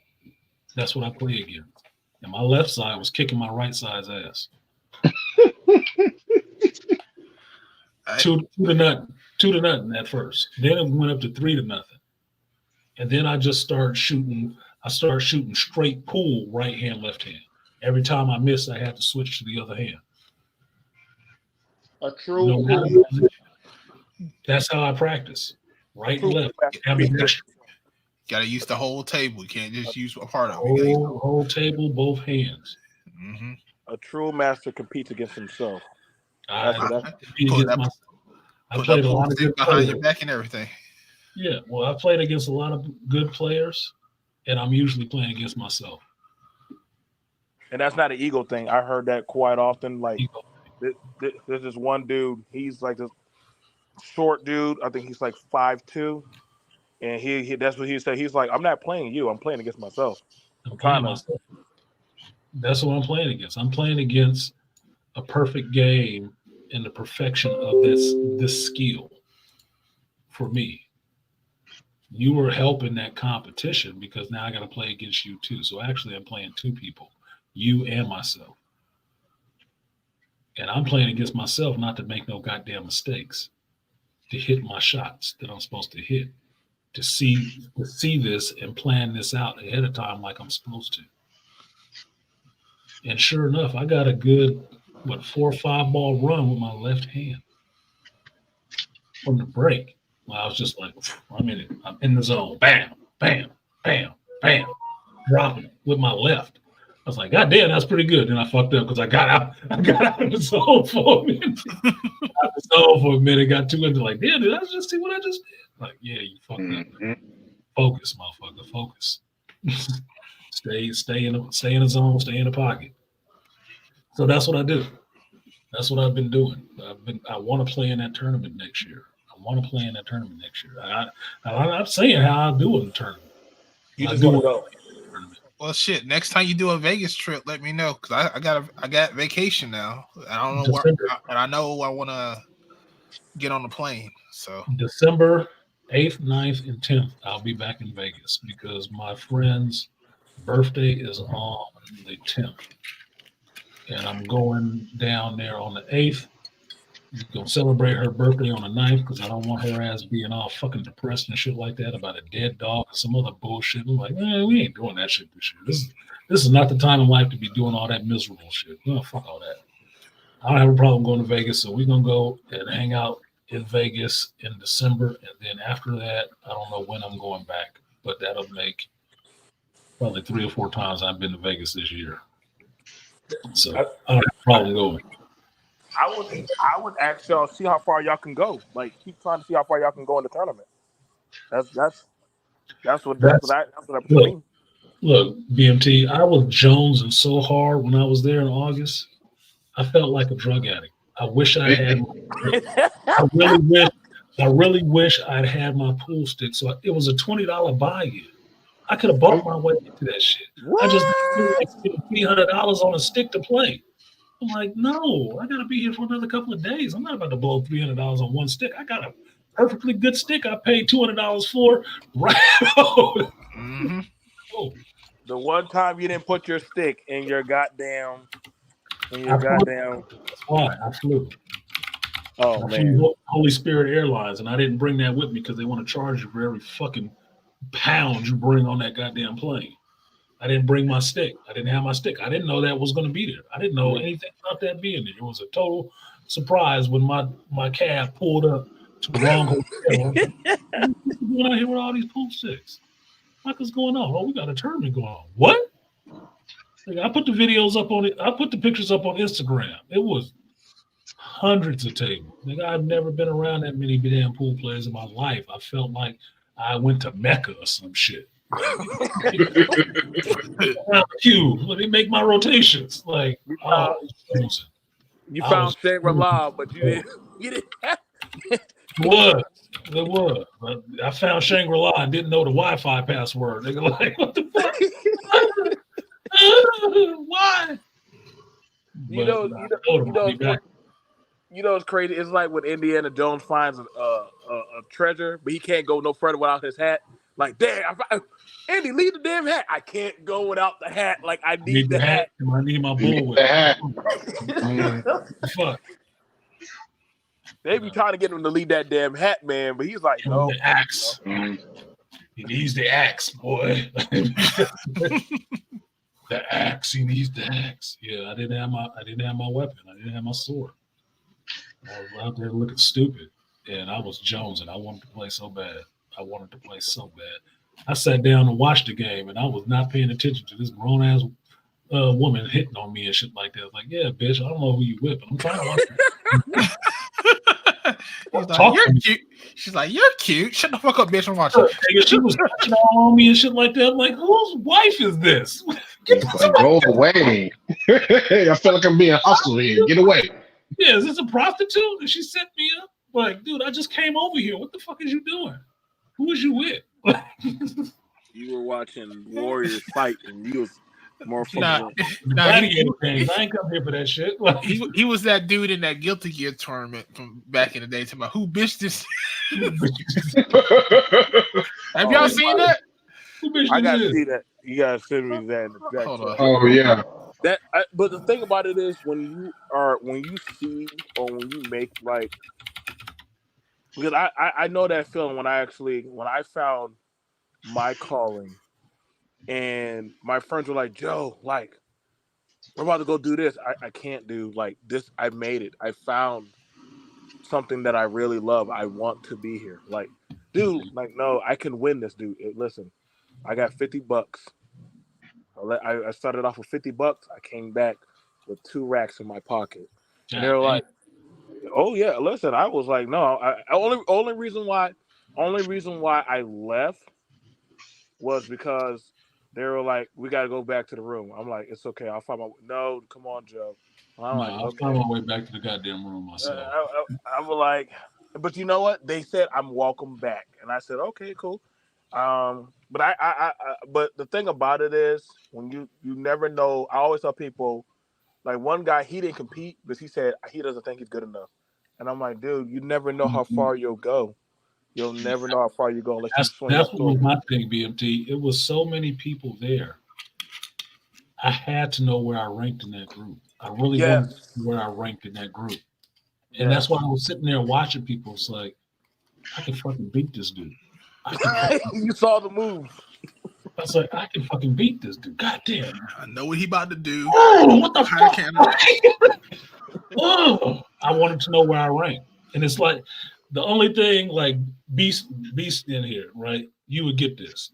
If you went to a martial arts tournament and you watching all these people fighting and shit like that and sparring, you would start feeling that charge, like, nigga, I gotta know where I rank in this group. These some who you didn't have your gi. No, you can't. Hey, you ain't got no gi. You can't come out. God damn it, man! I got a pair of underwear. Can I come out my? No, exactly, bro. No. Look, hold up, wait a minute, Artisan. That's what my shit say in the trunk of my car. That's what I'm saying. Like my pool cue stays in my car now. Period. Because of that. I would have to buy a second cue so I can have a backup cue for that reason. Because no, I was there without my goddamn gi, without my sword, and I look fucking stupid. Like, hey, this samurai games, I ain't got no sword. Oh fucking hell! How did I fuck up this way? Hey, stay ready so you don't have to get ready. Yeah, exactly. No, that was a major faux pas for me, man. That's what it's like. Like, man, I got to get on this mat. I can kick my shoes off. No gi, I can't. Man, y'all sell gis here? Yeah, it's like $1,000. Nigga, come on, man. And you said the next one is when? And when is the next one? It's definitely, next August at Westgate Hotel in Vegas. Beginning part of first week of August. You'll be APA tournament. I want to play in that shit. Now, APA operates around here, but they don't have. There is not a team or league in. Well, it wasn't in my area when I was in Concord, but I'm in Vallejo now, so it might be one up north of me. But I think they already started their league because they have a billiards league. I think they already started their leagues already, so kind of tough. So I have to come in hot as a solo person, just paying my $20 to get in the tournament. Yeah, I think just go try. Yeah, not come with a team. Just be me. Team me, nigga. But I used to watch that on ESPN. The pool championship. Listen, man, them freaks of nature, that Asian girl, and Yeah. them Well, old. here's the thing, Jeanette Lee. Jeanette This Lee. is Jeanette Lee's league that she fronts. What is her league? She was Oh my there. god! Nigga, I didn't know she was there. Some other chick that I had met who plays pool told me that shit. I said, really? I didn't see her there. Nigga, I would have got a whole boner. I saw her in there.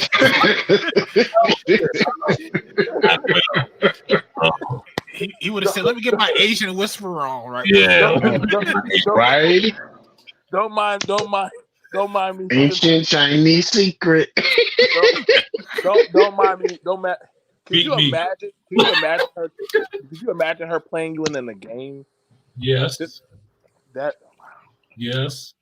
And Here I'd we imagine go. being strip pool, strip nine ball. Yo, Archie. Yo, I was about to go there with it, but you beat me to it. I said, you can play. I have no regrets. Nigga, but I have no regrets. I got a cue stick you can use. But she Well, know you it be too. playing your heart out. She know about men being sexual and shit like that. She like that shit or don't like it. I don't give a fuck either way. Work for me. Work for me. You play a good game of pool, girl. I like the way you work that stick. Like, she's a monster. I've watched her. She's a beast playing too. She is a beast playing. Has she I beat her cancer diagnosis that you know of? I don't remember. I don't remember that. 'Cause I know she got diagnosed with cancer. She did. She got a form of cancer. I remember hearing about that.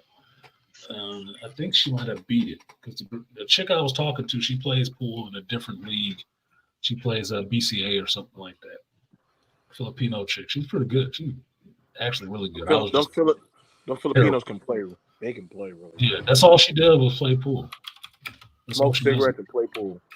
No, she plays pool and she dances, so she has a nice body. Damn. But triple threat. Yeah, she is a triple threat. But I was playing like shit. Because it was a date. Her ass was late, and I had to start drinking. It was late, bitch. So I'm playing sloppy, and I hadn't played in a while either. So she probably embarrassed her. She's like, "Man, I ain't playing with this nigga. He gonna bring my game down." Like, okay, well, you better hope I don't see you across the other side of a table because I'm gonna try to beat the fuck out of your ass.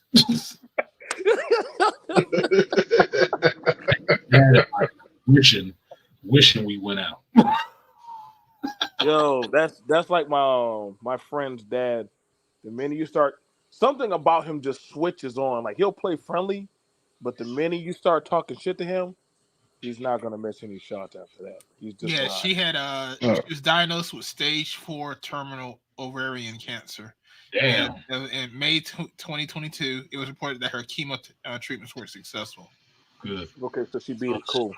She probably had a hysterectomy. They probably took her ovaries. Because I don't think she had kids anyway. Yeah. I think she's got 2 adopted and 1. I think she does have 1 kid. Okay. I'm pretty sure I'm telling you, man, she's a monster. She's a monster at playing pool. I've watched some of her games, and it's like with them champions. If you miss your shot and they get that and they start, they're not gonna miss, man. You gotta just She has the position you want to be in. Yeah, she has 3 daughters and a foster son. Okay. So she was married to a guy, and he had 3 additional children. God damn, they got a fleet. But she's the man says separated. Yeah, she's single. So she's single now. Damn, I said I was gonna stop. In my neck of the woods on the East Coast, Tampa, Florida. Oh boy. No. Old white folk area. Look, I said I was gonna stop. Toya again. That's like that ping pong movie, Balls of Fury. It's gonna be like Billiards of Fury or some shit. Pretty much. You have to go to like Korea and win her. How the fuck did you? No, I don't. I don't want to keep her. I just want to use it. Oh, I just want to use it. I want to have a couple of games of pool, 2 out of 3. She's probably gonna beat me all 3. I don't give a shit. I just want the experience. And We can figure out some other tasty stuff.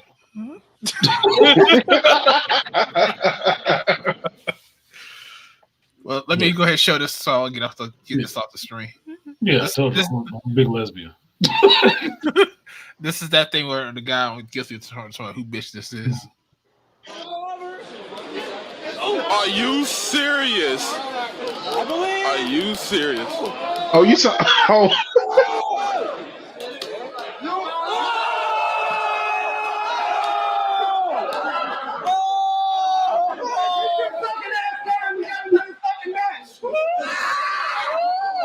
Sit your ass down, boy.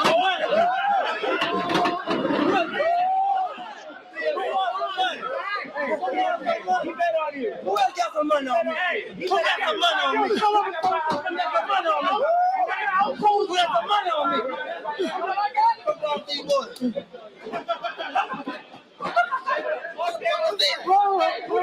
What is going on? What the fuck is this? Go bitch this thing. I need that clip. I need that clip. I need that clip. I need that clip. He really restrained the fuck of himself. Like, Who are you? Who bitches like, you? He really restrained himself. He could have fucked link, her. man. I need that clip. I will see put that on my screen deck. Who bitch is this? Right? He really restrained the fuck out of himself because. Yeah, he was looking kind of shocked, like, who the fuck? What the fuck? Bitch got my shirt. What the hell is wrong with her? You better than me, boy. But I would be Who coming you? Who bitch is this? Yeah. That's a classic clip. That's a classic clip to the FGC. Hell, I think the other guys were worried about her. What to say? Not to brag, but I'm quite the snooker. Oh, are you now? You're trying to make herself more attractive. Look, I like a girl who can handle a stick. What's that movie with Patrick Swayze? What's that movie with Patrick Swayze? He a bouncer. He a bouncer at that Roadhouse. Oh man. Roadhouse. Dog. They're supposed to be doing. They got the remake coming out with Jake Gyllenhaal. Yeah, well, yeah. I like Jake Gyllenhaal. We'll see what it is. Because they did the clip at where the UFC allowed him to use their weigh-ins because he did like a scene with Conor McGregor where they fighting each other. So he's like a former UFC fighter turned what Dalton was in the original. That's a different movie. That UFC movie he's in is a different movie. It's not the Roadhouse movie. Oh, it's not? I thought it was that. Yeah, but Roadhouse, they were just bouncers. That is his MMA movie. That he actually was doing some MMA shit. Oh, okay. I thought that was a Roadhouse. I forget what the title. Yeah, I forget what the title of it is, but I'm waiting to see it because I did see that trailer in front of one of these other movies. Yeah. With Roadhouse, they could just brawl. They were just very good. They were just very good at beating motherfuckers' asses. He was a martial artist in the middle of a bunch of sloppy ass bar fighters. Yeah, they getting their ass kicked. Yo, I love the internet, man. He said, most people aren't a problem for somebody who's ready for a problem. He's there. He's the bouncer. He's the cooler. He's there waiting for a problem to happen. The other motherfuckers just not thinking nobody about to stop him. They wasn't ready for that shit. And he was Patrick Swayze was throwing some sick ass fucking elbows in that shit, which I love a good solid fucking elbow shot. Like, oh my God. I'm not, listen. He was like, hey, that's dirty. He said, there's no dirty in the fight, bro. This is the fight. he was Damn, hitting look like it hurt. Sure does hurt, doesn't it? Someone put unsolved mysteries with that who bitch is this? Nobody claimed her. I'm trying to figure out the fuck you mad about. Was you on the sticks? Were you on the sticks? What the fuck you upset about? Right, like I'm like, who is this bitch? I was saying the same thing. Like, who is this bitch? Who bitch is this? The guy who lost was still sitting down. I'm like, what the fuck? So why should they Family Guy when y'all said Roadhouse? I don't know. What does Family Guy have to do with the Roadhouse? They had an episode. They had an episode. Yeah. That shit. I didn't see We that gotta get shit. her. Yeah, that's a classic. Like I said, them goddamn American classics where you can see some hot babe wearing a hot dress and heels and nice legs and shit, and I mess up so many goddamn socks. 90s, 80s. Dr. Such and Such. I don't know her name, but it was Dr. Is this the clip, Art? That's the Unsolved Mysteries clip. But it still has the Who Bitches This in it. Put it in the back chat because I can't highlight it from here from StreamYard in the regular chat. But in the back chat, I can. You have an editing program on your computer where you can take it out, or do I have to do it for you? The fuck are you talking about? Well, the clip, just to get the sound bite. No, I have it on my computer. I just needed the link so I could open the tab. Okay. Now it's on the other tab, so when the shit is over with, I can chop it up and do what I need to with it. Yeah, that's what I'm saying. But those are good movies those are good movies back in the day where a man could be a man, woman could be hot and wear dresses and heels, and somehow they can drink at a bar all the way to 4 o'clock in the morning. Yeah, be feminine and just getting boned out in the club.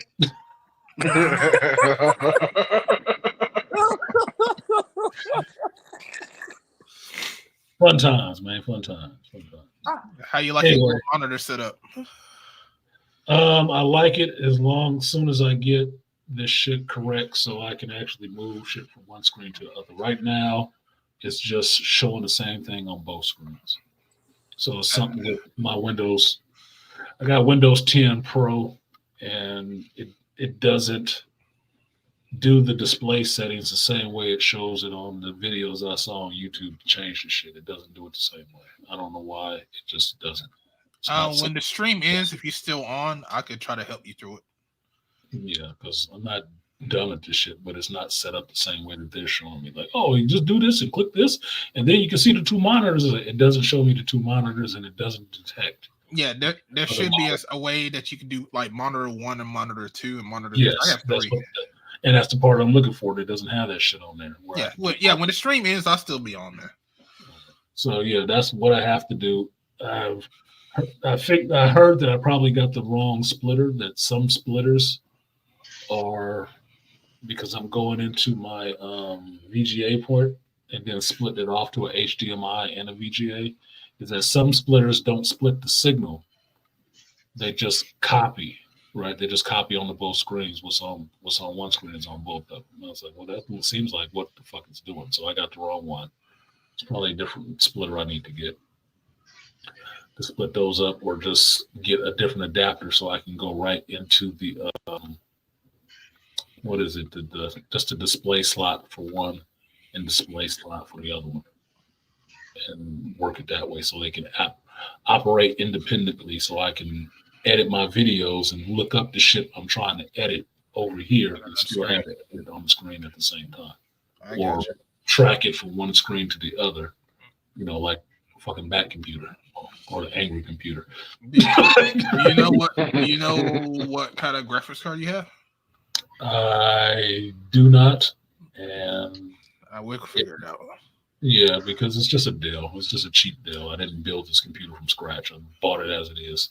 So I'm thinking the other smaller tower I have might have a better graphics card, but I haven't bothered to look at it yet because I was just fucking with the shit last night. So I have to mess with it. Y'all seen what I've been doing all day so far. That's fine. We'll figure it out. Yeah, no worries. And what did Toya got to say now? Toya, you know better than to be flirting with me. I've been drinking too. Like, lucky you live in Texas. I would have tried to spank your ass a while ago. Is it okay if I clip something you said earlier regarding how women compete for a stream later this week? Absolutely, Toya. Absolutely. I'm fine with you doing that. Thank you for asking. Because I don't think nobody's asked me that before, but I appreciate that. So yeah, you're more than willing to clip anything you want. Let me quit. I'm 50 now. I gotta behave myself. I'm supposed to behave myself, I think, or I'm not supposed to be. I guess I get to act like a dirty old man now. Hey, it happens. I know. Hey, I already know. I already know I'm gonna be the old man that does terrorize kids.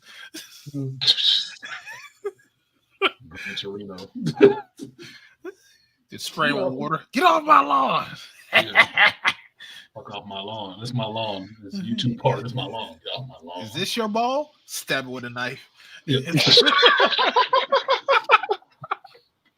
Get this shit out of my fence. Damn, youngest. Ain't no respect now these days. I mean, old man. I said, why? I gave him his ball back. Look,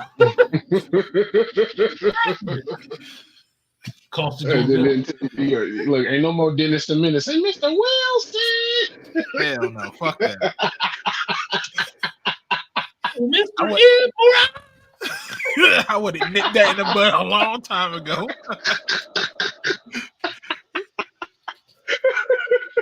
Nip that right in the bud. Oh, you the bad one. Okay, all right, I see. All right. Hey, you got a dog? Yeah. Okay. Pellet gun.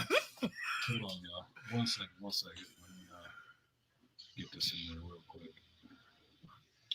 Baby girl called me. I didn't respond to her text, so she questioned it. She thinks something wrong, and I don't want my baby girl freaking out. Oh. Let me get baby girl on her. Hey, baby girl. I am you breaking up, but I'm okay. I'm doing a live stream right now. I said I'm all right. I'm just doing a live stream right now. That's why I didn't respond to your text. I apologize. Okay. You all right? Yeah, you had terrible signal. I can't hear you super well. Well, I can't hear you super well. You got a terrible signal. Well, because I'm moving. I'm a moving target, bro. You heard her? My daughter called me bro. What the fuck you become bro? Okay, I'll call you back. Call me back when you stop, because I'm about to close this out. Okay. All right, love you. Love you. Bye. Thank you. Ciao. Ciao.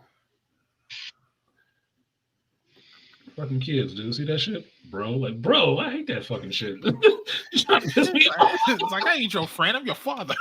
Yeah. We went over this. We ain't peers.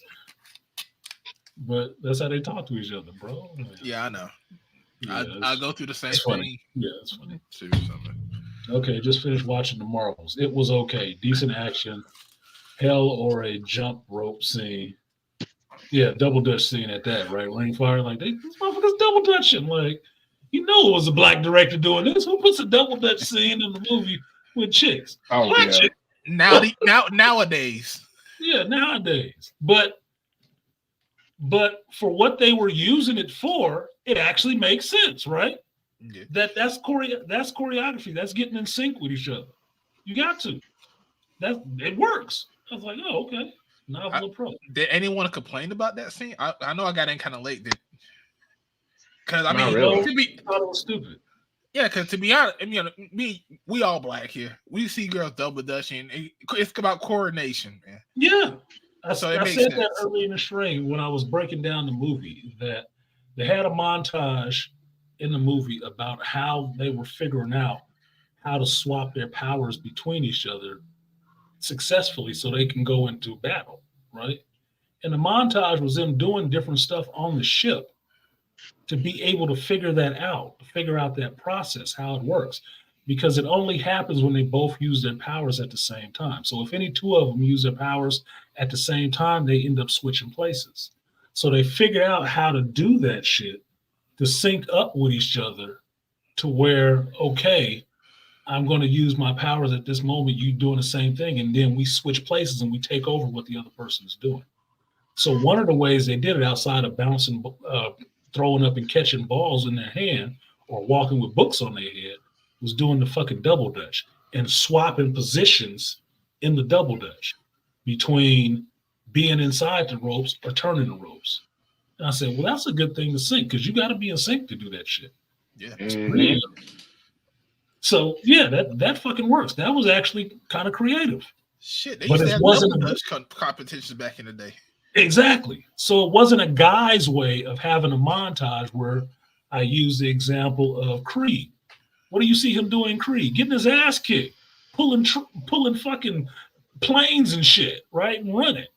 That's a guy's montage of training. That's a guy's training montage, right? Females training montage ain't gonna go the same way. It's gonna be like play. This is how their training montage went. I thought that was pretty creative, especially with the double dutch. So yeah, that gets you in queue. And Art of Immortal, you like this? I related it to Evangelion when Shinji and Asuka had to get in sync so they can fight them fucking angels. What was they doing? Fucking DDR and shit like that. So they can actually get in sync with each other and listen to the same music, wearing the same clothes and shit, so they can get in sync. Okay, fine, it works. No, motherfuckers reviewing this shit didn't talk nothing about that.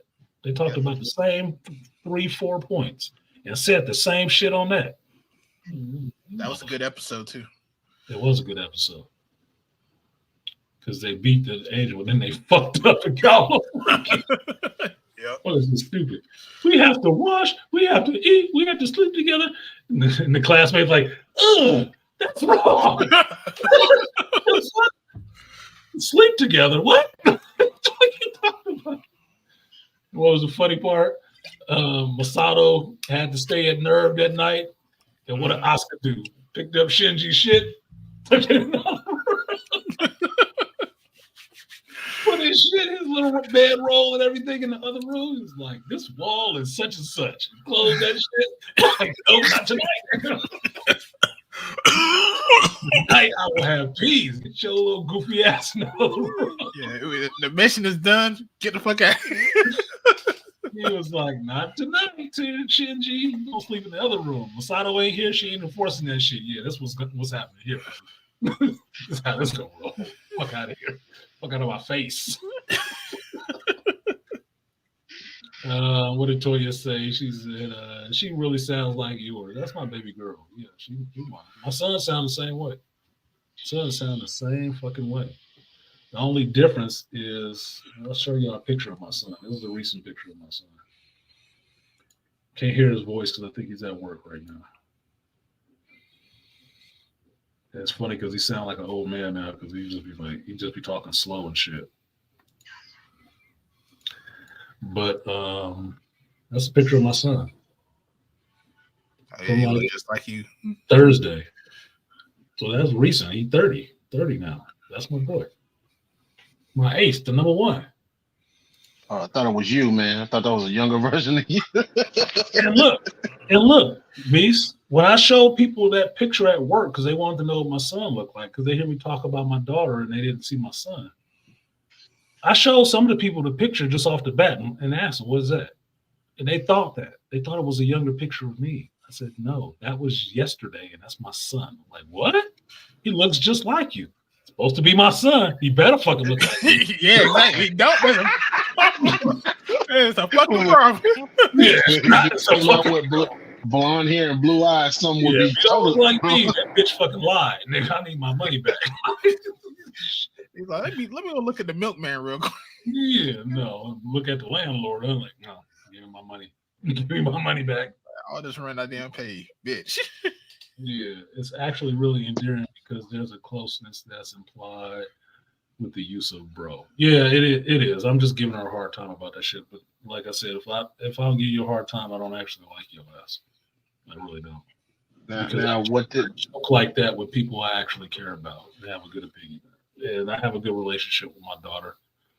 Her friends actually admire that about her because she can talk to me about shit. Really relatable. They're like, damn, you talk to your dad like that? What about that kind of stuff? I'm like, yeah. Bro, you be surprised. For them, they don't talk to their fucking parents. You'd be surprised how rare that is. Yeah, like what I had to deal with on Halloween when I took my cousin and a couple of his friends Halloween. He thought he can drop the N-bomb with me. I'm like, hold up, we'll repeat that. He was, oh, I can't do that with. No, you can't do that with me. Is that understood, young man? He was like, yes, sir. Okay, that's more like it. Yeah, we're cool, but we ain't that goddamn cool. Yeah. Hey, my father has never heard me cuss. That's a testament. That's a respect for your father, because that's what it usually. When I grew up, that's what it meant. That's why I say art is a Gen Xer in spirit.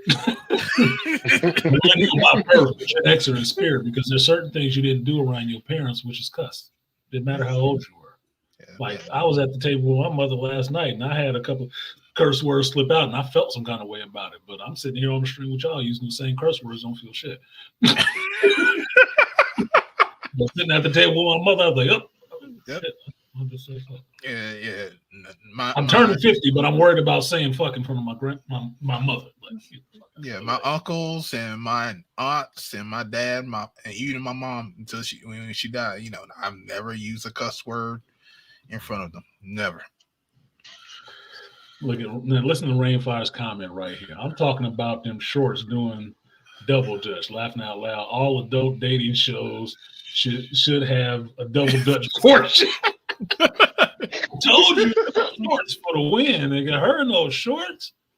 Man, that's worth the price of admission. That's Black Lives Matter than damn shorts. Like, God damn, I told you. I'm like, is it worth the $8? Like, good Lord. Crumdilly-umptious. God damn. Like I went to the chocolate factory. So she got them pudgy thighs, boy. You know. Them motherfuckers was looking good. Only shorts better than that was the shorts she was wearing in Chirac. Oh yeah. A lot of people don't remember she was in that too. That's okay. I do. You ain't got to. I do. That's why I know her name. That was the first time I saw her. And the first thing I was like, who the fuck is that? I need to know. Walking down that street. Like, yeah, I need to find out who the fuck that is. Wesley Snipes was in that too. Yes, he was. Cyclops. Nick Cannon was in it too, getting his Tupac fantasy on. Yeah, really. That's still a good song, though. My city. Still two good songs though out of that shit. Toya laughing. But I know you look good in some shorts too. Don't worry. I ain't missing you. I'm not missing you. Don't worry. You still got a spot. There's room for all black thighs that matter. It's a whole congregation. It's a congregation. Y'all can all get together and just let the black thighs unite and part for me. Well, the church say amen for the black thigh. Amen. Amen, brother. Yeah, they showing up. Be saying, yeah, Nicky did more. No, Nicky did more. No, he was down there with me looking at the black thighs matter. Ain't God good? You know what I want. You could tell God was a man when he made that. Everybody speculated about if God was a man or a woman. I don't know. Somebody made them thighs. It pleases to my eyes. Thighs taste good on everything. On chicken. On the woman. Good. Like a bacon egg sandwich look. Good. Frog legs, nothing up but thighs. Frog legs ain't nothing but thin thighs, right? Little thin thighs, little longer legs. That's how they can jump. So stretch it out, get that muscle. Anyway, let me get out of here, man. I need to actually eat my food. I ain't ate all day. I drank like 4 glasses of Sinatra Select with no food in my stomach. Lucky ass bastard. Yeah, that doesn't mean I'm an alcoholic. It just means that's some good shit. That's some good shit because it didn't make me sick. I had like 2 T-bones with that. Yeah, look, little secret for y'all who don't know alcohol. Good alcohol don't make you sick after drinking it. Bad alcohol make you sick every fucking time. If you sick after drinking some alcohol and you getting headaches and shit like that, stop drinking that kind of fucking alcohol. Okay, it's not good. That's some bullshit. Man, that shit. I miss that shit, bro. 4 glasses of this shit, and I'm not stupid. I ain't stumbling all over the place, and I don't feel sick. I just know I should have eaten something. The only thing you saw me have was that goddamn bacon and a muffin before I started the stream fucking 10 hours ago or 9 hours ago. So I'm feeling good, and I'm still gonna keep drinking this shit because it's still my birthday. So I'm not trying to kill this bottle, but I do because this is birthday alcohol. So this is the drink for the birthday. So I got to drink this on the birthday, and I started drinking it last weekend. So I do. That means I need another bottle. So I need another bottle. So birthday wishes. Don't be mad, Art. Got love for you, bro. But I don't know what the fuck is wrong with your state. But Yeah, Bible Belt, man. Bible Belt for some reason. they're drinking the Bible too. Shit, this is from the earth. They do this in wood. I mean, I can get Uncle Nearest. Get some Uncle Nearest. That shit is delicious. Yeah, it is. I can get Uncle Nearest. I just, man, the only reason why, because I've been going to this particular ABC store or spirit store, where you want to call it. So I'm gonna have to travel a little bit further to see if they have all that shit. Because the one I went to, the last time I went there, they didn't have Jack Daniels, nothing. The fuck. That's what's they didn't have Apple, regular Jack, anything. I was like, yo, what the fuck? So I'm gonna try different ABC stores in my area to see, like, maybe it's just that one. But yeah, I saw this. I saw Sinatra Select at the Oakland airport when I was going to Vegas. It was at the airport. I'm like, damn, they got it here too? This motherfucker is everywhere. I don't know why your state is bullshit. I really don't know why. Y'all too close to Kentucky or what? Like I haven't seen Sinatra Select in 2 years, 2 to 3 years. Damn. I think the last time I saw it was the last time I bought it from a birthday stream. Damn shame. Damn fucking shame. Yeah.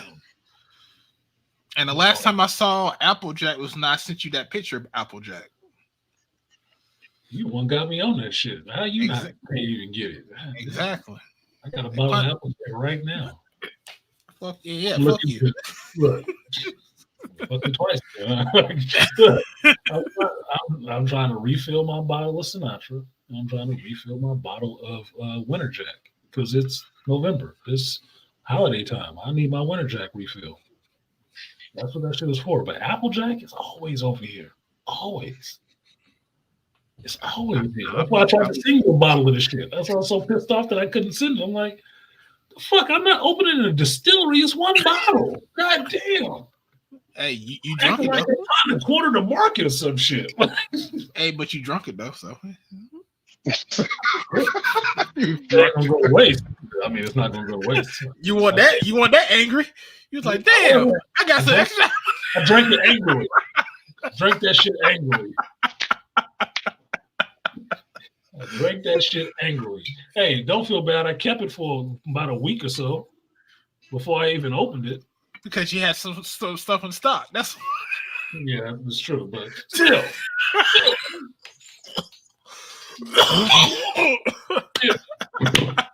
I waited some obligatory time for you. Make sure I paid respects to you and like, I got this for art, but it's just sitting there in the box all wrapped up in bubble wrap and shit. Like, kind of cute. Man, that's some bullshit. I try to send this to him. Yeah. I don't like the waste. This shit might be going bad. I didn't want it to spoil. Oh wow! Okay. What's up, Aria? You're talking about, did someone say black lives? Yes, Aria, we did. You bringing some more black lives to the table? And some chocolate.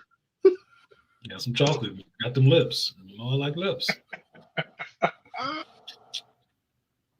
Black lips is the best lips. I'm just saying. Y'all got 2 sets. Oh shit! Oh shit!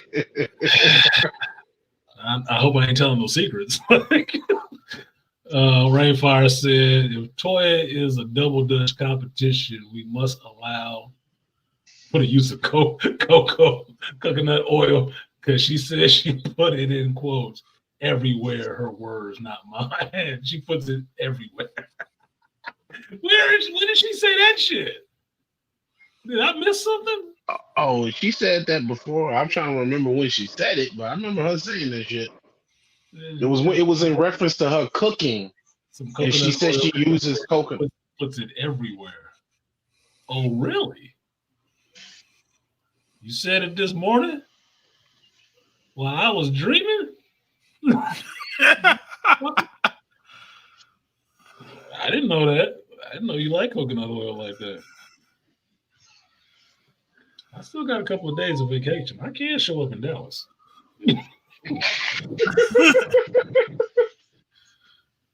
With a spray bottle of coconut oil. You can use it anywhere. Okay. All right. Yeah, anywhere. Really? It's a 112 song? Yeah. Anywhere. Okay. She had a stream this morning. Didn't even invite me, motherfucker. Okay. I like coconut. You can literally use coconut oil everywhere. Girl, you gonna stop fucking with me. Stop fucking with me. Because this ain't a freak speak, but you can use coconut oil everywhere. That's a good sensual massage that can be done. Get your little raisinets all perked up and shit. I mean, it can be Patreon. Fuck around and find out.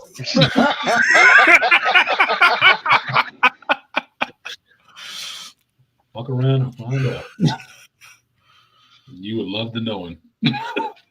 Toya over here rubbing oil everywhere. See Arya on that shit too. Y'all go fuck around and start some shit.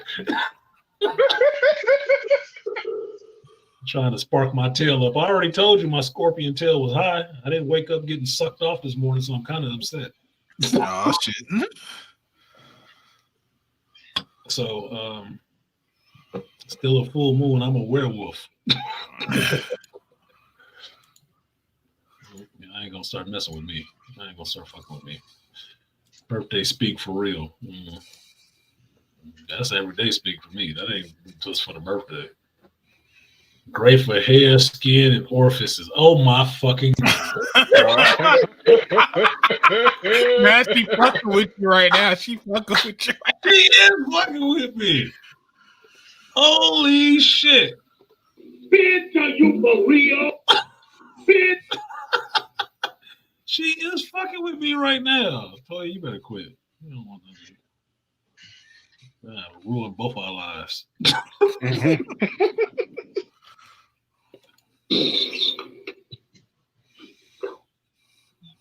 Don't say that. She said orifices. Okay. He stayed quiet. Shut the chat down. I got everybody quiet in this bitch. Like, what you gonna do? What you gonna do now, boss? I don't know, but I'm thinking of surfboards and canoe oil for some reason. Yeah. Rainfire instigating ass. You're welcome, fellas. Arya to my coconut covered thighs. And now Arya jumping in. Y'all motherfuckers gonna start some shit. Look, coconut covered thighs. Yeah, cause slide right in. Slide right in. See, y'all got me thinking of fucked up shit now. Like, like a freshly manicured little, lower pelvic region. Dark skin, shiny and shit. Just moist. You just rub it in there and shit. White toast with the French tip. For me. Toenail, got the white toenail polish. No, here we go. He like the white toenail polish, y'all. I like that French manicure look, but whatever. I don't like them claws though. I saw them claws. I like that shit. Scary. Can't imagine somebody taking that. At best, half an inch. At best, half an inch. Half an inch. That way they get a little clickety clackety when they stroke.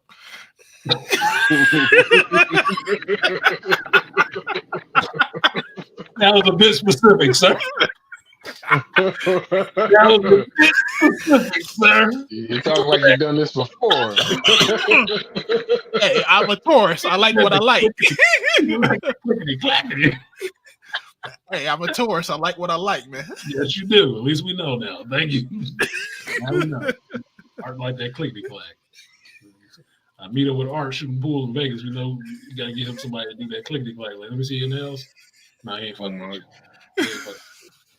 No, you gotta go clip that shit. I got a fingernail clipper right here. Why don't you hook that up and then you'll be all right. Mm-hmm. Okay, let me get the fuck out of here. I got another drink and some horny thoughts in my head. Toya and Aria is not right. Y'all ain't shit. And I said it. Love y'all to death. Y'all ain't shit though. That's okay. Wait for the Freak Speaks stream. Y'all that's something cold. The Geek Elite, the dirty, nerdy, and curvy edition. Yeah. That's a nerdy and dirty edition. Maybe I'll put on my glasses and shit like that to make y'all know, since I'm old now, I gotta get a prescription and shit. And there you go. Get that nerdy and dirty. Not with that though. I like my women nerdy and dirty. And they get dirty, them nerd girls. Yes, they do. So I like them. I don't mind the dirty, nerdy girl. Good. Keep it respectable with it. Let's get a freaking girl. Show me all that shit you were learning in the books you was reading. Mm-hmm. Yeah. Show what you know about Nightmare Campus. Yeah. You want to know something funny, Art? Some of the videos you got me when I set up the house, right? They're sitting under my TV on the shelf, right? Nightmare Campus is sitting right there in full view for everybody. They feel like, what's that? It's like, you don't want to know. Or do you? Oh, do you watch anime, bro? Watch that one. We also got La Blue Girl. Here we go. So Overfeed's a classic. How about that? Rainfire instigating ass. Look at Rainfire again. Look at him. He's starting a fire over here. He's like, dang, artist in the liquor don't have him wet. But listening talk to thighs got him wiping his forehead. Goddamn right, because that shit is. I told y'all before, man. I like all kinds of women, but my pinnacle for me is a nice chocolate sister that actually into my goofy ass. I'll jump on her ass like a fucking wildebeest. I swear to God. Because yeah, you talk feminine, wear glasses, nerd. She ain't even got to be a nerd. She just got to be into my goofy ass. I'm like fucking with. I'm talking about for me. Yeah, I mean, I've always said, like, you know, if the chick doesn't like anime and all that shit don't bother me, because I know it's for me to find that it's like, ugh. And most chicks are gonna be into, let's just be honest, white guys. The Geek Culture talk nerdy to me edition. Look, why do you remind me of that? Because that's the ones that be really fine and they look really good and they nerdy as hell and they are in the white. And be pissing me off. Yeah, I get pissed off. I'm like, yeah, I went to a convention. I think last week. I supported my face. I spent about a good $100 on my face. So yeah, but you know, no, it is what it is, man. You're in a culture or in a group of people that, you know, they're into certain things, and you know, the large majority of Black Americans don't understand it. Like the only people that actually supported my comic book shit is like my dad. My mom didn't support that shit because she was like, "Why are you into this weird shit?" My older brother, he was a big Teen Titans fan and all that other shit, Superman, stuff like that. And my little brother, you know, he likes it, but he's not into it like I am. Mm-hmm. So I mean, it is what it is. Everybody knows I'm the comic book guy. Like I told Artisan, when we had that what was it? Who Am I series? The I Am, yeah, the I Am series. It's like my dad called me on my phone to tell me, hey, I was watching the news. Captain America had died. Make sure you say Captain America book. Because my dad knows, he's like, I'm into the shit. Mm-hmm. That's my mother. She calls me about movies and shit like that. Comic book movies and stuff like that. She calls me, what's going on with this? I am that guy in the family. Yeah. I'm that guy in the family that people know they can ask me about that shit and I know. That's me, because the rest of them aren't into it. So I'm at a disposition because I'm a Gen Xer. There wasn't a lot of chicks into this shit when I was into it. Hell no. Y'all got a lot of fine chicks into this shit. I'm mad. I'm mad. Yeah, I'm mad too. I'm mad. Like, man, what we were talking about earlier. No one put it in the chat. Either too early or too late. Mm-hmm. They can't pull out in time. Like, goddamn. Like, I was too early. Like, JT don't find nothing but sisters into this shit. We went to a fucking con. I went to see them at the Black Expo, pimping their book. They introduced me to this chick. I'm looking at this bitch like I would jump down her fucking throat. Like, oh my God, where the fuck did she come from? Where do you find these bitches? Like, what bitch is this? Like, really? They make them like this now? Look at the chat. Chocolate natural hair chick, all that shit. Full eye, wearing glasses, goofy in the comic books and stuff. Oh my God. How old are you? God damn it. Damn. Damn it. Shit. I'd be like, damn. I'm like, I feel like I'm R. Kelly. Look, talking to some of these chicks. I'm like, damn, you like 22? Oh my God. Really? That's 22? exactly like, man, this is not okay. I don't think. I'm like, I mean, yeah, she's legal, but damn. I'm like, she's legal, but damn. Yeah, that's the funny part for me, because for you is different, Art, because you don't have any kids. My thing is I have kids, so somebody in their 20s or 30s might be too young because they're too close to my children's age group. But see, that's the thing with me. I've helped raise kids, and to be honest with you, those kids still talk to me.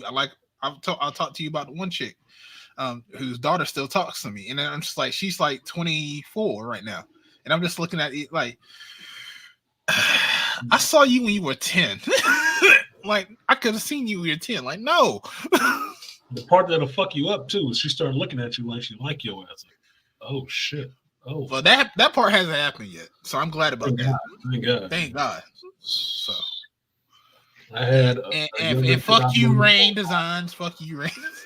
Yeah, I know what Art wants: a girl running down the sidewalk with a piece of brioche toast in her mouth, looking the wrong way. Long live.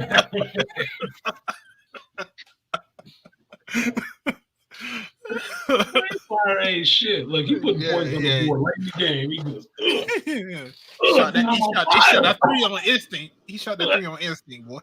Exactly. What the fuck, Ray Fire? Just as a funny note, I did buy some brioche yesterday at the store. Man, I got y'all all on that shit. You do. Fucking drug dealer, dude, with brioche bread. I heard BGS on the stream the other day talking about he couldn't get any. I'm like, ain't no brioche. Then sure enough, when I went to the grocery store, I was looking, where's the brioche at? Oh, there we go. Give me that. Give me that. Yeah, he can't find the hot dogs. I guess it's the store he goes to. The hot dog book for the buns that he wants. Yeah. Do you have them at the store you go to? I wasn't looking for no goddamn hot dog buns. I saw brioche. I was looking for the slices. Look, I'll take it back old school. I will wrap a hot dog up in regular bread. Regular sandwich bread. Yeah, he's looking for the hot dog. He I'm guessing he likes the hot dogs with the I guess what he said, the Dolores chili. Mm-hmm. Look, I got some chili. I got some brioche bread. I got eggs. I got milk, and I like French toast, nigga. Apparently, Aria says she likes coconut oil and brioche buns. God damn it, Aria! What did you do? I'm trying to be nice with you. Don't you got a whole husband? Stop throwing yourself in a lot of fire. Oh man. Coconut oil and brioche buns. God damn. I'm just getting pictures of fucking asses getting glistening. Oh, nice. A nice glistening buttery ass. Yeah, glistening buttery ass. I'm like, that brioche bread. Girl, I don't know what part on you to bite first. Brioche or the cocoa butter butt cheek. God damn it. Decisions. I didn't know life was this tough. Y'all two motherfuckers in here. Aria and Victoria. They on demon time right now. Oh, you gonna wake up the devil. You gonna wake up the devil. You're trying to call him off. With the tail motherfucker, you gotta remember Lucifer was the first angel. Okay, so you had a halo at one time too. Okay, fuck around and find out. Oh, now she's telling me I can watch. Oh wow. Oh, you Really?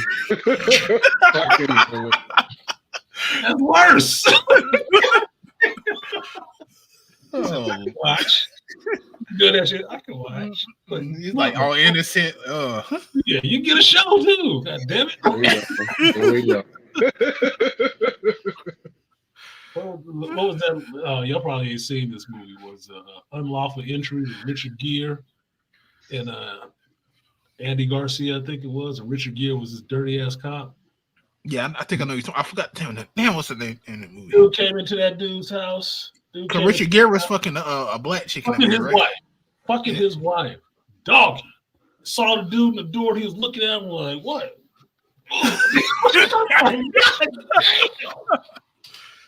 He didn't give a fuck that dude was watching. He was still banging out his wife. He said, "Yeah, I'm doing it." What? Yeah, that's me. Like, oh, I'm almost finished, nigga. Like God damn. Arya sitting there talking about she want to watch. That's the kind of show you'd be good. You want to see something, Arya? Oh, fuck, I'll get now. Look at her, fucking around. The real watch party. Mm-hmm. Keep fucking around. Keep fucking around. Is that what you calling it, brioche buns? You've been watching Outlaw Johnny Black, ain't y'all?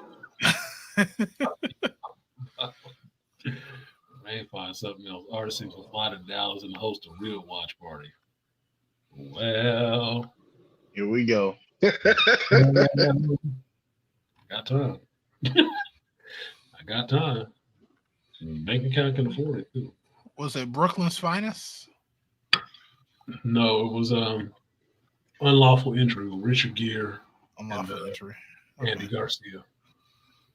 And he wasn't banging out he did fuck with Andy Garcia's wife a little bit, but it was this other dude's wife. I forget the name of that actor. But he was fucking that dude's wife. Oh, I know what you're talking about. I remember Alan used to talk about that movie.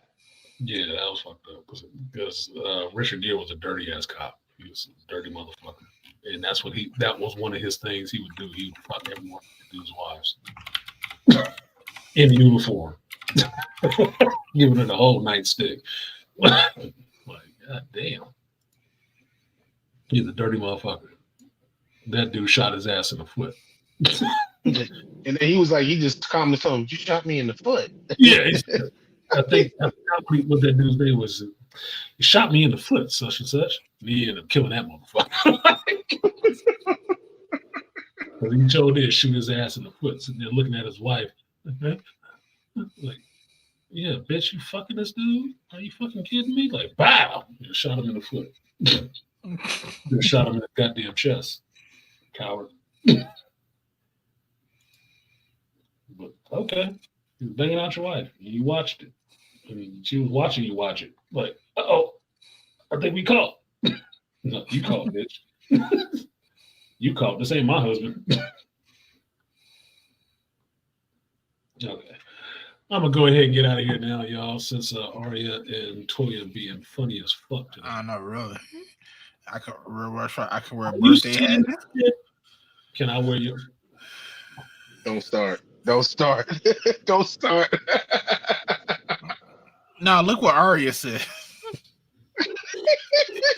No, I saw what Arya said. And Toya jumping in, following that cab like she called it dominant. Can I wear the birthday hat? Yeah, only if you're naked. Birthday suit with a birthday. Birthday suit for the birthday hat. What the fuck? Like, yeah, go ahead, knock yourself out. Let me get all the fucking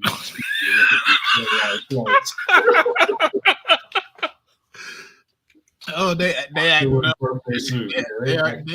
They are acting up. Y'all little motherfuckers ain't nothing nice. Ain't nothing nice. All right, over here trying to watch Toya in the cables.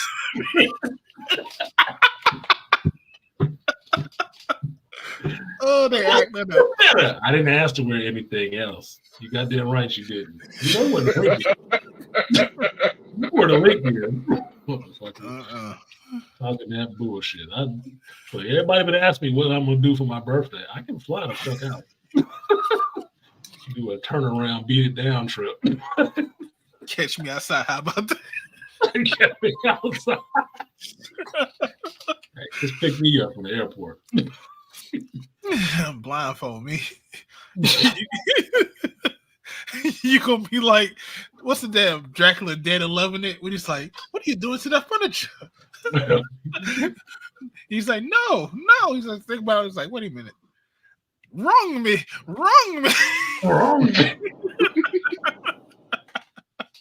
Okay, here's baby girl. Let's see what she got. What is this? She's calling me on. Hey, baby girl. Hello. Hello. How are you? Well, are you still streaming? Yes, I'm still streaming, love. Oh Lord. Are you home? Yeah. Okay. Let me call you back in a brief minute. All right. That's what you said a minute ago. Yes, but we got into some heated conversations about some women trying to flirt with me over the internet. They talk about not wearing birthday suits. So I was a bit entertained. She rubbing her face like, I can't with you.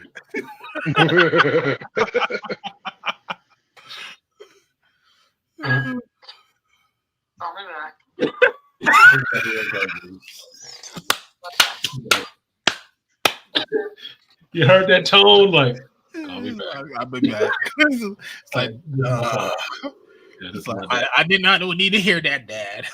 Yeah. She rubbing her face like that, like, oh shit. But look, I think the worst thing she heard me say. Like I told you, I ruined them the way I wanted them. Ruined them the way I wanted them. It's like you asked. When I talk to her again, I'm gonna tell her, yeah, I've been drinking, but that ain't stopping. You know that ain't affecting it. It's like, didn't I tell you that I will never lie to you? Exactly. I don't lie to my kids. Look, it is what it is. We're gonna deal on this honesty shit. I had to get somebody else to lie to you. I'm sorry. You're lucky, Toya. My daughter saved your ass because I was on here looking up Dallas flights. Out west side, seeing what kind of deals they got on Expedia. So Travelocity. Oh, test your ass out because I don't mind busting people out for their bullshit because I will show up like, now what? What you got? What you got? Up here wearing red on his birthday. Isn't red the color of passion? Goddamn right. Red is the passion of color and fury. Passion and fury. And if you know anything about Scorpios, we is all passion. Vigorous passion.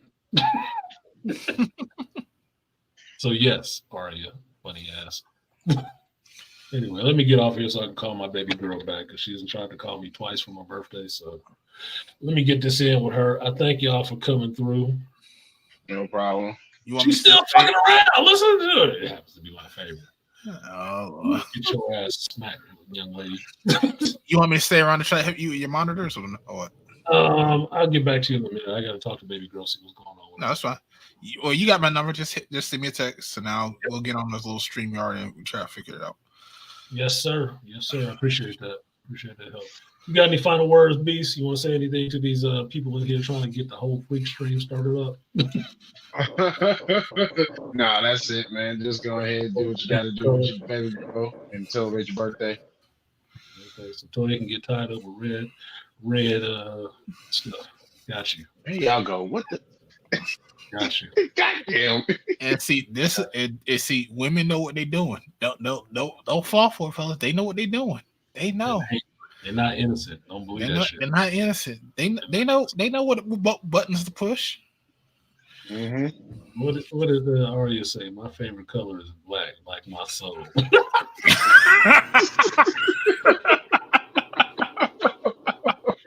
Kidding. Ooh. That's good. Ooh, wait, yeah. Let me find out. You know, somebody know Ari got a couple of babies. They knock the motherfuckers out of her ass, trying to take her off the market. Like, take that shit. Yeah, she got the lips up and kisses. Aria cracking the fuck up. Yeah, Aria's something else. Trying to slide the little ones into the chocolate witch on the case, boy, throwing her hexes out there. Like, Like, here goes some dark chocolate with some hot tamales. Get a little spice to it. There's hot sauce on that dark chocolate. Like, goddamn, it's spicy, girl. Like, ooh. That'd be fucked up. All right, let me get out of here. All right, I'm out of here. I'll let you get Peace, all right. Peace. Peace. Happy birthday, Artie. Thank you, Beast. Thank you, Arta Edmore, for coming up, and AB Media who came up, and BMT who came up. Thank you to Rainfire Design for stoking the fucking fires and getting these women heated up in here to start fucking with me. Appreciate that, Aria and Toya. Toya, fuck around and look. Stop fucking around with me. God damn it. Aria, you ain't no good either. Look, we're gonna see. Let's let your ass squeeze you later. Yeah, get all the juice out. Well, appreciate y'all coming through and bearing with me through technical difficulties and on the first 8-hour stream that I have actually done. People see how long I stream for. What do you talk about that for all that time? Shit. Let's talk about shit. There was some geek stuff mixed up in there, even with my little nipple light that's in the background that y'all can see. But anyway, thank you guys for coming through and spending some time celebrating with me on my birthday. This is how I spent it because I was not in a tropical land. But it was a good time. It was a good time had, good laughs had. So I appreciate that more than anything. So this was Shop Talk Live. I do this every Sunday, rain or shine, home or not. 11 a.m. Pacific time, 2 p.m. Eastern Standard Time, 7 p.m. I still don't know what that time zone is, but UK time. So come through, get in the stream, get in the flow, and see where the conversation may go. Appreciate y'all coming through. And do I have a song for you? I do. I do have a song for you guys. I heard this song on my way back home yesterday for dinner last night with my family, with my mother, my brother, and Tim, and I really enjoyed it. And it was so poignant that the song ended just as I was hitting the driveway coming to my new place. And the 10 years of struggle that I had gone through was actually paying off to where I have some stability now and have my own place. So I thought it was poignant. I put it on this list so I can listen to it now.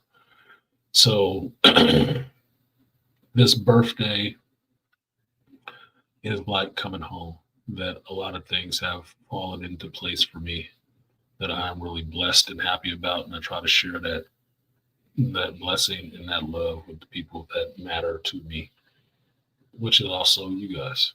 So appreciate you guys coming through.